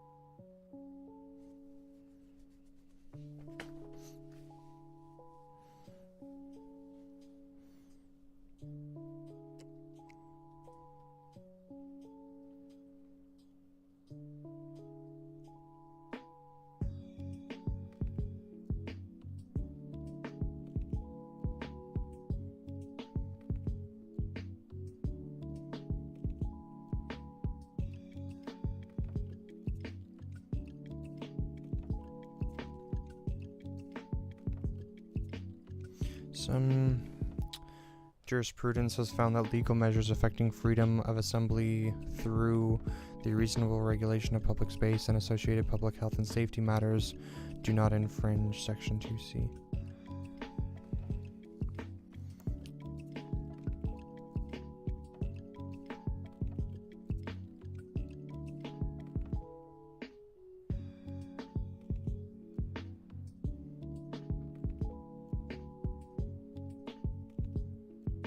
Section 2C guarantees the right to peaceful assembly, does not protect riots and gatherings that serve to disturb the peace. It has been stated that the right to freedom of assembly, along with freedom of expression, does not include the right to physically impede or blockade lawful activities.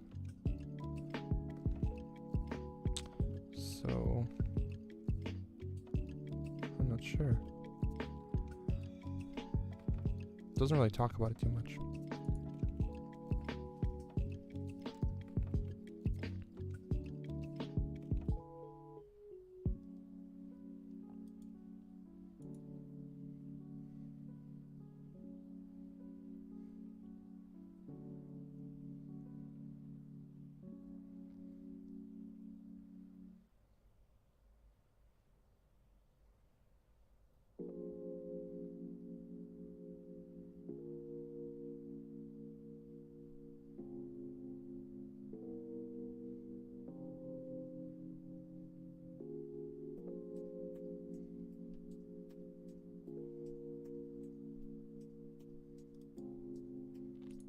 Okay, here we go. This might have limits. Okay.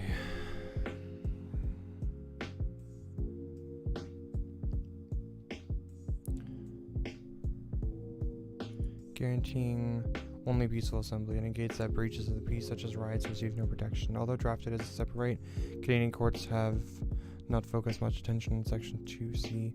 Instead, courts treat it as an aspect of a person's freedom of expression, which is protected under Section 2B. Since people often gather to express themselves, courts have viewed freedom of expression as a more applicable freedom.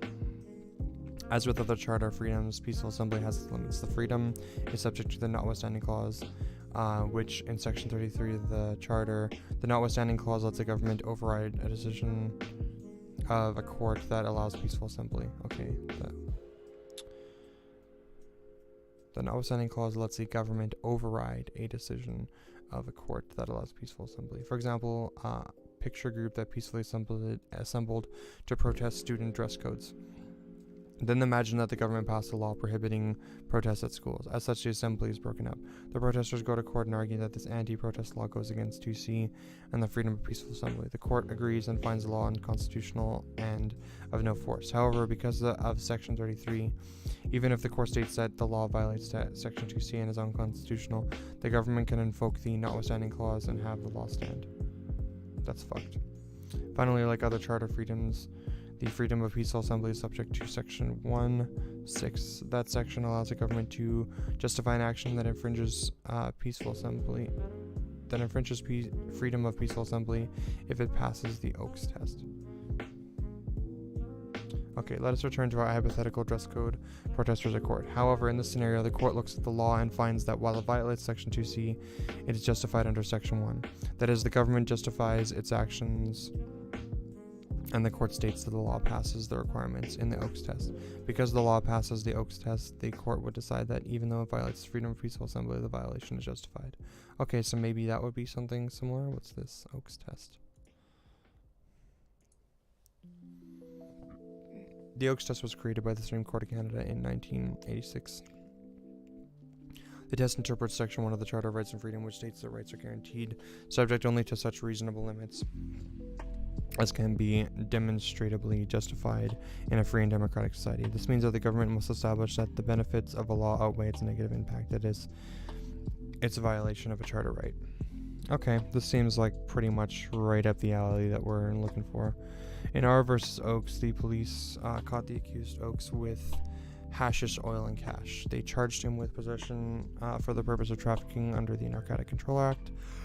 He claimed the drugs were his own and that he did not intend to sell them.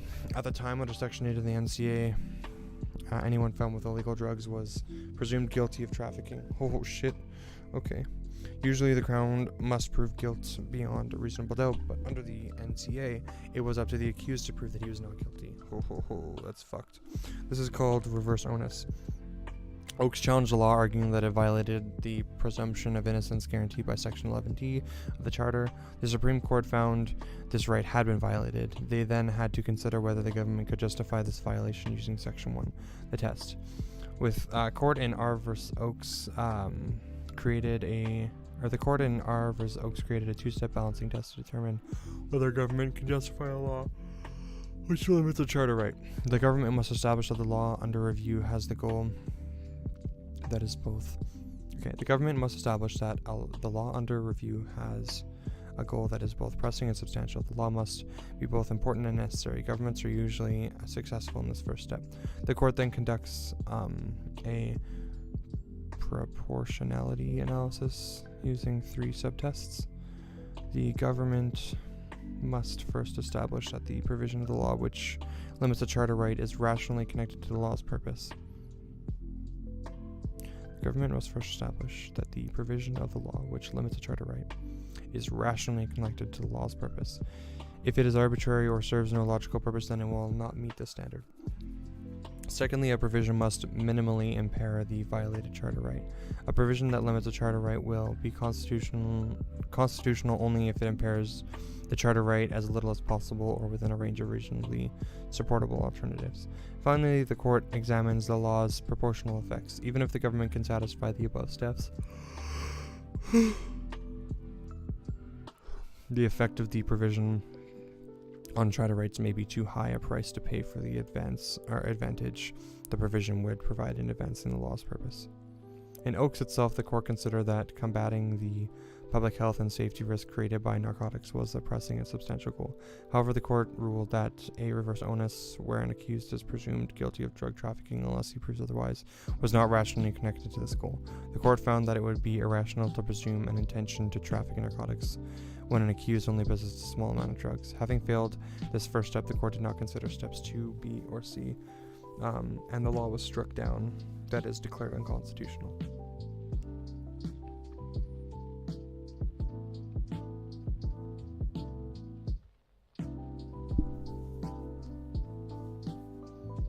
Interesting.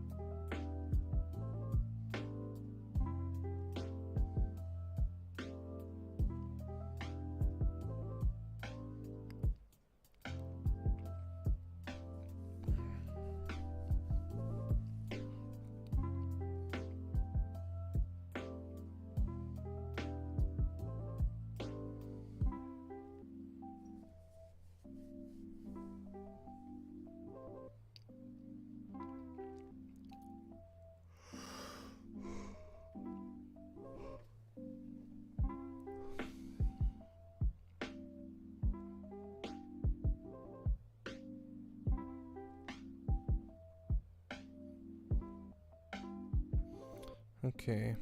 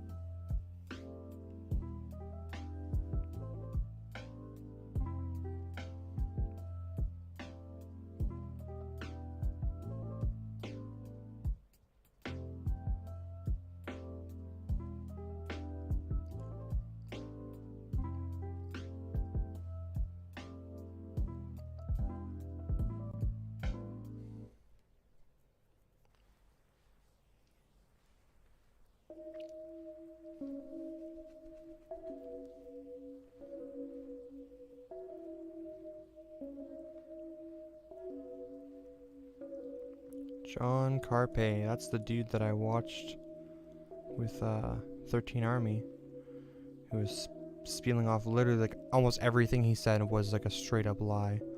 This is a very professional looking article to be quoting someone that's as dumbass as him.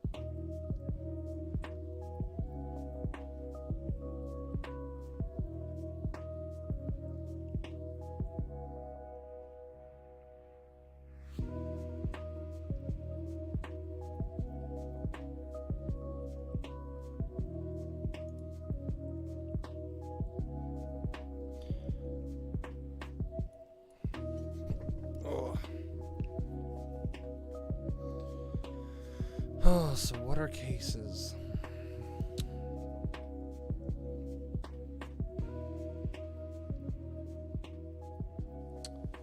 Trying to think.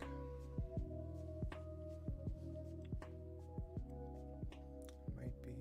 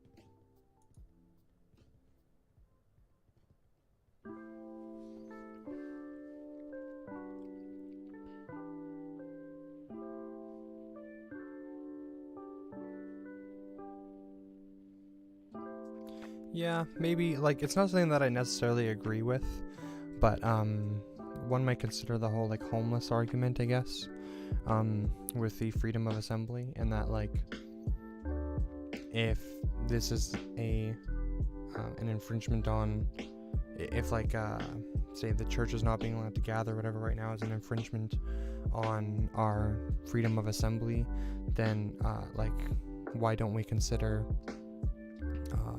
homeless people being arrested to be like an infringement on their freedom of assembly too?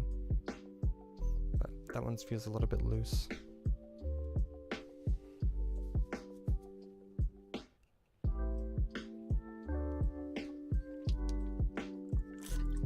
The public property and private property one feels a little bit more like strong, I guess, but even then.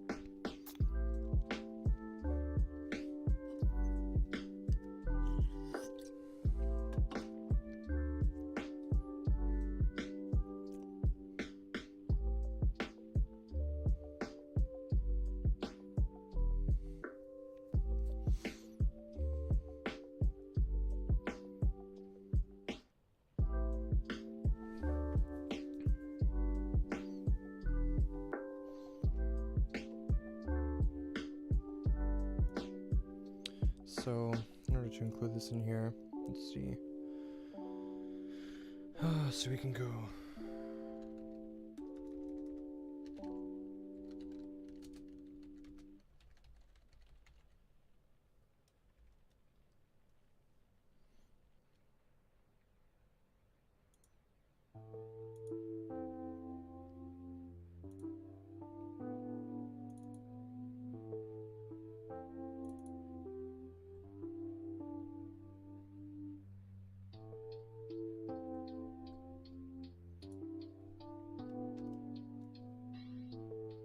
Oh, did that bump it to the last page? Fuck. Oh shit. I thought that saved it. Yikesies. Okay, I did. Cool.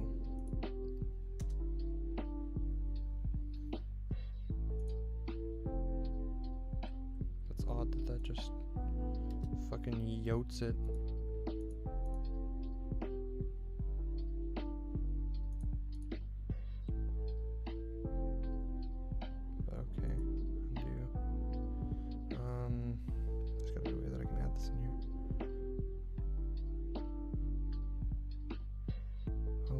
Oh, it puts it on a separate page, that's why.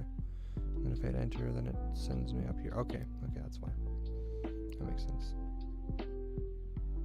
Can I zoom out?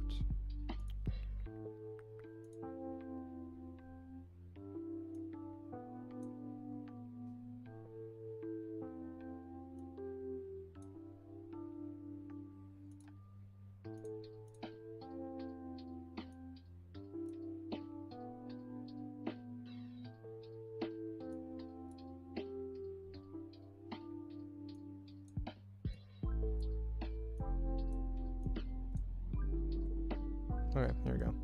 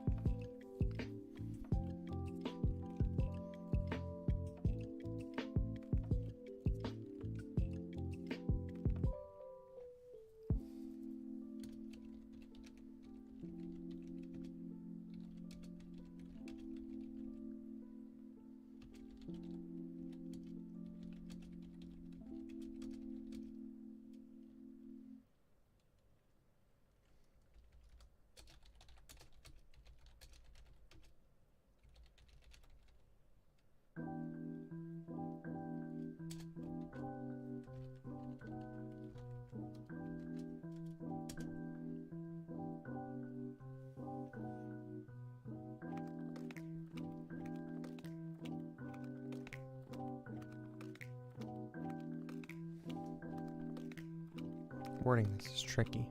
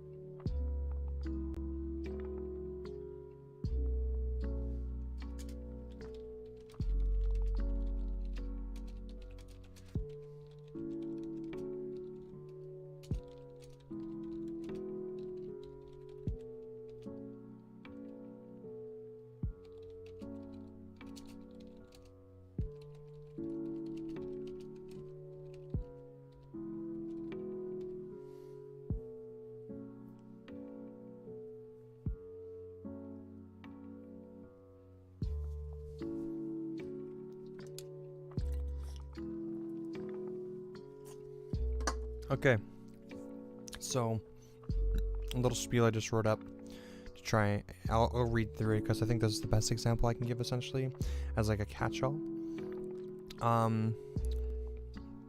So arguing against violations is tricky, as rights and freedoms are not hard rules that can be easily explained. The best method to understand what we consider to be rights and freedoms, and by extension, violation of those rights, is probably comparisons to real-world rights and freedoms that we may also consider violated by these imposed standards. So what that means is that the best way to explain like rights and freedoms is kind of like in a hypothetical sense, but also like comparing to real-world rules that we might actually consider, like if we really think about them, we might consider them to be violations as well. So I've already used this example, but I'll go through it again. For example, we would consider the requirement of a driver's license to be an infringement, would we consider a requirement of a driver's license to be an infringement on our liberty, as noted in Section 7? And we've been over liberty already too. Liberty is like essentially your right to kind of do whatever you want to do. We probably, if we're thinking about rights and freedoms, and we're thinking about driver's license, and that's how that's restricting our ability to just go and get up and drive a car kind of thing, we probably wouldn't, as a population, as a collective, we probably would agree that that doesn't seem like an infringement on our rights. But in a very literal sense, it definitely is an infringement on our rights to liberty. And then now getting into the conclusion essentially from this, rights tend to exist in trade-offs in reality, and especially in a really well-working society, where we consider restricting certain rights to do things if they have a measurable negative impact on others' rights, including the right to life. So getting back to the driver's license example, we allow this restriction on our right to drive a car, or at least we don't consider it to be maybe a restriction on that right, because statistically speaking, taking tests to prove competency in driving cars decreases automobile-related fatality rates. So if you have to take a license and everyone's required to take a test or whatever to get a license, it seems like teaching people, forcing them to take these tests, which of course they'd have to learn things to take the tests, seems to decrease fatality rates. The same logic can be extended then to the rules imposed to curb the spread of COVID-19. Essentially, if people are gathering in churches and stuff, and this is having a direct negative impact on people, causing deaths and stuff, right? Spreading this illness, which then causes death, then we can easily say that hey, whatever restrictions are essentially required to curb this are probably reasonable. I'm sure there's some middle ground too. Maybe there's some level of restriction that's not reasonable, but I think that these ones are completely reasonable, all things considered. Now, I'll probably touch on as well the absurdity of some of these points.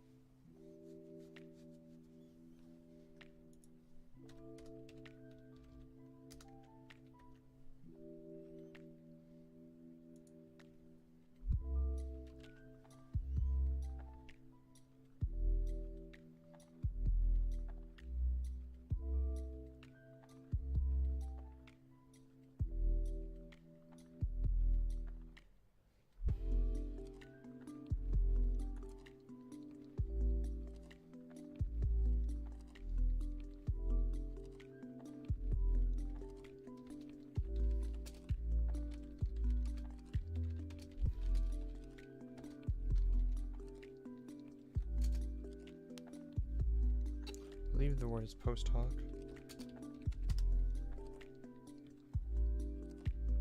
Yeah.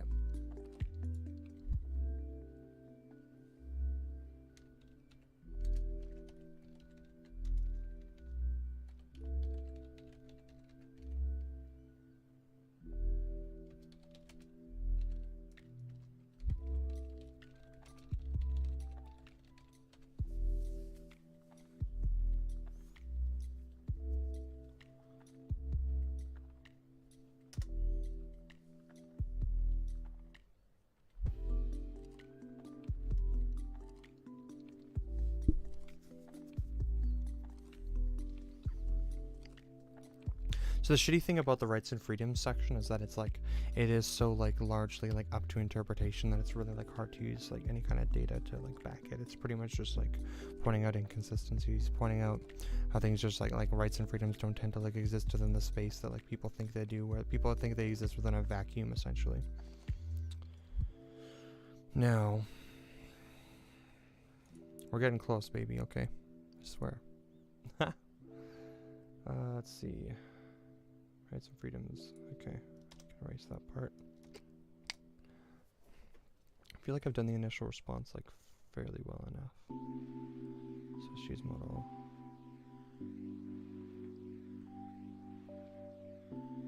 PPE shortage.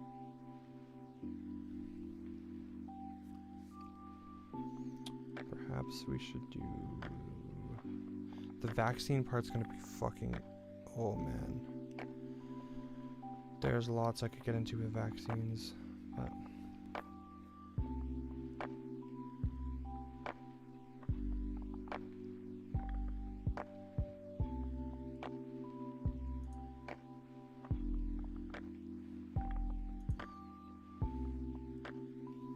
What do we cover next?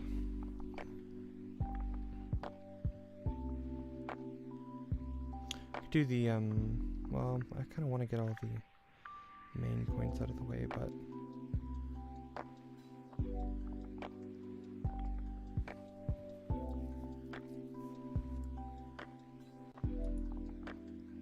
maybe we could do the federal isolation camps one. That should be a quick one.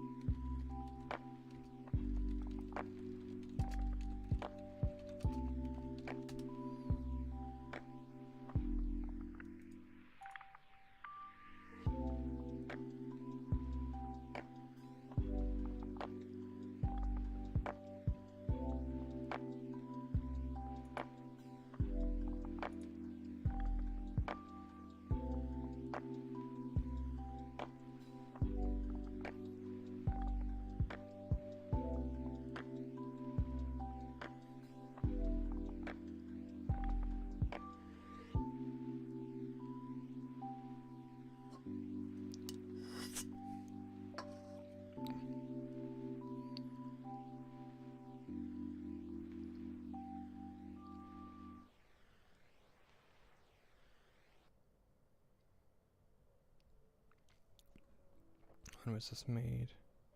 October. Okay.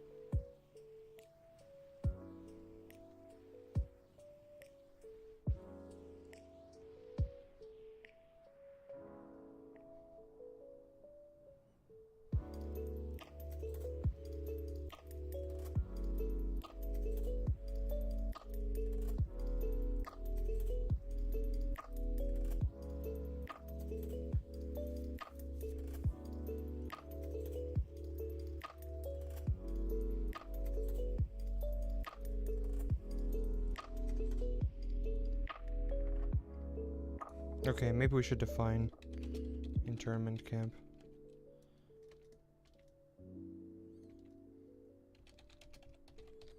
That's like a basis.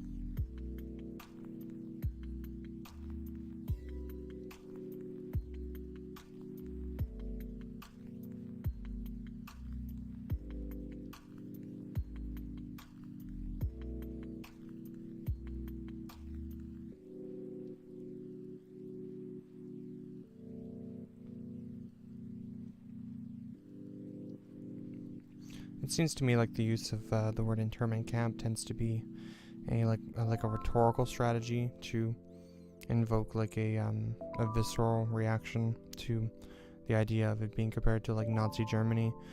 So maybe the most effective way to like combat this one is just to point out that like none of these things are anywhere like near the level of like Nazi Germany at all. Like it's just like uncomparable essentially.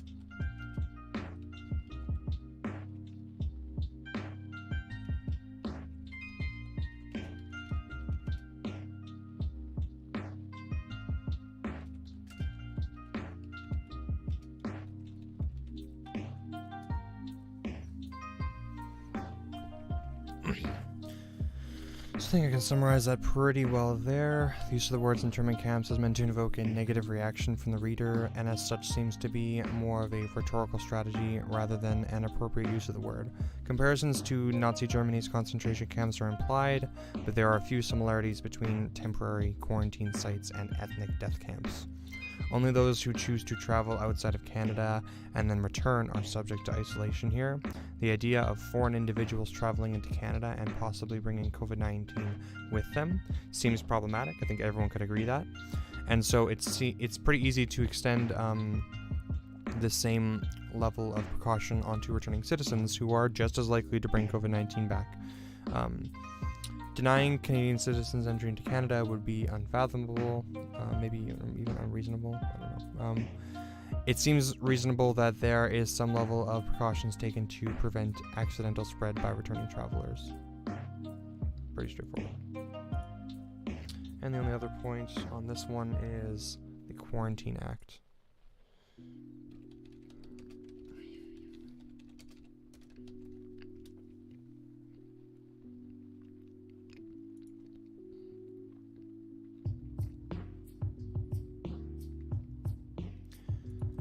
I'll copy this guy.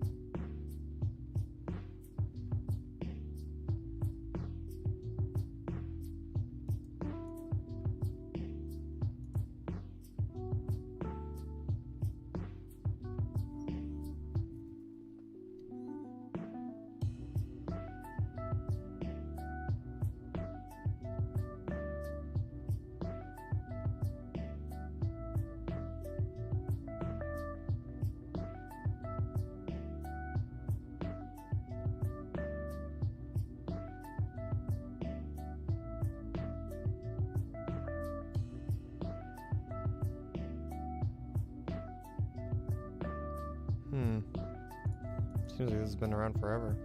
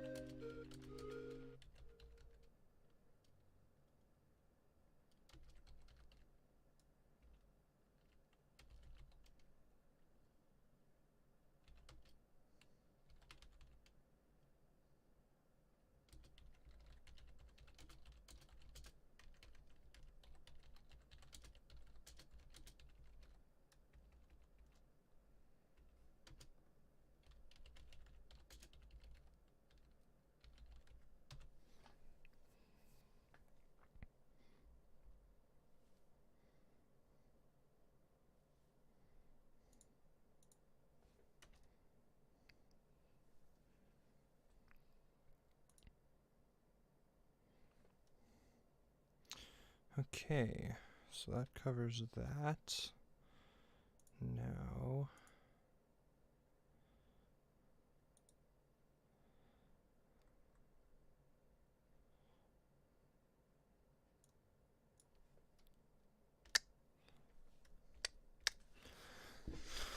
let's see what next.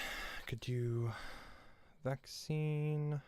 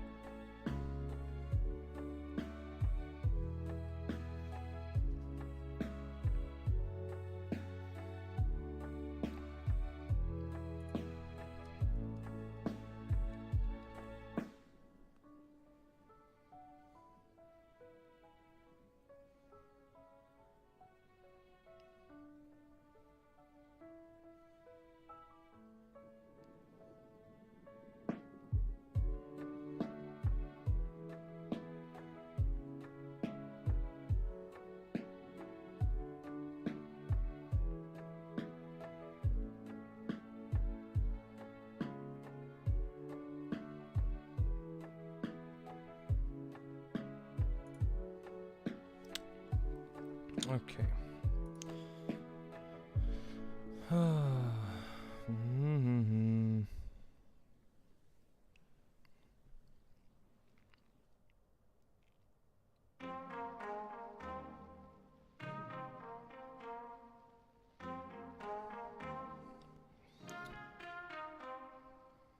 So I guess we can start a vaccine section.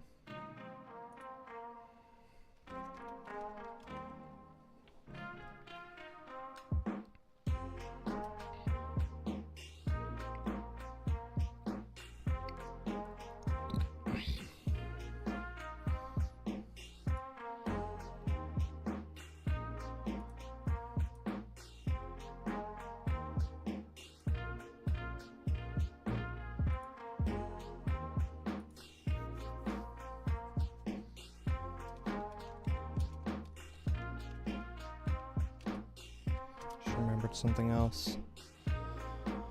Let's see. I'm just gonna do some quick maths.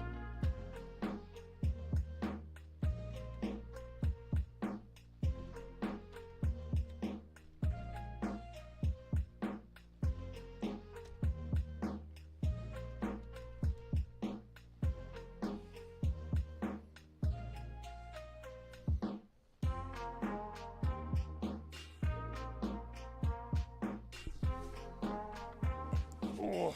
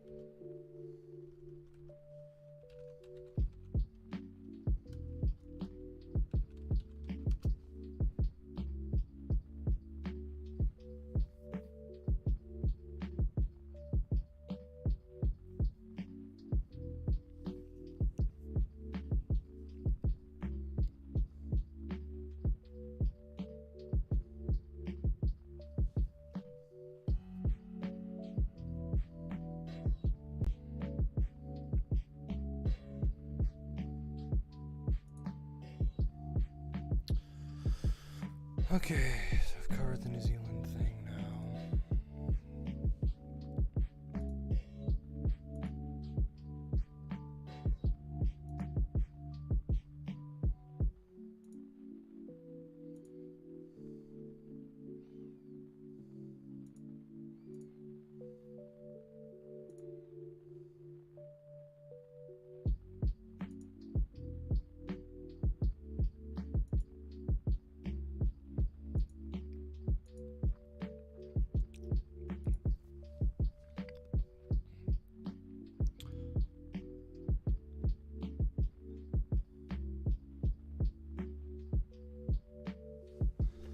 Oh, let's see now.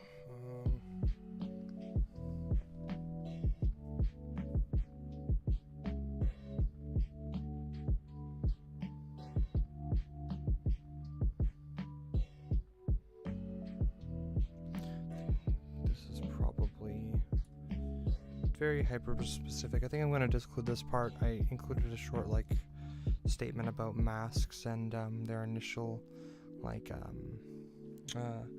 non-recommendation based on the fact that we had shortages. I'm not sure that I really care too much to defend the whole points of us sending masks to China and destroying masks and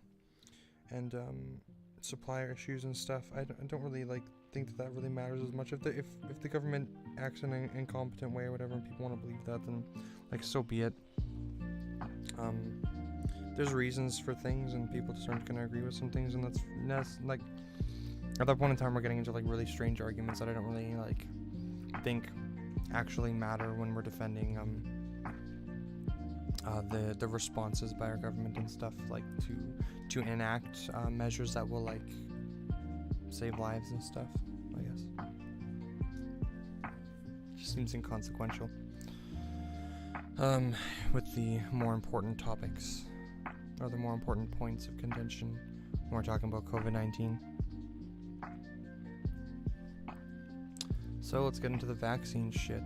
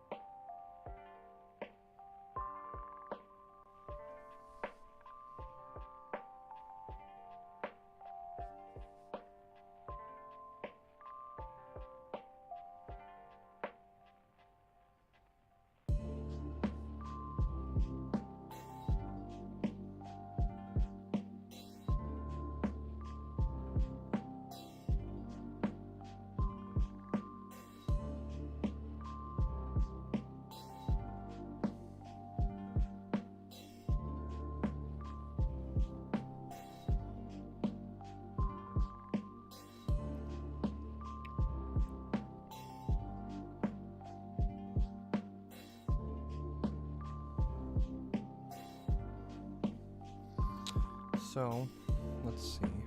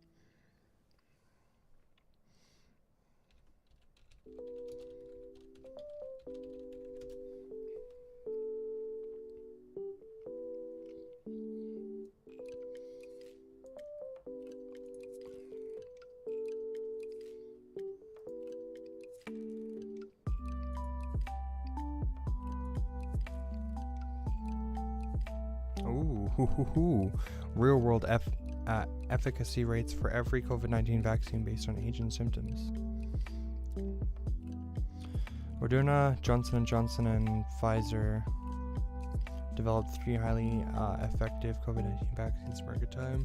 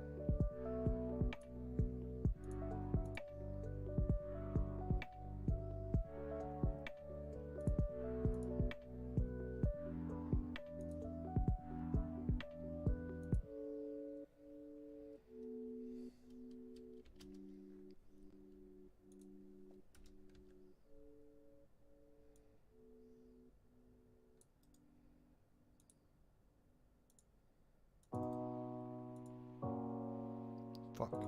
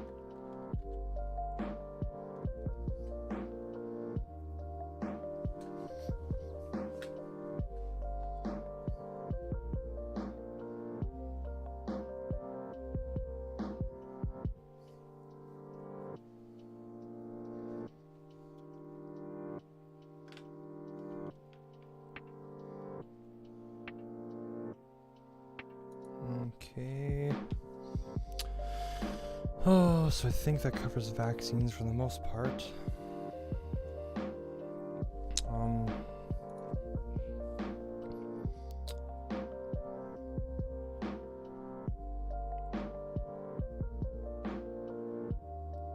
So overall, the vaccine section is a lot of misinformation, like everything, I guess, right? Tried to make as many points here as I could, debunking misinformation as well as giving useful information. So there doesn't appear to be any plans to force vaccination onto the population. However, even if this decision was later reversed, it would likely be legally justified. See our rights and freedoms section for a more detailed explanation as to why. It's very similar to the rights and freedoms section that we followed, because we're dealing with like laws essentially, right? Like morally based laws. Currently, when traveling to other countries, we are already required to get some vaccines in order to be permitted entry. I found there was a couple like good examples. Lebanon, I believe Libya. What's the other one?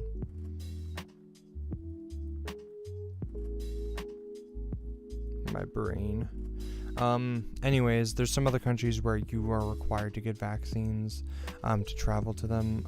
It's nothing really new. Or to have re-entry into Canada. And then the example I gave here is in the case of our own country, I'm sure nobody would have problems with requiring proof of vaccination upon entry into Canada.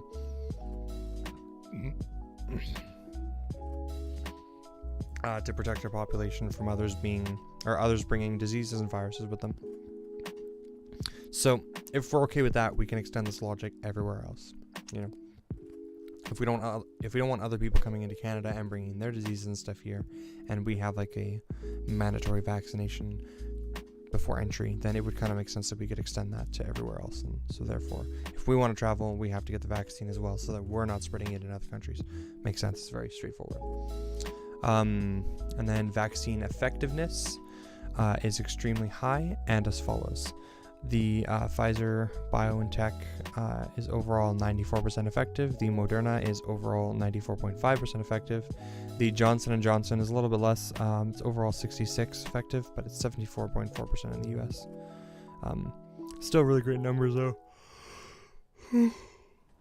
Like any amount of effectiveness really is going to be better than none, right?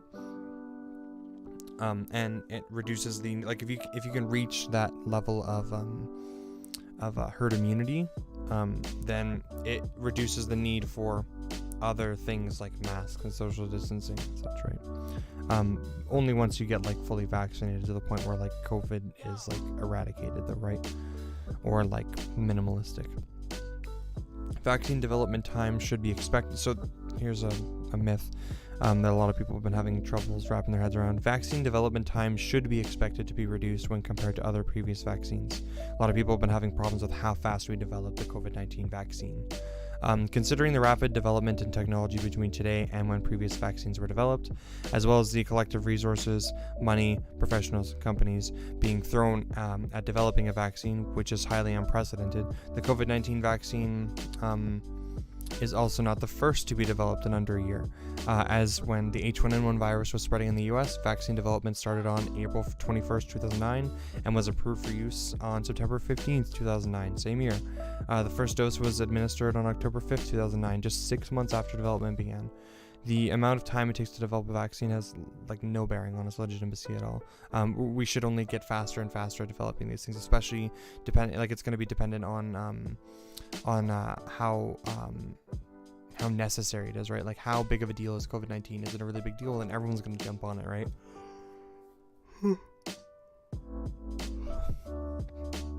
Deaths following vaccination. What does the evidence show? So, the study examines the specific vaccine. So this is like just deaths and vaccines in general. The study examines specific vaccines, like very specific. I think that's pretty specific vaccines, and addresses concerns and risks.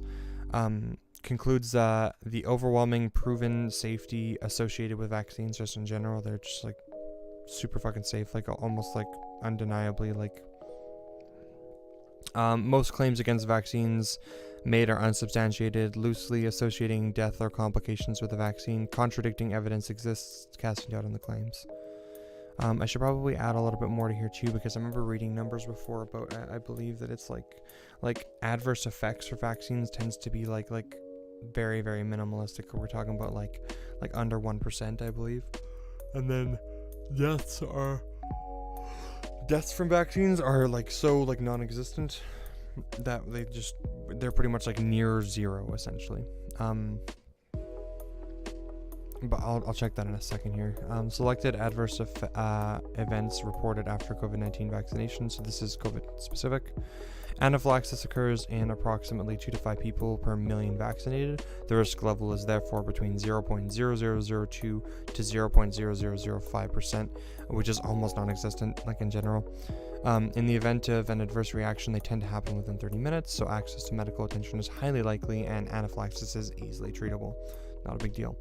Most people experience mild symptoms such as headaches, chills, fevers, fatigue, muscle pains, etc. These symptoms are actually evidence that your immune system is working as intended, so you should almost expect them. It's not a bad sign. Of the 145 million people who have been vaccinated in the US, there have been a reported 2,509 deaths. So that's approximately 0.0017%. There is no evidence to suggest that any of the deaths were associated with the vaccination, and therefore currently these vaccines have a 0% death rate. I think that's just logically follows. When considering sensationalized claims about vaccines causing serious health problems, death, and, for example, autism, there is no substantial evidence to shoulder these theories. Like, this is just in general for vaccines. I could go on to address each of these claims here. The amount of claims that we need to be checked are endless, though. It seems much more effective to challenge the individual making the claim if you're going to go about that. So get them to provide a study in which supports their conclusion. They're unlikely to be able to do so because that's why these opinions are what they are, because the evidence doesn't seem to exist. If they do have the ability to provide the study, it's probably cherry picked if it supports a really weird conclusion like autism is caused by vaccines or whatever. So if you just read back the study's conclusion, you'll probably contradict that individual's assessment. So it's pretty like decent way, and especially like this is something that I use on people all the time when they're making like really sensationalized claims. I'll just ask them to provide evidence, and then when they give you their evidence and you go through it and it disproves their own statement, it's just almost like laughable that like you're using their own evidence to like defeat their argument. It's probably one of the most effective ways to do it too, because then you're taking like somebody's resources that they've spent time to like collect to back their statement and using it against them. So remember, we should only form strong opinions based on things that can be proven with strong evidence, and if no evidence exists, we should be willing to change our minds to reflect what is provable.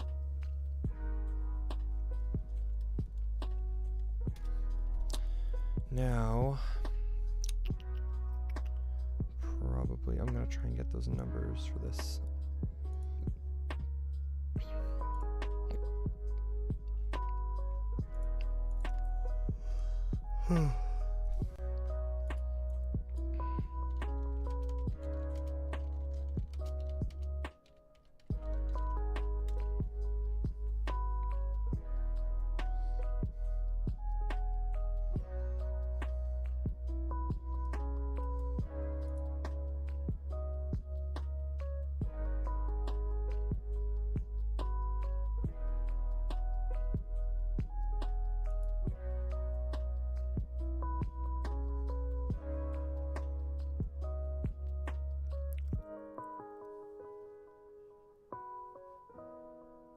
Oh man.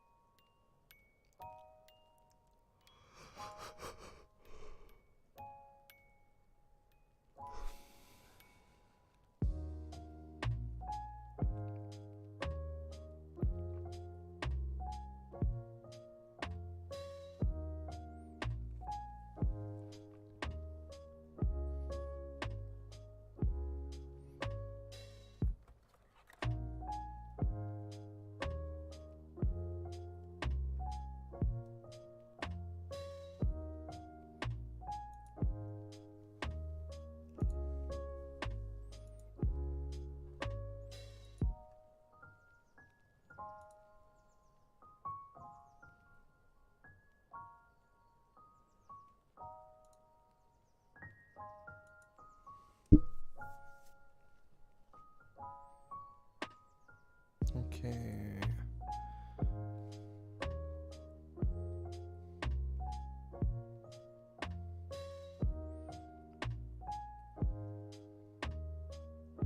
So let's maybe do the why is COVID serious?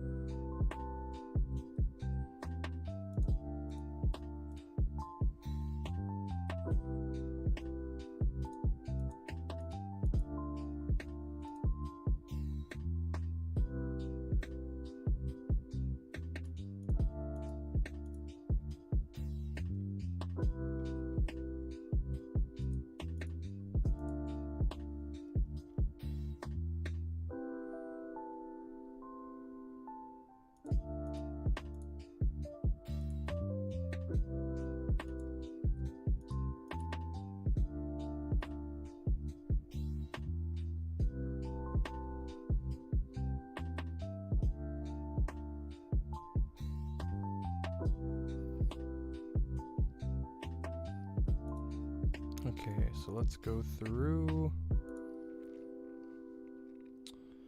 Let's start with Italy.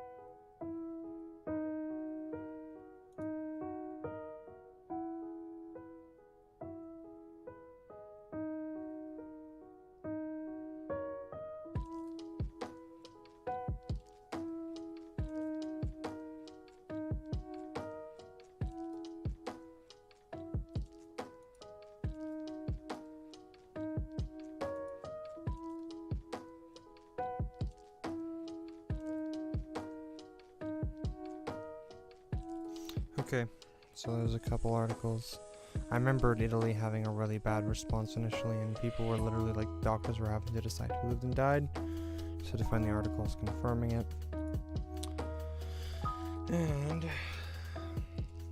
so this is an example of the worst outcome when you don't do anything.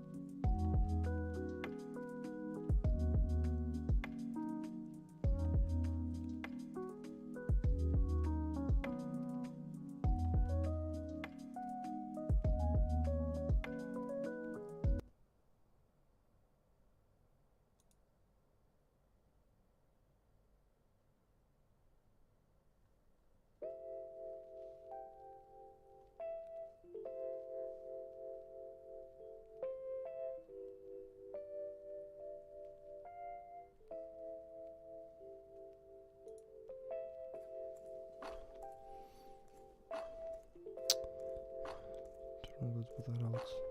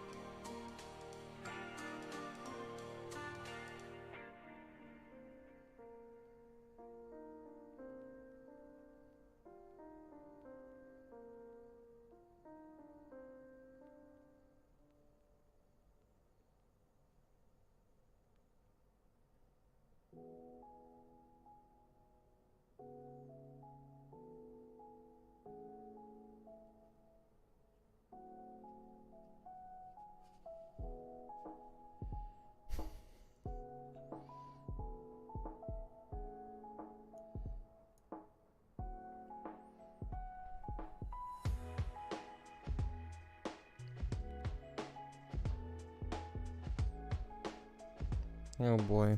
That's where you want to sleep, mister? Right on my keyboard? You poo poo. Oh god. Have mercy. Mercy!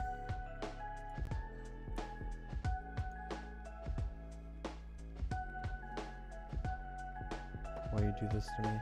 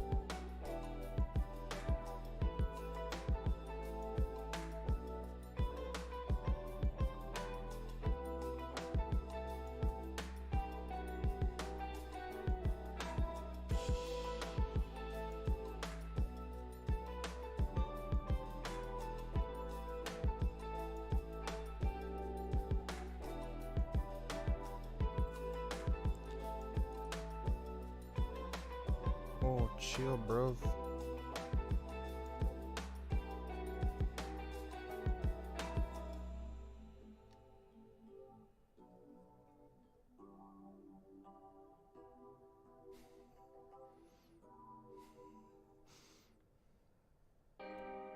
What are you doing?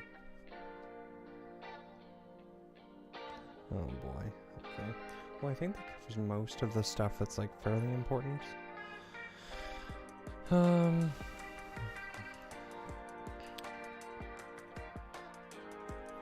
just gotta figure out how to make this thing public, but like not editable by anyone but me. Doesn't really say that. Let's see.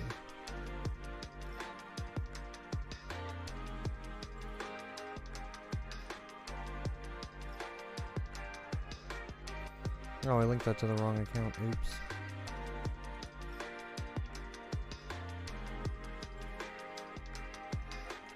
Oh well, I guess.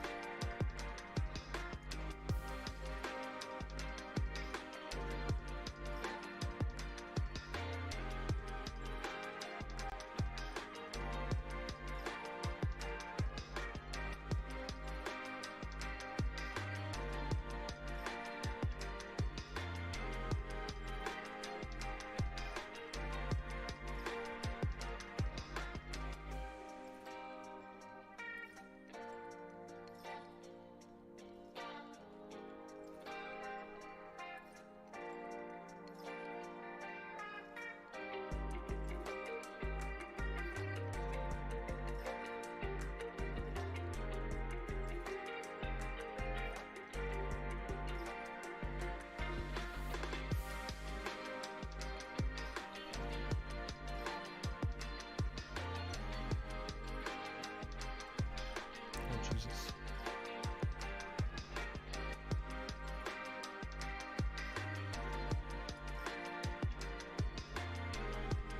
Ow, what the fuck? You biting me, you fucker. Chill, hombre. You're the one on my fucking desk. Chill, you motherfucker. You fucking chill. Ow.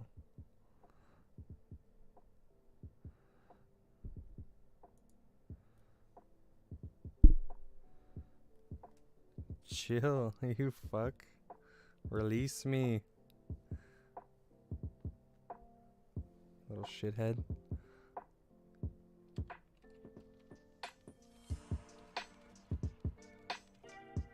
So let me just type it in.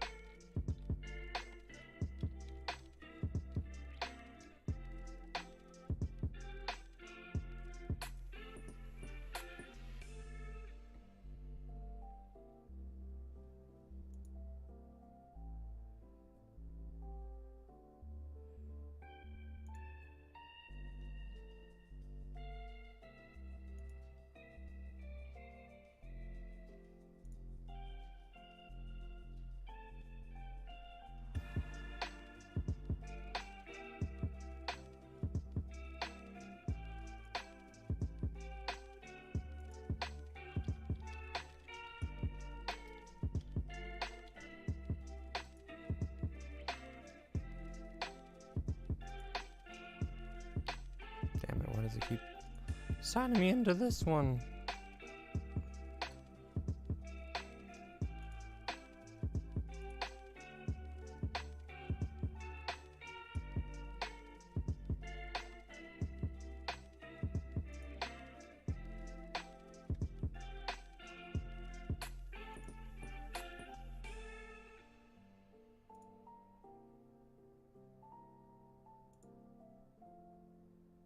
God damn it.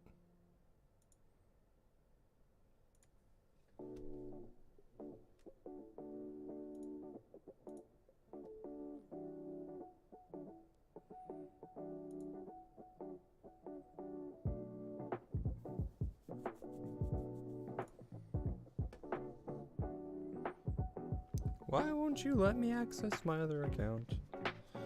You fuck.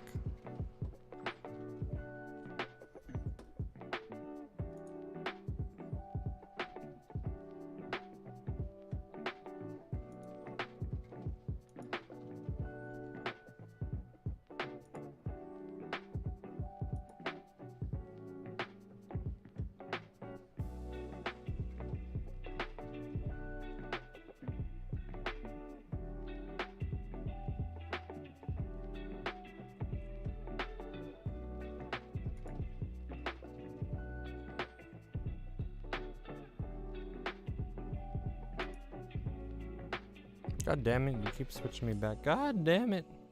Why? Why you do this to me?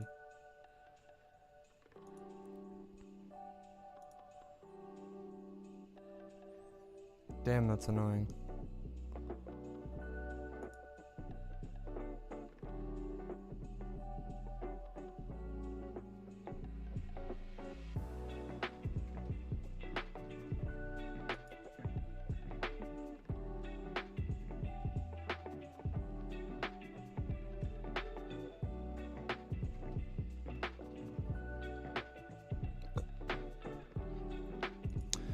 Okay, go fuck myself.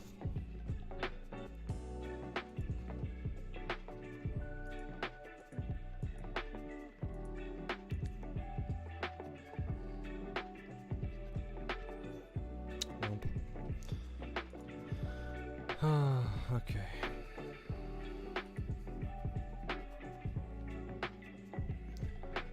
Make a copy.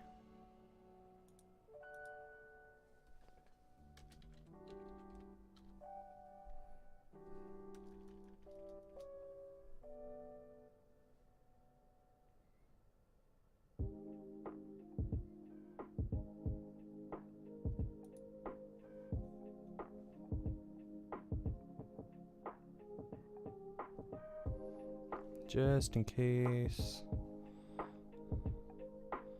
the one I share gets fucked for some reason, if I share it the wrong way or whatever, and then somebody fucking memes it and I have a copy. Cause I spend way too much time doing this, man. Holy fuck. Okay, let's see.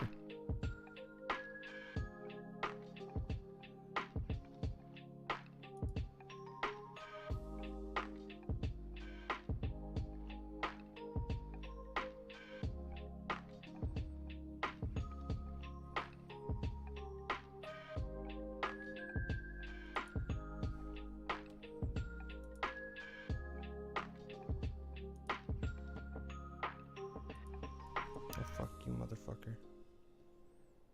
Why you gotta roll on me, you bitch?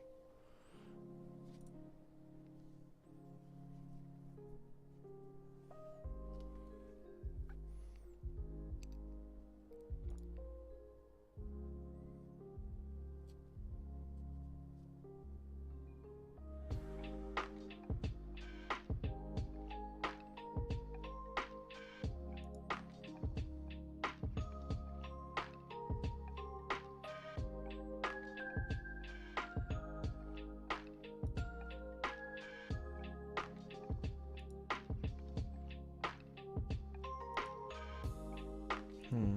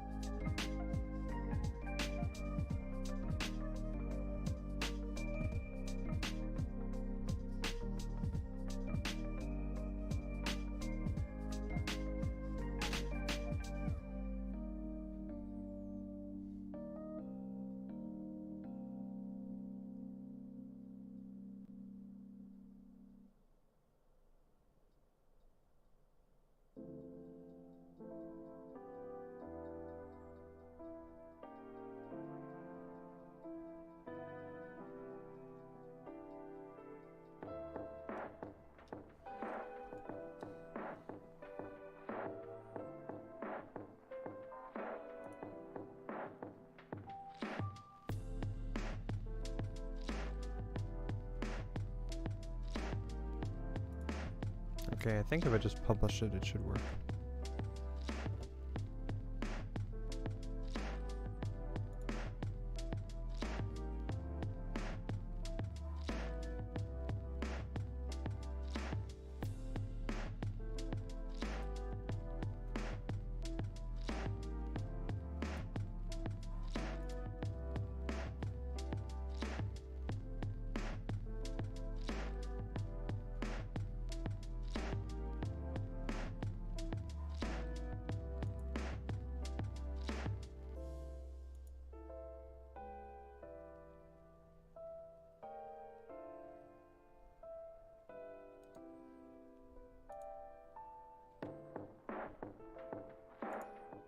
Okay, I should be able to test it now.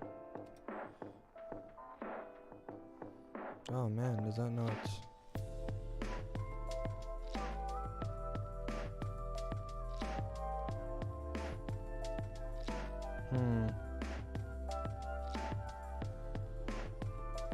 I don't like that it doesn't have the shortcuts. That was really nice.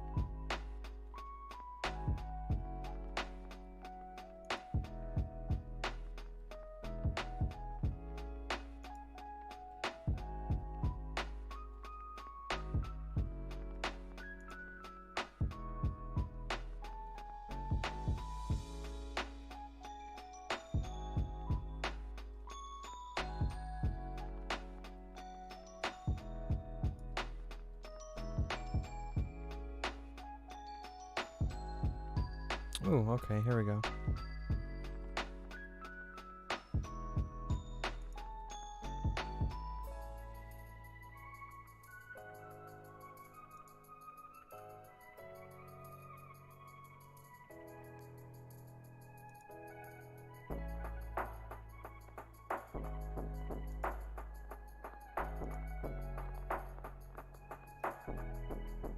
Does it change the link if I do that? Oh, it just changes what it does, okay. Okay. Let's do that. Let's do the viewer. And then if we go into here,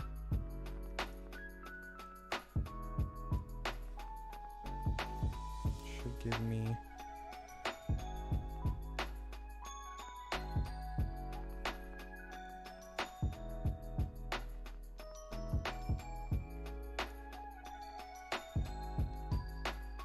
oh. Let's see, I wonder if I go into in private browsing where I'm not signed in, if it'll let me edit it still.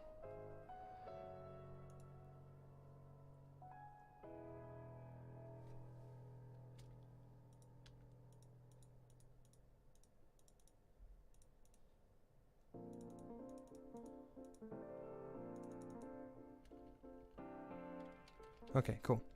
Doesn't seem like it does.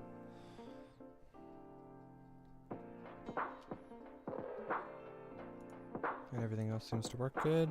Cool. Okay, that's the one.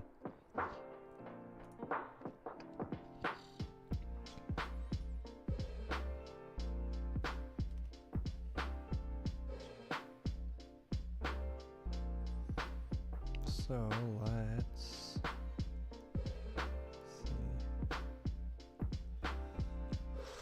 Okay, well, I'll send that into the comments here. So, it's probably gonna read it out loud, unfortunately. Also just send it and then exit out of that thing. Unless I could.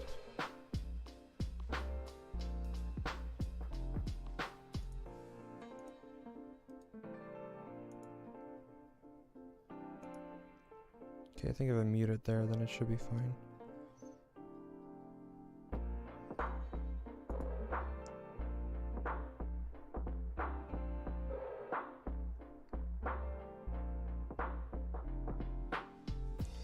Okay, so I've just sent the link in the comments. I guess I'll check to make sure it went through on Facebook and everything too here.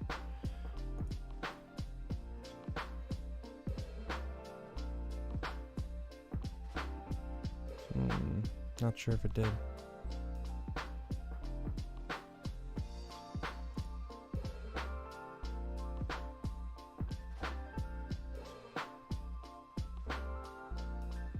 It was live? Am I not live anymore? Oh, I am live. Okay, very good. I just say 6 minutes ago.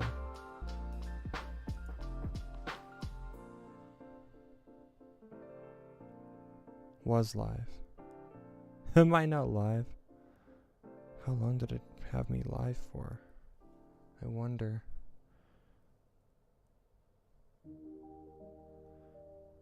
Am I still live on YouTube?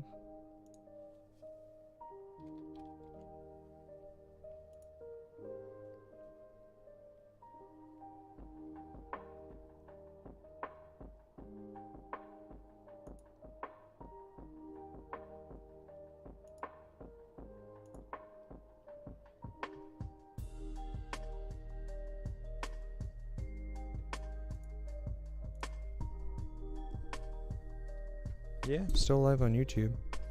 That's weird that I'm not live on Facebook anymore.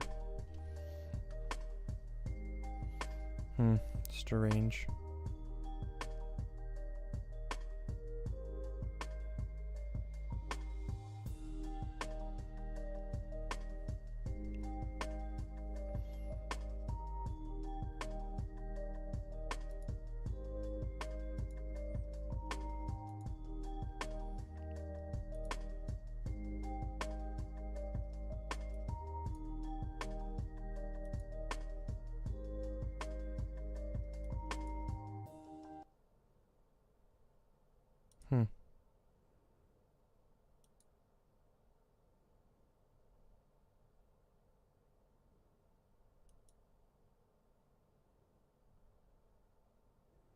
Ends at about the 8-hour mark. So I can't stream more than 8 hours to Facebook, I guess. Strange. Okay, well, anyways, I'm going to just comment on here. The linky.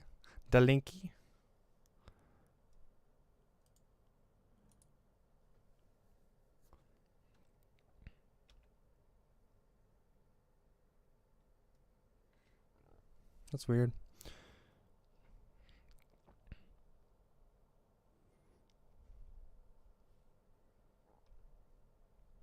Sent it in like it was still live. Strange. Oh well. Anyways. We will exit out of that, I guess. It's probably still reading it, but that's cool. Okay.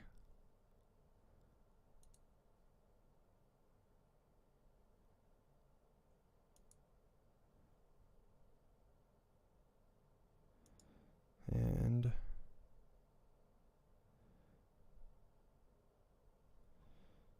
yeah, that pretty much concludes it. So, frick, it's like 5:30 a.m. Oh my god. Been up forever. Anyways, to conclude the stream, thanks for popping in. Sorry if you were watching on Facebook and I got cut short very early, I guess. But thanks for popping in. Hope you guys enjoyed. Did most of the document live on stream. Only did a little bit, like 3 pages of it. 2 to 3 pages of it. Not online, so it was a fairly boring stream. But such as she goes to anyone who's interested. The main product of it is having the whole document now. Me and the 13 Army are going to be going to a protest sometime today. I think it's at like 1 o'clock, so I'm going to have like no fucking sleep. I'm going to be dead as fuck. But yeah, going to talk to some people hopefully and see if they can substantiate their opinions. That'll be interesting. Yeah. So yeah, tune in for that. I'll probably share it on my pages. Probably my Facebook or whatever. And then I'll probably share an edited version to YouTube later. So yeah, check that out. It'll be probably live on the 13 Army's Twitch page. Should be twitch.tv/the 13 Army. Yeah, follow me, follow them. And yeah, hope that the COVID information that I've researched can be of use to some people. Yeah. Have a good one.